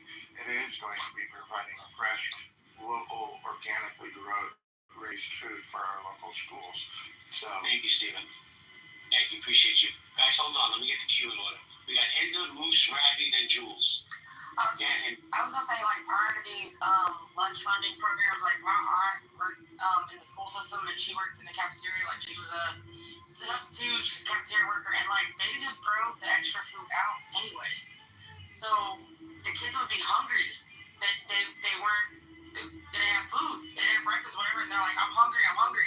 And she said there was plenty of extra food, and she would give it to the kids, and she was fired for that. They used to fire people for giving that food away. They would rather throw it out than give it to the kids. So that lunch program, those breakfast programs, it's true, is very helpful to the children, because they don't have a full belly. How are they gonna learn?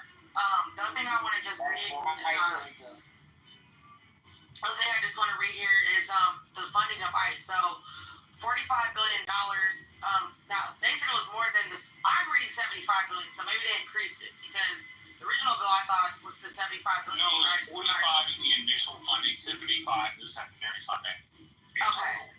Because what I read, and I could be wrong, but this is just the most recent data I could find, it was $45 billion for the expense of immigration detention facilities, including family detention centers, $29.9 billion for ICE's enforcement and deportation operations, including hiring new agents and transportation costs, $10,000 bonuses for ICE and Border Patrol agents over the next 4 years, and additional funding for CBP, including personnel, technology, and vehicles. And to me, it just sounds like they took the money from the American people for the Medicaid, the SNAP, various things like the research funding, which I actually got really sick in 2020, and I was actually in one of those government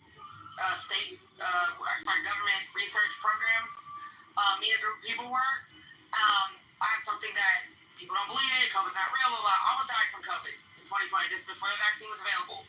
We were all selected so they could study and monitor our health over a period of time to see how we recovered from the deadly virus, because we almost died in 2020. And it was to see the effects of COVID on the brain, the heart, the organs, lungs, for all the people that got it before the vaccines were available, because they don't know the long-lasting effects, because COVID was a new virus. They don't know how it affects like children and the brain and all this kind of stuff. So that research has all been cut. That funding's all been cut. And one of the programs I was in, I got to try medication, and that medication helped me with the long-lasting complications and the symptoms that I was having. So I was really sad to see that program cut. But anyway, I just want to make a long story short. It just seems like they say they put Americans first, but they're giving more money. They're still giving additional money to undocumented, because now they're spending it on rounding them up and putting them in, Alligator, Alcatraz, and all these facilities, and then taking away money from American citizens from the social programs that we had. So it's like, I don't know. It's like, I feel like you can't win. It's like you can't win. So people should know that massive line item in the federal budget is social programs. It's a combination of three: Social Security, Medicare, and disability insurance. It makes approximately $2.5 to $2.75 trillion out of our budget every year. So if you are coming in and you're saying you're going to reinvigorate the economy and try to save money, which I'll say this from my personal view, I don't think Trump saved money. I think Trump just spends a lot of money and then says he's going to save money. Anyway, if you're coming in and you're looking at where the federal government spends the most money, you're inevitably going to come down on the side of social programs because that's where we spend the most money. The second line item in our budget is the interest we pay on our federal debt. The third line item is our military, and the fourth line item is literally everything else that we pay for. And these social programs in the next 20 years are predicted to grow to something like 1/3 to 2/3 of the entire U.S. budget, right? There's not a way we can do what we do now, fund those programs, and continue going without a significant amount of closing tax loopholes, as well as raising taxes on the wealthy and the middle income.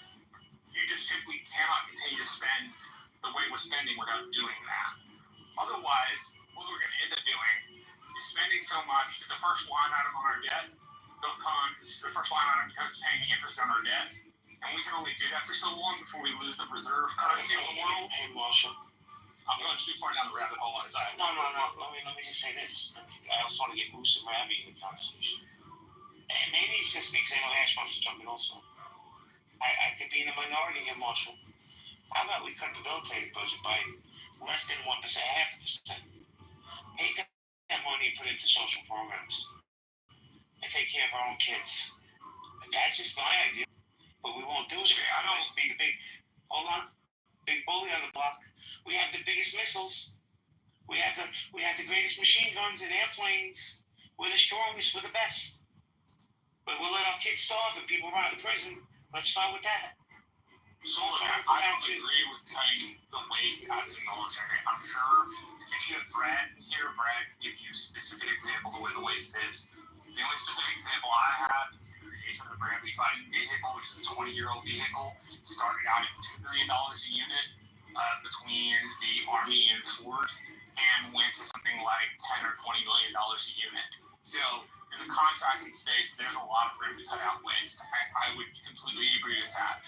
The point I was trying to make is, regardless of where you take money from, the social sphere and the interest on the debt are the two quickest growing parts of where we allocate money. And unless we figure out how to deal with that while still being a leader in the world, so we don't get told what to do by Russia and China, which is what would happen if we became secondary leader and they became first, they would tell us what to do, then we have to think about how to deal with that. Maybe the answer is that we just stop being the world policeman and we do let China and Russia tell us what to do. Right? Maybe that's the actual answer. Hold on. Mr. Rankin. Let me say this. This fear-mongering, I don't eat that shit. You don't put that food in front of me, I'm not gonna eat it. I don't give a fuck about Russia and China. We're strong enough to sustain a lot small budgetary cut in the military spending in this country. But I want to go to Ash and then Moose and then Robbie. Yeah? Yeah, it's funny. What about you? Hang on, Jules. It's funny because we never have enough money for social programs. Like, what do you want your taxes to go to? So here's the thing. There was like a time, it's so long ago, it was in the 1800s, right? When Congress people, senators, they didn't get paid, right? And they got like a per diem rate.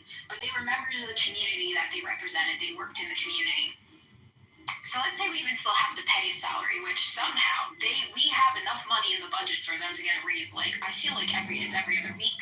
I know I'm exaggerating, it's like every year. And we also have enough money in the budget to increase the cost, the money that they get per day to spend on food. And Congress people, 100% of their healthcare is covered. We always have the money for that. That vote is easy. There's always yeas, right? It's always yes. How about they get capped, they get term limits, they don't get healthcare if they're not serving, right? And instead of them having to fly all over the place back and forth to Washington, we have Zoom now. You know, Zoom, you can even raise your hand on those things. You could put emojis to express your emotion, right? Because we know Marjorie Taylor Greene likes to make those funny faces. She could just do that with an emoji so we don't have to look at her. But instead of paying for them to fly back and forth and their gas and our tax dollars going anywhere, we just vote on Zoom. You know, we can have these same arguments and these same votes over Zoom. They don't have to travel anymore. And that would save how much money if they didn't have to go back and forth walking where they were?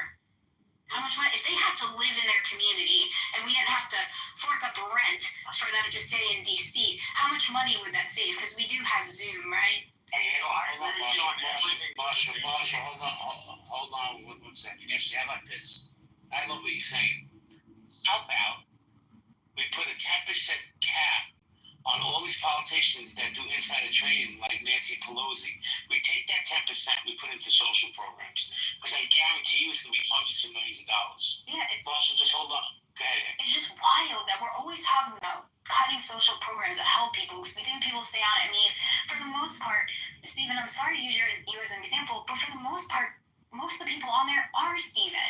No, they paid into the system. Please using me as an example because I am a perfect example, and I am somebody who does not want to permanently be on it. And nobody does. And you're a single dad. I don't care. Like, it's a pain in the butt. when it comes to gender things, people say, "Oh, it shouldn't make a difference." But just let's be honest, a single dad.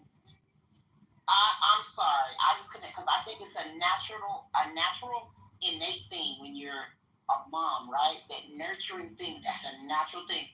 That's not a natural thing for men. It's like a skill you have to fucking develop because you got the kids down. To you, man. Absolutely. Let me just say this, and then I'm going to go to Moose because he's been patiently waiting. When I first came home from being incarcerated, parole forces you on these social programs, right? Let me tell you what I was getting a month, and this is no bullshit. I think I was getting $139 a month and like $150 in food stamps. And this is what they're going to cut. $130. What the fuck am I doing with $139? Thank God I'm a different kind of man. I got on my feet. But people need these programs. Let me go to Moose. Moosey, what's up, man? What's up, JB? Best mod in the streets of Clubhouse, man. I appreciate it. Yeah, a lot here. I'll try to keep it relatively short. I know there's other folks that want to speak. So, yeah, I mean, I think folks saying, you know, I think Uncle Steve had a good point. Looks like he's not here anymore, but that's something we're laughing at, you know, about getting more judges. You know, it's like, well, let's just skip the judges, which means you're skipping due process. You know, let's hire more judges. Let's try to fix the problem. Or we can build more alligator Alcatrazes, right? As far as I know, the first is in Florida. And first reports is $450 million per year.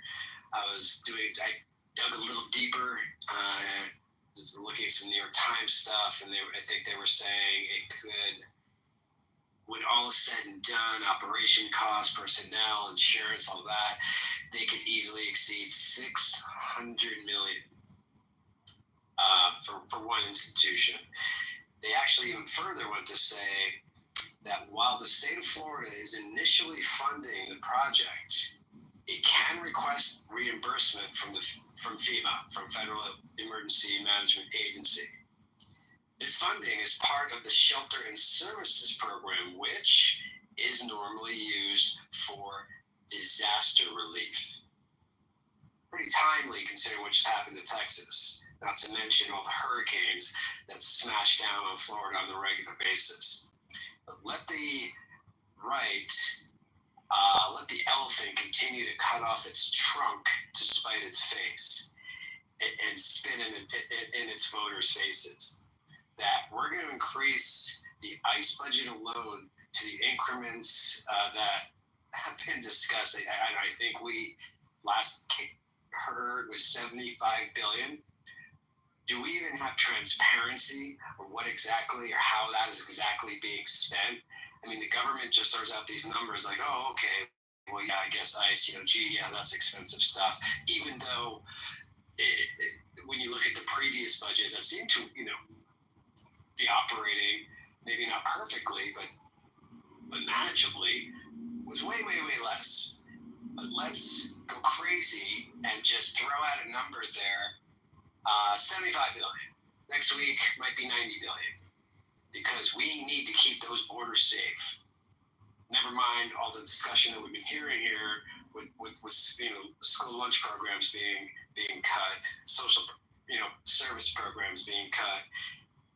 And Marshall, respectfully, I think when you were listing off some of those programs, yeah. Oh. Anyway, I just bottom line, it's incredible that we're here where we are, where we're at a point where ICE budget alone has been increased to what it is, and DeSantis, governor of Florida, his state his taxpayers are fronting the bill, but he can just turn around and get that backdoor payment from FEMA, which of course, again, will be, you can't say this enough, will literally be taking money away from emergency disaster situations. We're not talking about somewhere in the Midwest that doesn't really get a lot of stuff, not even California earthquakes. California fires are bad enough, but Florida is, with the rains, the hurricanes, and he's literally, I guarantee he's going to turn around, get reimbursed, and take that money away from the disaster relief funds, where folks won't be able to rebuild. Take away alarm soundings that we've talked about from like that happened in Texas that could have saved many, many lives. So it's really frustrating. I'm not saying the left was handling it perfectly, but this is obscene. And I think the government, as we as taxpayers, I think the government owes taxpayers more transparency on how exactly that ICE budget is being allocated. If anyone here can, I've tried to look online here and there. I would love to know really if there's any sort of breakdown, or if they're just using these big words like, operations and personnel and training and hiring. Moose, I like jumping in. Yeah, all good. I'm good, man. I appreciate the time. Thank you. So, thank you for coming in, Moose, and sharing. Ash, I see all you guys there, because I got a boogie. Do you want to keep it open or close it down? Hold on, Magda. No, I'm gonna go eat dinner. So I don't know if anybody else wants to go, but I'm gonna go eat dinner. Oh, yeah, I want to say something to you. Enjoy your dinner. I'll keep it open for like 10 minutes to let the final. I'll keep it open for the final speakers to talk, and then I'll choose so I can go eat. Do me a favor, when you go eat, please just shut it down. Don't leave it open. Absolutely. I'm going to do another room later. Guys, good seeing you. Good hearing from Ashley. I love you like a fat kid. Thank you. Likewise. Enjoy your dinner, guys, and I appreciate the debate. Take care, Ash. Enjoy your weekend, JB. Thanks, guys. Take care, Ash. Okay, so any final speakers? Go ahead. The Yes. mic is yours. Yes. Go. Yes. Wait, one at a time. Hold on. Cool C. I saw Cool C and then with Jules. I don't know. Y'all came off the mic at the same time. Cool C. Be cool. Be cool, Cool C. I will. Okay. We'll go Cool C and then Jules. So my biggest question, yes, we're talking about the budget. We're talking about ICE budget. You got 11 million people in here that came across the border in a short period of time. Now, obviously, 11 million people take away regular jobs and other stuff. That's my biggest thing, is they're taking jobs that maybe other people in the industry could have, or Americans could have. And they would start having more money for themselves. Those 11 million people consume money that Americans could be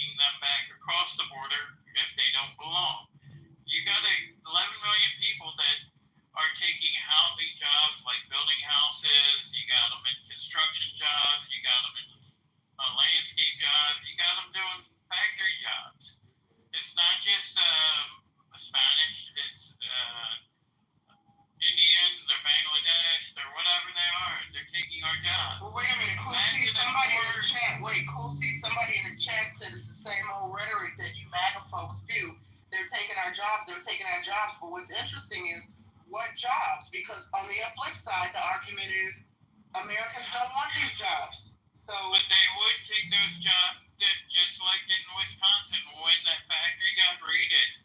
I believe it was Wisconsin. Guess what? The next day they had all the local town people apply for those jobs. That's the thing. People don't take jobs that someone's willing to do for less when they should be getting a higher wage as American. And if we started taking care of our Americans better and paying them a fair share instead of not paying enough to the lower class people taking the jobs from us, then maybe we'd see some people have money for the school lunch that they need to feed their kids. I'm kind of on that situation. I'm a truck driver. I'm not doing great. I'm living paycheck to paycheck. For 2 weeks, I made more than some people, $1,500. But the income I used to get truck driving was about $1,500 a week, not every 2 weeks. So I'm down because some of our jobs are lost.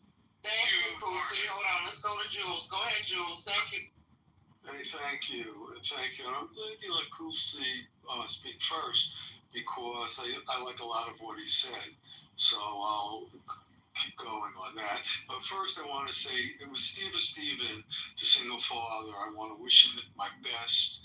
And he doesn't have to make excuses. We know you're trying to feed your own kid, so that's really cool. Okay, I want to correct something. What?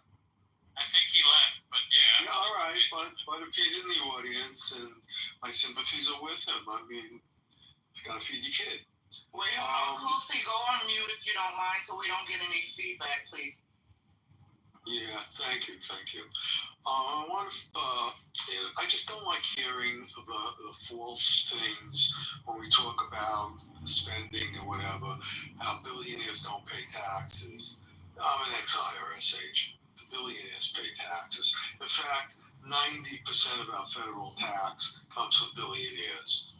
And it's close to 50% now of families that don't pay any taxes, which is okay with me if they're in the bottom, but let's not tell lies that more billionaires got to pay taxes, because that's really not true. And we spoke before. Who spoke about? I think it was Marshall who talked about the line items in our budget. That's the most.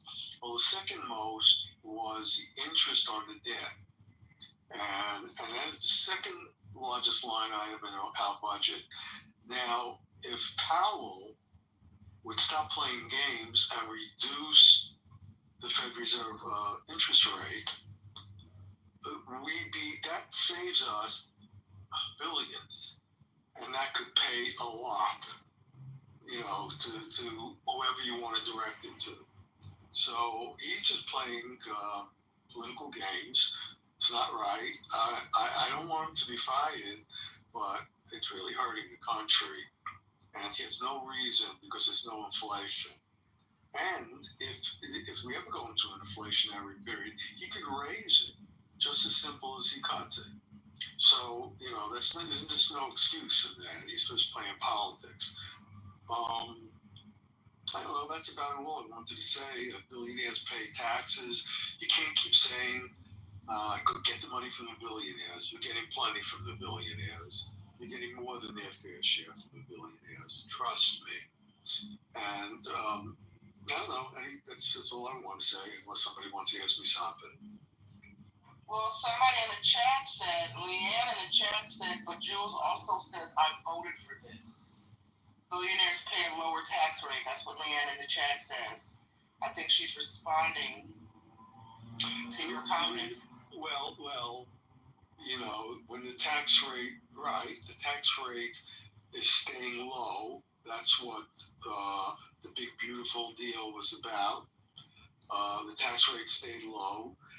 And if it didn't pass, billionaires would pay more. But they're paying their fair share now. Why do you want them to pay more?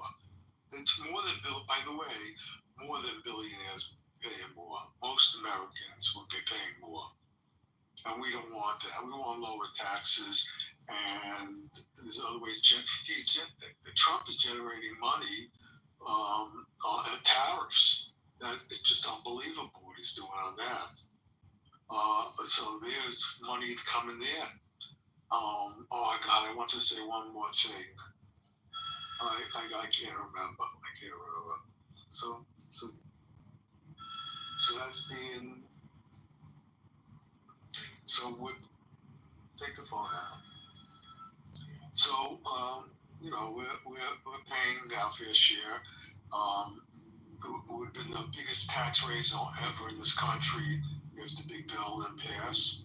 And believe me, you don't want that. So I can't remember what I wanted to say. I keep saying, but all right, I'll leave it at any other questions to me about that. Yeah. Just because you have a voice doesn't mean you should use it. Use it. All right. What do you mean just because I have a voice? What does that mean? It means you should use the mute button more than use your voice. Use your voice. The thing about point is one thing about point, I've been informed about point. We're not sure when point is serious and when point is trolling. So tread lightly when responding to point, because oftentimes point is quite serious with their submissions. Other times, as I've been informed, point is trolling. In this case, it's hard to discern. Point. I just want to hear what you had to say. I'm not trolling. Some shit was going on in my house that took my attention. No, I'm not saying you're trolling. I was speaking about point and told you you should use your mute meter. Yes, but I was talking. You don't use your mute when you're talking. I was muted the whole time. That's why I'm the left on the stage. Yeah. But we understand. What was going on in your house? We'd like to know. What was going on over there? Another phone was ringing, and I had one person here, and she was in another room, and I don't know if that's interest to you. Well, let me speak to her, and we'll find out. Let me speak to her. No, you're not going to speak to her, boy. All right, fine. Point, leave that man alone, Point. The Point can say what she wants, you know. My biggest thing is, I think if we had more people who are willing to do more jobs, because there are more jobs available, and the money we're budgeting for the illegal aliens or ICE is because we have such a problem with so many of them taking what belongs to Americans. So I think that's the biggest thing.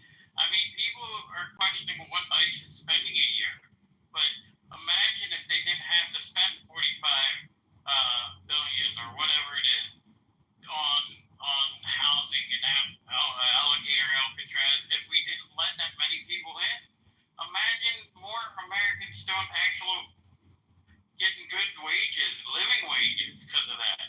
That's why, like, the tariffs are coming back to America, bringing jobs back.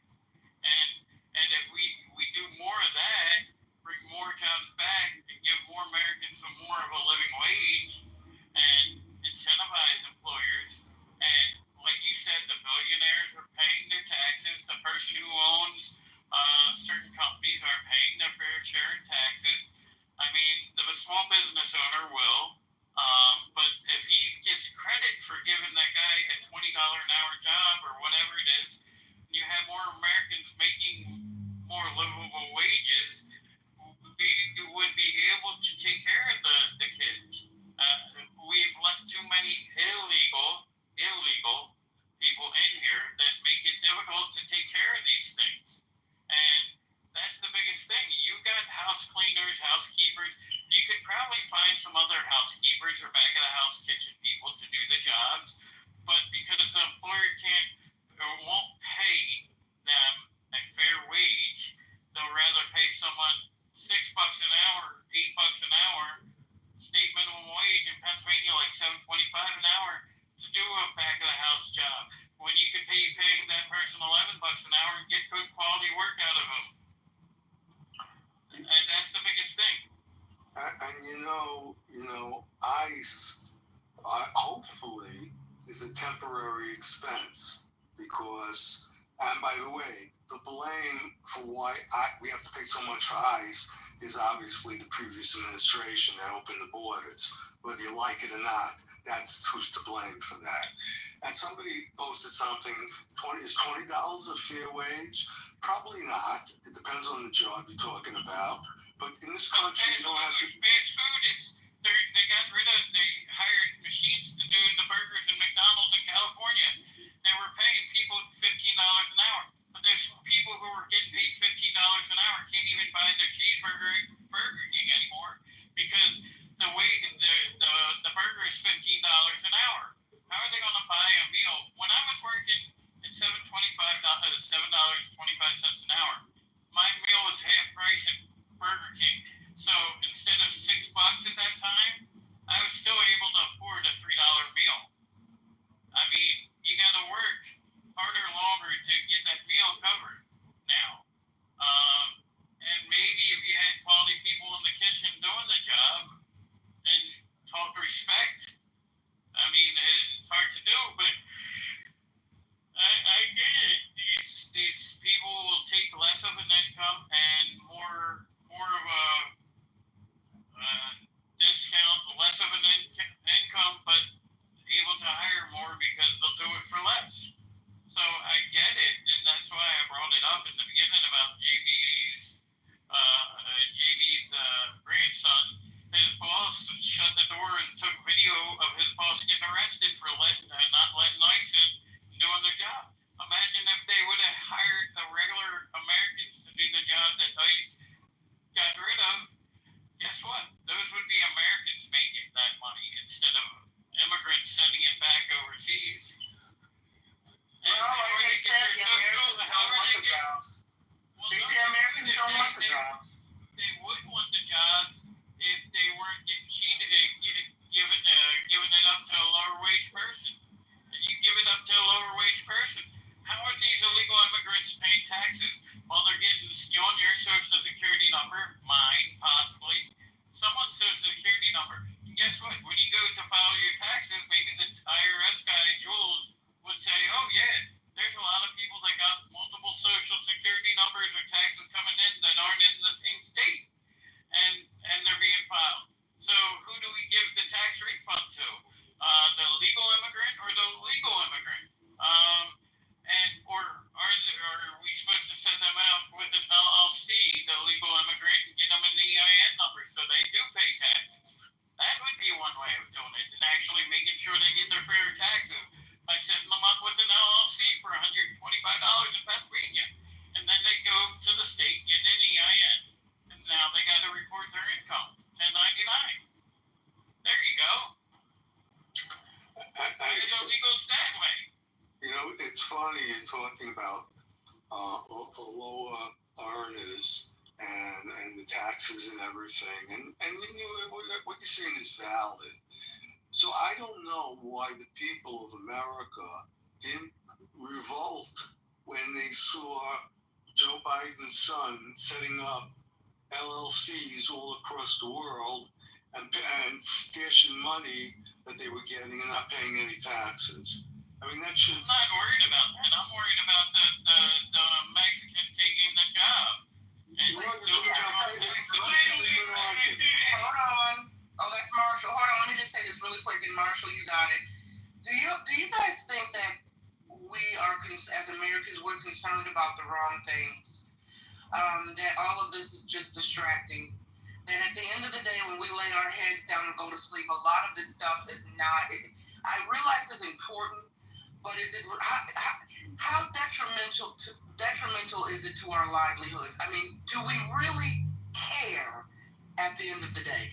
Immigrants have been here for how long, ladies and gentlemen? And it only becomes an issue, in my opinion. Immigrants, not illegal. Not illegal. Just well, and that too. And that too. It seems to me it only becomes an issue, immigration, migrant, illegals, whatever we want to call it, when the politicians make it an issue to keep us divided and arguing and distracted and sparring, right? You're right. 2 months, 3 months, a year from now, we'll be on to a whole nother subject and nobody will be talking about this.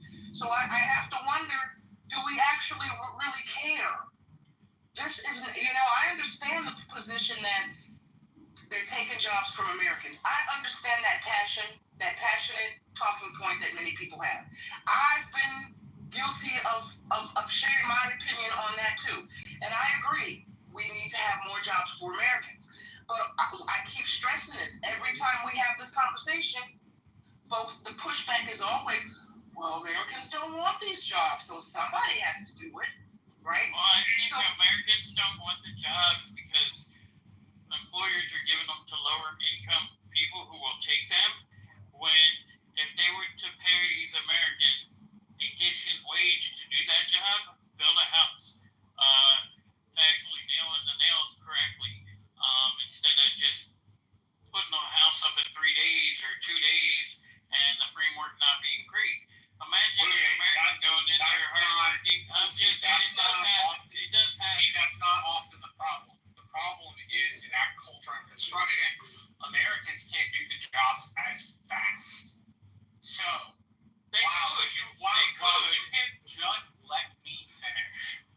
While you have people who will just get interested in construction and can't do the job as fast, the folks who are either farm worker immigrants or folks who are not here legally can often do the jobs at a much faster rate with a much lower learning curve, right? Yes, but the quality of work. Bro, Cool C, let him finish. Cool C, let him I want me to move you to the audience. You need to stop interrupting. Sorry. Thank you. So you can teach Americans to do these jobs at a faster rate, but the learning curve is higher. So part of the argument is that these people have a lower learning curve than we do. And so they're more likely to take the jobs and be hired because they can do them in an economically efficient amount of time versus Americans who have to be taught to do this. It's going to take them a couple of houses to get quick. You are. But you don't understand. Wait. Listen, Marshall, listen. Yeah. Wait, what happened? What happened to your piece? Wait, hold on, Kusi. Did you just mute yourself, or did the thing mute you on accident? Because I didn't mute you. I didn't mute you either. I didn't mute you, cool piece. But hold on, Kusi. We've been very gracious with you on the mic. Yeah. Let's let your piece say what she would like to say. I wanted to hear what she had to say. Your piece, if you're there, maybe she got a call and we don't know. Well, my biggest thing, like you were saying, Marshall, yes, the immigrants do these jobs, they do them quicker, but sometimes they're sloppier at what they do. They don't put quality work in. If you train someone to do quality work, they do put the houses up quick. That's why when some of these people go to inspect the houses, they're looking at the corners. They're looking at this. And some of the cement work, some of the other stuff should not be approved, and yet they sell the houses. Or they get around it because how quickly it was put together. If you hired Americans, maybe they do take a little longer to build that house, but the nails are going to go in there right. The roof is going to be on tighter. There's not going to be the parts that may fall apart sooner, where you have to have a 20-year warranty on your house, when you could get a good quality house and still have that 20-year warranty with better quality of it built. That's what I was getting at is, yes, the legal will build it for cheaper rate, quicker, but not always quality work. I don't know if I agree. I understand your point. And I've seen it. But wait. Inspectors go around and look at these houses. I'm just saying, they're taking construction jobs, they're taking truck driving jobs, they're taking these jobs from us. The truck driver has to, if they're going to work on the construction site in a home building community, they have to, like the graders and all that level the ground and all that, they have to go through licensing. What they do with these foreigners, their licensing, they don't do. So maybe our grievances shouldn't be with the worker, maybe it should be with the employer. they're taking advantage of these workers because they can hire them at lower wages. Yeah. So maybe we shouldn't be, have these fiery responses and reactions to And we haven't even talking about your piece. we went down it. Jump in there. Go ahead, your piece. Go ahead. You got it. We didn't hear you. Yeah, I don't know if you're having some mic issues, but the mic is yours, sis. Go for it. Well, wrong place, wrong time with somebody who is a killer, right? Good. I don't want to hang out with you. Okay, so hold on. Who is this that wants to come up? Arthur? I was trying to bring you up, but I added you as a friend. I didn't mean to do that, but here we are. You're my friend now. You don't need to add me back, but I was just trying to bring you up. Go ahead. I was going to say, you don't want to be my friend? We're friends now, Arthur. Hell yeah. So I'm a GC with 20 years in the trades. Can I speak reality here? Yeah. You got it. Go ahead. Cool C, go on. Wait, Cool C, go on mute so we don't have to. Fucking mute. All that over talking male chauvinist fucking pig. Your piece, but nobody's muting you. That's the thing. I don't know who's. I'm not. But I didn't hear anything that I was trying to. We can't hear. But wait. Let me just say this. Also, let me say this. Facts. This app has been glitching for a lot of people. For a lot of users, they're finding when they speak on some of these stages, the app automatically mutes them. We're finding that sometimes you have to leave the room and come back or restart your phone altogether, right? Something weird is happening on Clubhouse where some people are experiencing when they start talking, they're muted automatically. It's an app glitch. But nobody on the stage has muted you. I can guarantee you I'm not muting you. So, if you were talking, sis, we couldn't hear you. As a matter of fact, I was like, your piece, go ahead, talk. But we didn't hear anything. So if you keep getting muted, it's the glitch on the app. So you might have to leave and come back. Is this happening in other rooms too? It has happened to Roger. If y'all know Roger Mayhem and Mojo, it happened to him a lot. I was in another space that happened to a speaker. I've not experienced it, but I have been in rooms where other speakers on the stage have experienced it. So hopefully she'll come back. Okay, hold on, Arthur. Before you go, let's see if this works. Your piece, you got it. See, I'm not muting you, sis. I promise you I'm not muting you. And CO has been silent on the stage. I don't even think CO is in the room, so I know he's not doing it. And the driver just came up, so I know he's not muting you. I'm positive it's a glitch. You might have to restart your phone. I know someone in another room, Mojo had this problem. When he was hosting his own space, he literally had to restart his phone and come back in the room before it started working. So if you want to give it one more try, go ahead. But I can guarantee you I wouldn't mute you. I enjoy listening to you. Yeah, somebody in the chat is even co-signing. It's true in all rooms, go in and out and come back in. Yeah, it's happening a lot, sis.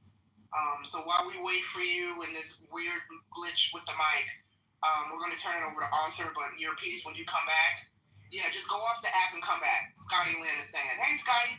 Yeah, you have to literally leave the app and come back. Okay, Arthur, you got it, Arthur. All right. Construction. So there's usually like 3 tiers. There's high, mids, and lows. So the high quality guys work for themselves. They're custom. They're in demand. They charge what they want, and they do banging ass dope work, and they don't have to advertise or look for work or go bid on jobs. And they're booked up months, years ahead of time. These are your best guys. Nobody can afford them unless you can afford them. So that's top tier. Mid tier is your regular, advertises social media. He's got a crew or a few. He's a GC. He's insured. He's bonded. He's got trucks. He's got capital. He's got overhead. He's got insurance. He's got workers' comp. He's got the whole thing. So he can't afford to work for builders because builders pay crap. Why? Because builders have quantity. They do quantity. Cookie cutter. Okay, how many houses can you do? How many guys you got? So to fit that kind of demand, your regular blue collar builder who used to build in the 90s, they can't do that anymore. So they have to go work. They have to do remodeling because remodeling is where the money's at: kitchens, bathrooms, basements. And because people who want to live in a neighborhood, in an area, they're gonna move in, buy an old house to be closer to town instead of far away in a suburb, driving, commuting to work in a brand new cookie cutter sheet, put together house by low tiered trades that are often hired by builders. Builders have superintendents that hire GCs who just know how to speak English. And these GCs go to the bar and hire, I need 5 guys. We're doing this drywall job or something. And that's how it's done. So these guys are immigrants, they work, they weld, they smoke weed, they party, they do great work. But only up to the quality that they were getting paid to. So to say that those guys can't do that kind of work, that's not true. They often go off and disappear for a little while because they get work. They have quality, but because they're immigrants, because they're not legal, because they're not bonded, because they're not insurance, because if they break your leg on my job, holy shit, I'm fucked. Because they have that, they don't have the ability to attract the kind of pricing that they are worth. So they work stupidly fast and just barely passing for builders who pay peanuts. So that's how that works.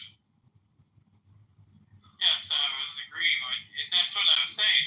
I know it gets a little harder for the contractors and all that stuff to get good quality employees, but if they started hiring better and doing it a little bit better, it might work better. And yeah, those ones that are way top tier, they're building their own houses, a single house at a time. The guys who are great these days, they don't need to work for a guy. They have an app. They have thumbtack. They have a pickup truck. They find work themselves. If you know how to do drywall, get some kind of carpentry, you can charge $50, $60 an hour working for yourself.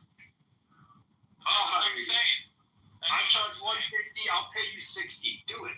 Well, that's what I'm saying. They're the guys that are building one house at a time. They're not building multiple houses like a whole thing. And that's what I'm saying is when the inspector goes into some of these, they're looking at cracks in the foundation. They see the corners aren't a full 90 degrees. The pipes may not have been put in right.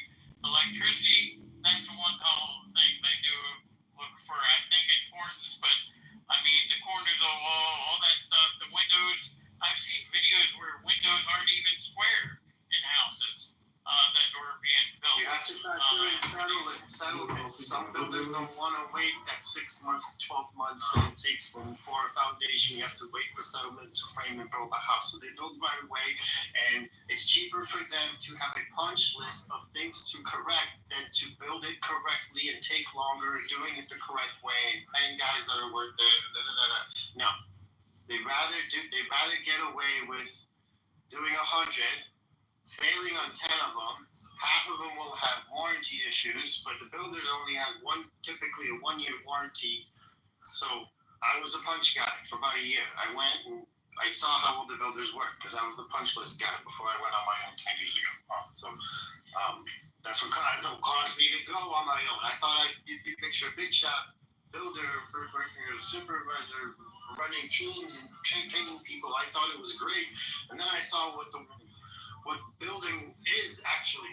Totally different world from where I came from, which is remodeling, flipping homes, investment properties, that kind of shit. I came from the housing collapse, the financial, that 2008, all that. That's where I came up from, making stupid money for investors who were selling houses like hotcakes. And then TV came and started making TV shows like Flip That House, and then programmed the whole masses and everybody to like, hey, buy houses, and then that's how the prices remained high, all because it became popular to be a landlord.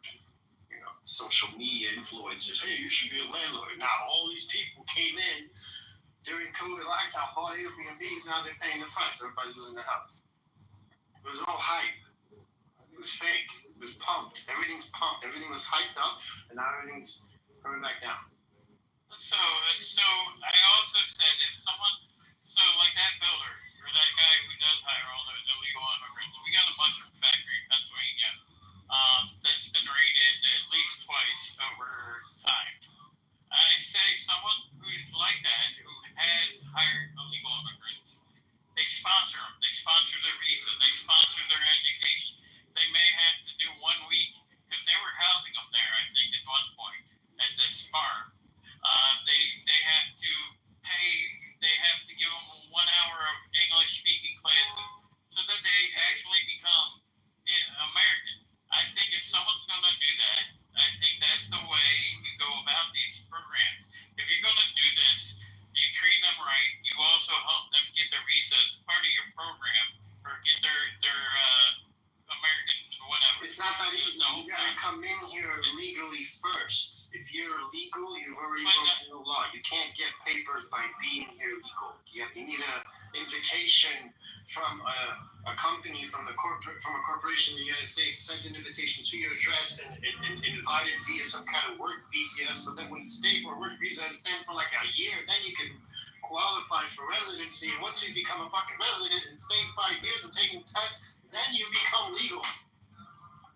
I get that, but if someone's going to sponsor these illegally, whatever, there should be a process to help them become legal, is what I was saying. Okay, hold on. So like that builder or that farmer. Pause, cool. See, hold on. So I'm gonna turn it back over to your piece in a minute to see if she wants to speak.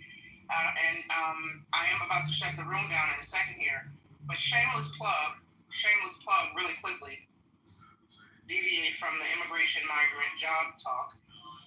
If anybody watches Dexter, check out my interview with Michael C. Hall. I pinned the link to the top. They have revived the Dexter series, Dexter Resurrections. I'm a huge Dexter fan. So if anybody is a fan of the Dexter franchise, there's a new Dexter that premiered next week. There's a new Dexter that premiered last week on Showtime. The new episode drops tonight. For those who are new to the space or new to my voice, I'm an entertainment news reporter, so I interview a lot of celebrities. And I'm just proud of the fact that I got an opportunity to interview Michael C. Hall. It's a very short interview, but there's a link at the top for anybody who's interested. Check it out. Your piece, are you there? Would you like to share your piece, miss? She's not there. All right, ladies and gentlemen, another thing. I run a club here. Our house is called Press Hollywood. Join the house if you like conspiracy theory talk as it relates to politics, UFOs, aliens, and celebrities and celebrity gossip and pop culture. And I play a lot of my celebrity interviews in there and spill the tea. We're meeting tomorrow at 2 p.m. Central, so if anybody's interested, give me a follow or follow the house and check us out tomorrow at 2 p.m. Central. Now, final thoughts for anybody on the stage, because A, I gotta go eat, and B, it looks like some of the people that I like on this app have opened up another room that might be a really good discussion, and I want to go in there and check it out. Pete, you got... Okay, I was just saying this too. Okay, what is going on with my sister's mic? I think some of these mics, if they're going on there, as soon as it hears you speak, it's actually messing up, because depending on her pitch and tone, depending on what she has, may be cutting her off automatically. It might be the device, not the phone. It could be the if she's on a headset, that headset might automatically mute. So, well, she left. This is annoying me. For the record, I hope. I agree. Folks, no, I wouldn't mute her at all. I don't mute people. Okay, so that's as soon as she got high pitched, it went to silent. So as soon as she got high pitched, it automatically went to silent. So it could be her headset or her earphones or something, thinking she's saying something else like, "Hey Siri." And why? You don't have to defend yourself. You seem to be a very nice person and a very nice host, and you wouldn't do that. I'll just say that. What house is it? What house was it again? It's Press Hollywood. Press Hollywood. 2 words. Press Hollywood. How often? Every week we meet around on Saturday. Sometimes I have to work on Saturday. If I have to work a junket, then we don't meet. But usually every Saturday at 2 p.m. Central. So we're definitely having a room tomorrow because I didn't have a room last week. Yeah. So tomorrow we have a lot to catch up on in the entertainment space, and really, if you're, and I just say this as a general, it's really not this. Our language is foul in there. Okay? If you're the easily offended type, if you don't like conspiracy theories and it talks about aliens and government conspiracies and MK Ultra and celebrity sexual sacrifices, is not the room for you. Yes, we cover all of that. So I guess I might even like it. The black hole song. I guess Epstein's name is mentioned, huh? Oh, we talk about all of that. No topic is off limits. And all voices are welcome. We have everybody that comes into, all voices are welcome. Black, white, gay, straight, we don't care. We don't discriminate. Everybody can come in, right? So tell a friend, join the space. But listen, guys, I am going to close the room now. I'll look for you. Thank you. All right. Y'all be blessed. Same to you. I'm going to give you a follow, Jules. Y'all be blessed. Have a good Friday and a good weekend. And we'll see you in the next Healthy Debates room. Playing basketball with them, and then they become our best friend. So we was like, what's going on with her? So my mom said, it's okay. If you like girls, I still love you. I think it's okay. Everybody's like, leave me alone, grandma. Come to find out, the motherfucker like boys and girls. She loves cute. It's okay. The only thing my mom and dad said, they're not going to approve of her bringing home a transvestite because he would. Yeah. Like my daddy said, don't do that Kehlani shit. Have a baby with a man that dress up as a woman. Oh yeah, Kehlani. He said, you do that shit, you ain't king. That motherfucker don't love you. He trying to look good for another man, not for a woman. So my dad said that's his cutoff when it comes to her relationships. But she done had, now that she done came out the closet, she done had a boyfriend that she was actually serious with for a long time. She broke up with him because he got it. She broke up with him because he got a DUI, and she's like, "There's no future in that." She's like, "He got the record now." I was like, "Okay." Then she had a girlfriend that didn't last because she used to smoke. I know this kind of sounds crazy, but she's like, she smoked weed. I don't want no girlfriend that smells like marijuana and cigarettes. Yeah. So. And she doesn't like ghetto girls. Oh, okay. She like pretty girls. She just wants a decent looking girl, or she wants to have some. But does she like girls, or she likes girls that are pretty that dress like boys? She doesn't like girls that dress like boys. Oh, okay. Yeah, so she likes pretty girls. She's a femme. Okay. So in our world, if it's a girl she's gonna chill with, she's gotta look like a girl. And then she looks like a girl. So she will wear her crop shirts, her girlfriend's gonna wear her crop shirts. Yeah, that's how my niece is. But then that's how I am. if she's with a boy, and he gotta be. So I think she got this from my mom. He's gotta be like getting ready to graduate from college. And he has to be able to have conversation, and he has to be a socialist Democrat. If you're conservative, she's not fucking with you. Yeah. So I was talking to my niece that day. I said, yo, if I put my niece on this app, she will chew this fucking stage up and spit it out. She looked at me. She be looking at me all the time. She was like, where do they get their information? Because she was the same way. She was like, do they read books? That's the same thing that City was telling me when I was on the app, when I was at her mom's house. She's like, these people, they don't read. That's their problem. That's what she said. I said, they read the headlines, they don't read the articles. She's like, sometimes even within the article, it's nice to do a quick Google search. I was like, yeah, you're right, babe. She was like, Mom, like one time I was spazzing, right? When she first came home. She was like, Mom, don't spaz on them. They're a little slow. Sometimes, like with slow people, you just gotta say, okay. Yeah, that was nice.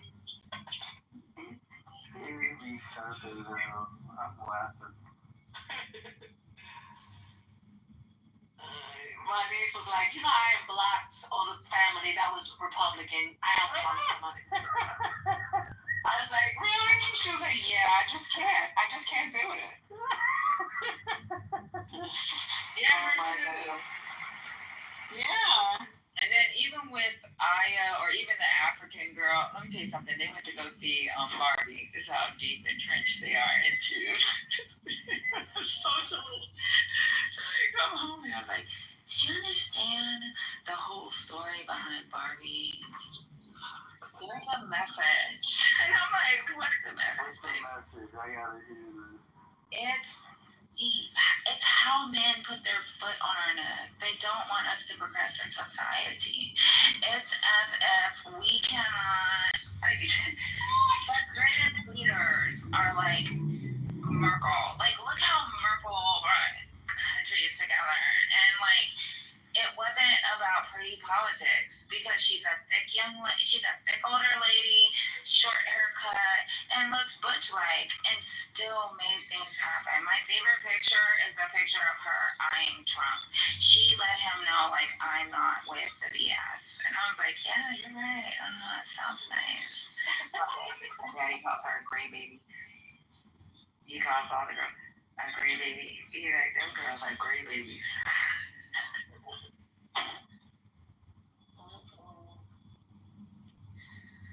And my niece said she don't want no kids. I was like, okay. She doesn't want kids either. You want babies? She said, I got a dog. She said, I'll adopt kids, but I don't want my own kids. I'm like, she doesn't even want to adopt. She was like, why would I adopt children in this world? Like, any whole baby. I hated that they did that to us. Like, they was trying to pit men and women against each other. Well, yeah, my niece lost to Virginia at 19 and 10. With a guy. Yeah, her too. Yeah. Yeah. But again, guess who she calls about her business? Her grandpa. What does grandpa say? So the first time he was like, I don't hear this shit. He didn't say her. He was like, okay, baby, okay. So what he does is he calls me. My mom's at work. He's like, call your mama. I don't know how to do this three-way shit on my cell phone. So I call my mom. He was like, you know that damn girl called. I said, what'd you say? He said, okay. Well, if you need something, just let grandpa know. So he called me. I called my mom. He's like, I don't know. My mom was like, it's okay. It's okay. It's okay. It's okay. We need her to be able to talk. If she's telling you her secrets, it's okay. Yeah. My dad was like, I want to hear that shit. Yeah, she called my mom. No, my sister. Then my mom. Then she called me. I was like, okay. And then, you okay? Like, how was it? And, was he, did he know what he was doing? Was he too rough? Or did he take his time? She was like, yeah. I was like, okay. Now, she told me she didn't like it. And it's kind of bad because, like, a lot of men don't realize, like, guys be like, oh, I'm going to pop her cherry. She's going to fall in love. Like, even with me, the first time I had sex with somebody, it's like, it hurt so bad. Like, it hurt. Yeah, there was no pleasure when you're trying to, yeah. Mm-hmm. And you can either regret the dude or you just love him because of his personality or how he takes care of you. Like, guys think that you fall in love with them because they popped your cherry. Nigga, didn't want to shit for our first fuck. Broke our hymen. And that shit hurt like a motherfucker. If we stood by your ass, it's only because we loved your personality.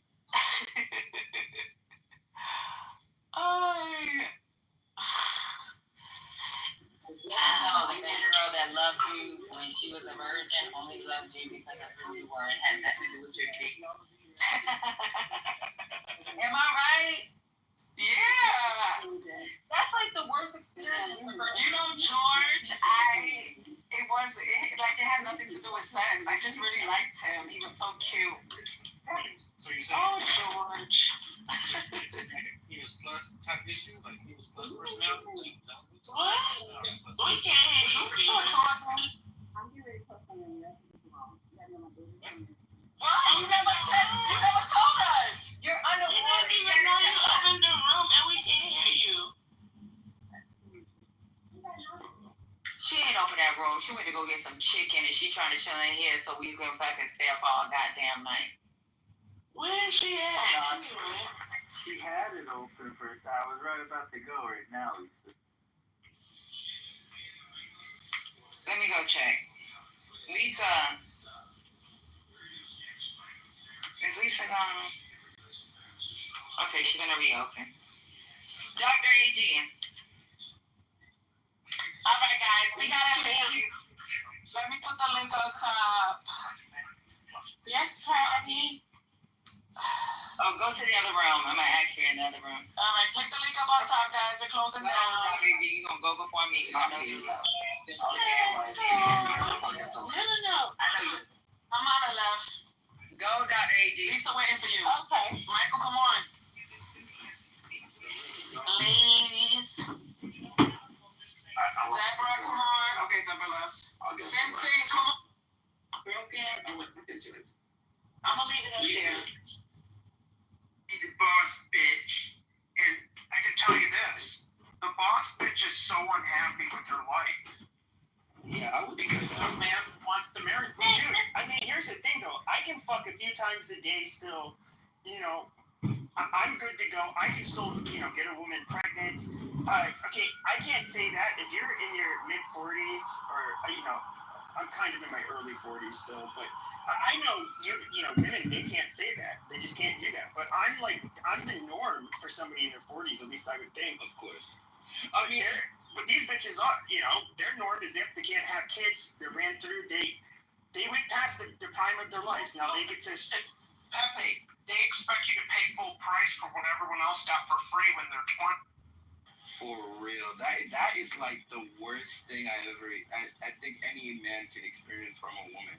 Cause now imagine if you're in this like relationship where this woman wants you to pay for everything, just because her previous relationship had her man do this. And this is exactly what I'm talking about for women in general. Like women nowadays, they don't have no autonomy. They don't know anything. Like, you can ask a woman how many books she read. She will tell you she don't know how many books she read.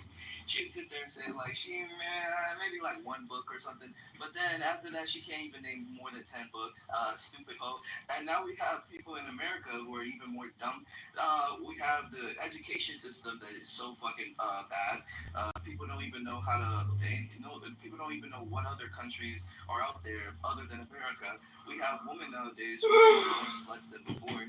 Back in probably the 1900s, ever since feminism became a thing, it's just so fucking stupid. And I don't know why feminism literally is even a thing now, because it's like we have a bunch of women who have these have the same responsibilities as a man now, but they don't usually adhere to like the responsibility. Like, it's so fucking stupid, and I find it like just dead. Sarah, you said only beta men worry about paying. Fuck that shit. Okay, like before the manosphere was a thing, like Tom Likas was big on radio when I was in college, and you say always go half. Don't pay for that bitch. And if she does, and if she insists on you paying it, it was DTB. Dump that bitch. That's it. And I'm not even lying. Like, I actually made it a habit of not paying for my fucking dates, and there's like useful reasons for it. Number one, I'm not going to invest in something I don't fucking have. Number two, it's kind of like when you make her pay like her half, it's kind of like she's going to feel like now she's somewhat invested, so she kind of wants something. She'll hope it will kind of work out. Feminist bullshit. No, fuck that. No, fuck that. Because here's the thing. Men don't do that. I don't know. I do it, but I don't give a fuck. No, hold on. I've only had one man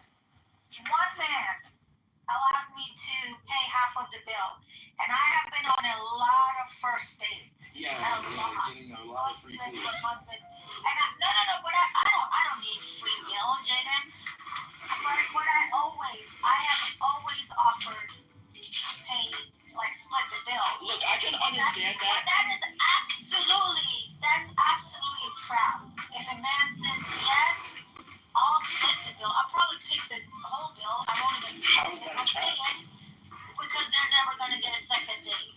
No, but the thing is, here's the thing. Usually some men really just want to know if their girl cares about them. So for an example, if I'm going on a date with a girl that I don't know, I'm obviously going to want some sort of 50-50 split. It's not like I'm just going to leave and dip after her. I just want to know that she would invest in me just as much as I would invest in her. I mean, you can't put all men in a box and say, oh, yeah, this man is just going to want money from me and then just dip after. Nah, I just don't think that. Sarah? I don't think. And just remember, Jaden, women always show up after the fact. Like, you hear a story about when my man takes care of me, this and that. Or he with him when he was Exactly. Exactly. 40 grand. No, exactly. That's why you don't. That's they want you when you already have what they think they deserve to be provided for. Whereas, like, if they were not willing to be with you, like, I can think of my cousin. They met in high school. They were both broke as fuck. So actually, like, his brother, my other cousin, same thing with him. And he got out of the Marines while he was in college. They were living in an apartment for free. He agreed to be like the repairman. You know, he's doing really well now. Both of them are actually. But I mean, it's just like I like that. I mean, I would say these are like decent women, but there are so many women out there, and you even hear them talk about it, where it's like if the guy isn't already established and making money and all of this stuff, it's like, well, fuck, you don't like him for who he is. I mean, it's fucking. These women are trash. For real, that's what I'm saying. No.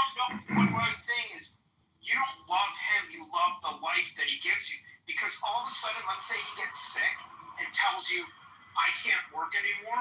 We have to sell the $600,000 house and live in a $200,000 house. And you have to go back to work, and we're driving two $10,000 Hondas. Let's see if she stays with him. Yeah, Sarah right here is like disagreeing with the concept. But I mean, here's the thing. I'm not saying every woman would generally do this. There are some women who would stick with you by your side even when you're like at your lowest.